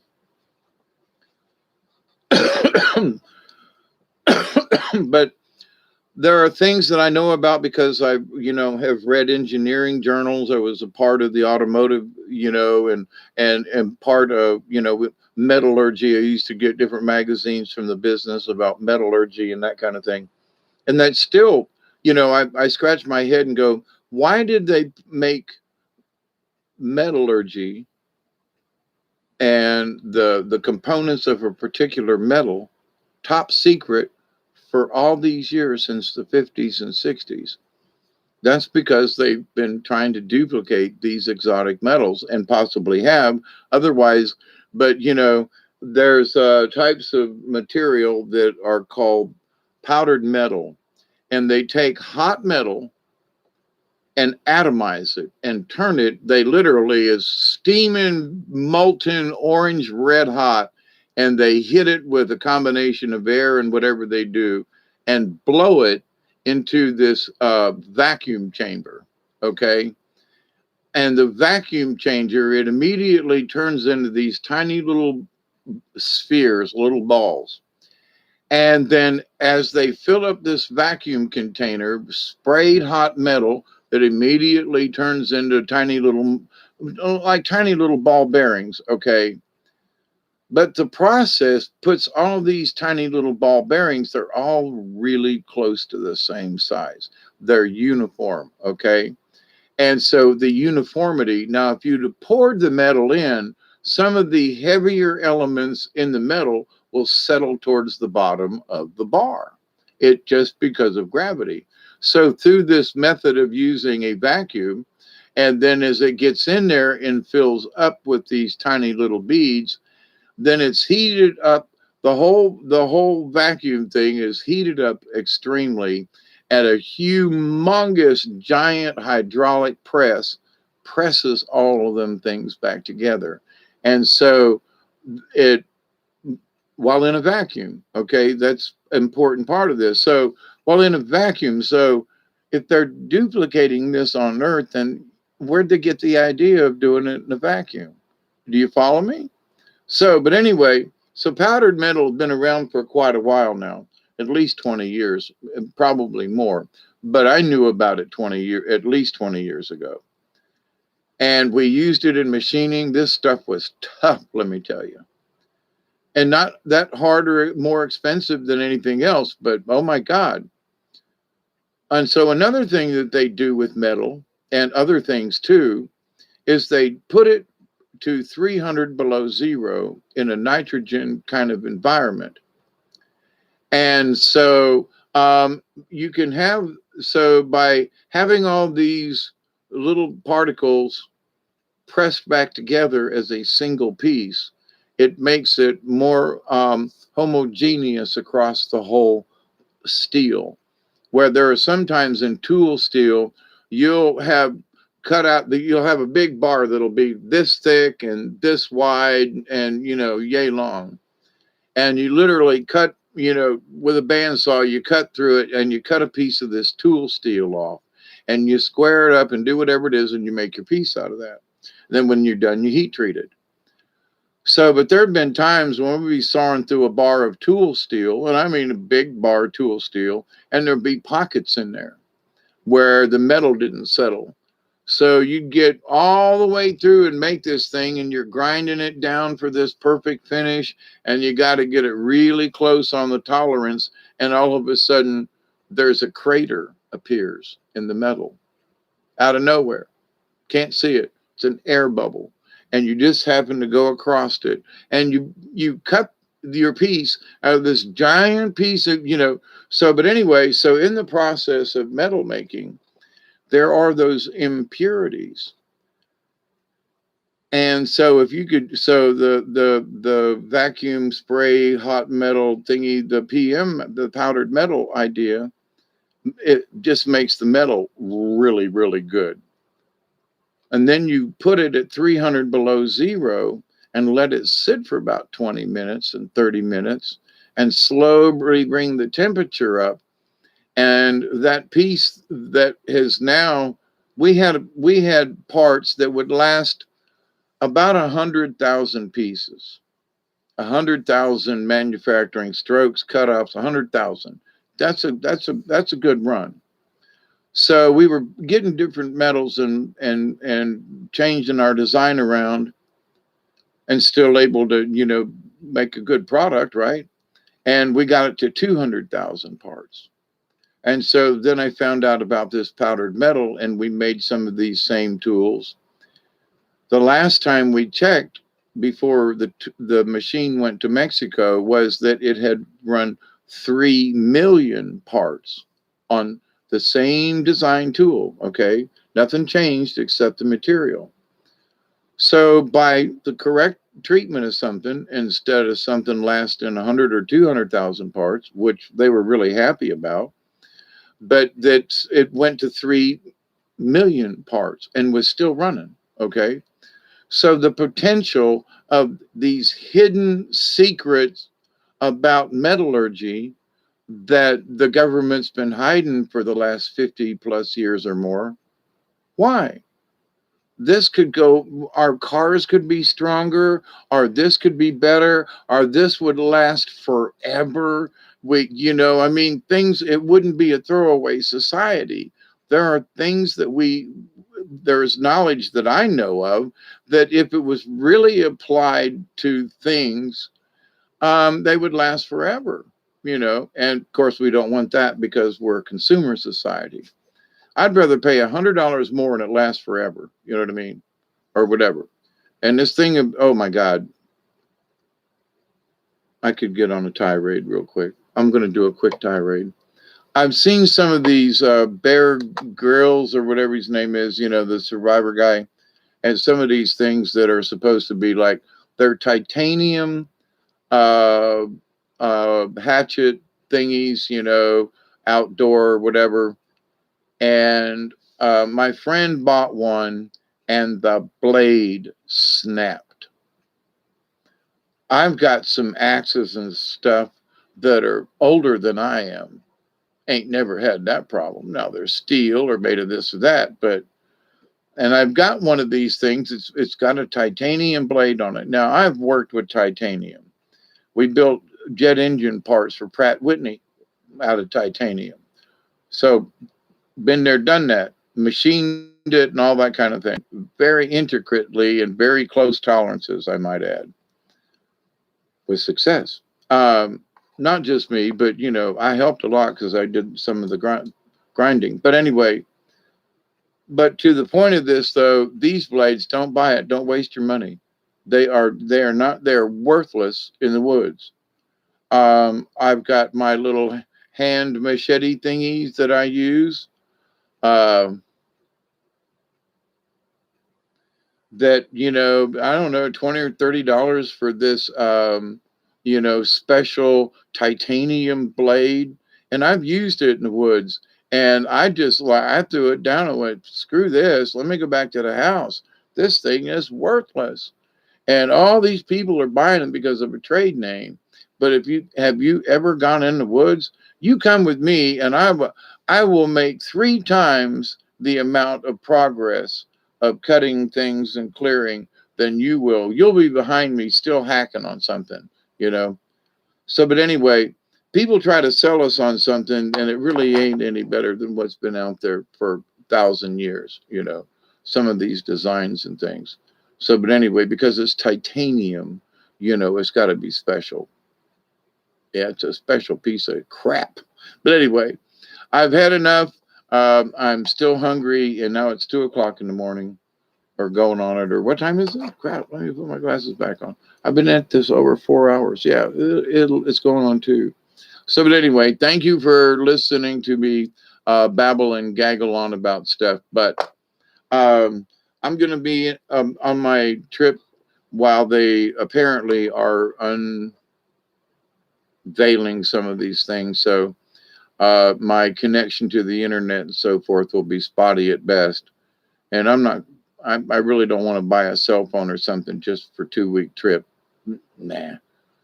But to the point though, my sister has a cell phone and places along the way. And if nothing else, I could probably have one of my sisters or brothers or somebody post something on Facebook, or maybe even a picture of us up there, and they would they would put it up on my page on Facebook. So for those of you who might, what's Hawkeye doing? There might be something because of other folks' connection to Facebook that I'd say, hey, upload one of them pictures on mine, will you? So, but anyway, but if I can find a Wi-Fi or something, I'll come on and at least give an update. And if I'm bored, if I'm bored, I'll sit and chat with you. I'll see what's going on, and I'll give an update. It's going to be interesting to see what all these states look like, and who's wearing a mask and who's doing what, and who's paranoid and who's not, who's angry, who's not. It's going to be interesting. So as an anthropologist at heart, uh, my old man's an anthropologist. What do you think about that? He wears an anthropologist raincoat. He wears an anthropologist hat. He wears anthropologist shoes, and every Sunday morning he reads the Sunday news. Anyway, an old uh, Smothers Brothers tune. Um, so I'll try to stay connected. I got 10 days before we go, so I'll keep you all posted tomorrow night or tonight, actually, on um, Andromeda. We're going to talk about stuff, osmosis, and I really would like somebody to convince me that their process is like, ooh, okay, or that it's worth it, is one of the things that keeps coming to my mind. Do you really want to take gold and try to convert it so that you can eat it? Really? I mean, there's so many other things on the planet that are made to heal us, that are natural, that aren't a metal. My 10 cents early. But anyway, the greatest story ever told, the greatest lies ever told, the greatest lies ever sold, because they're still trying to sell some of them. Now, there is truth in some of these things, but as to how much and who is involved and why, boy, let the truth come out. So,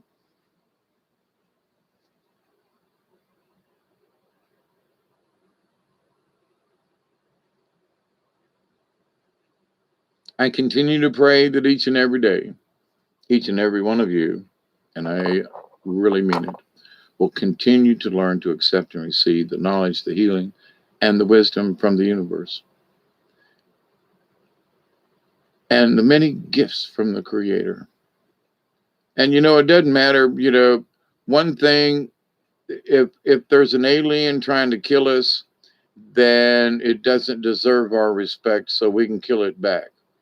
But if there's an alien that ain't trying to kill us, then it deserves our respect, at least to listen to. You know what I mean? So if they're trying to kill us, shoot back. Go for the head. Go for the neck. Don't body punches and stab it in the heart. Go for the head. Go for the jugular vein. Okay. Even in robots, go for the head. Sever something. Go for the head. Screw all this arms and legs and going for the stomach. Net. Go for the head. Headshot every time. Okay. In zombie killing, go for the headshot. Um, but but I mean, seriously, no joking. Go for the headshot. You take the head out, the rest of the body. Now, depending on what it is, and you don't want to kill them or something, then take out a leg. You can cut the back of the calf, the back, like your Achilles tendon and all that. If you can't get high or something, you take out somebody's tendon on one of their legs, and they will stop. They ain't going nowhere. Okay. So you may not be able to kill them, but they're not going to be able to stand or walk. And they're going to be in so much pain that you might not have to kill them, depending on the situation. But there are things that you can do if you're a smaller person. Don't be going up high and doing something unless they got body armor on. But, if you can get to a leg or ankle or something like that, or even the top of a foot, they're going to stop.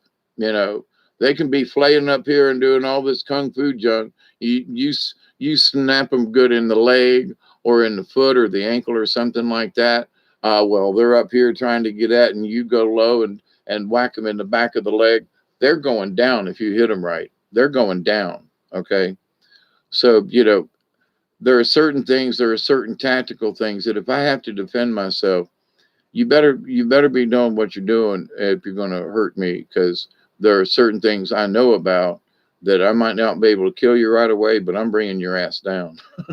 If you're going to be that close to me, I'm going, I'm going for an ankle or a tendon or something like that, and watch that poor fucker writhe in pain.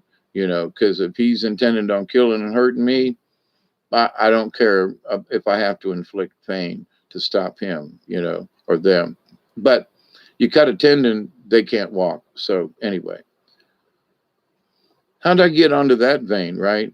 Because I'm thinking if there's some really nasty whatevers they are out there, instead of trying to get a blow, if they're 7 foot tall and you can't reach their neck, go for a leg. Seriously, go for a leg, go for a knee, go for the joint, go for the foot, you know. If we have to protect ourselves, if we have to fight back.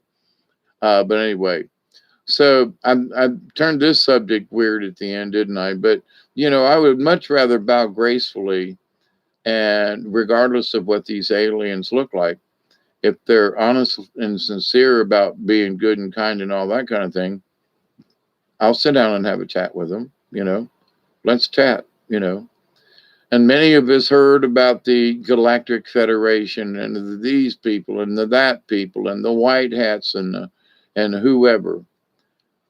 Okay, I'm still waiting on most of this stuff.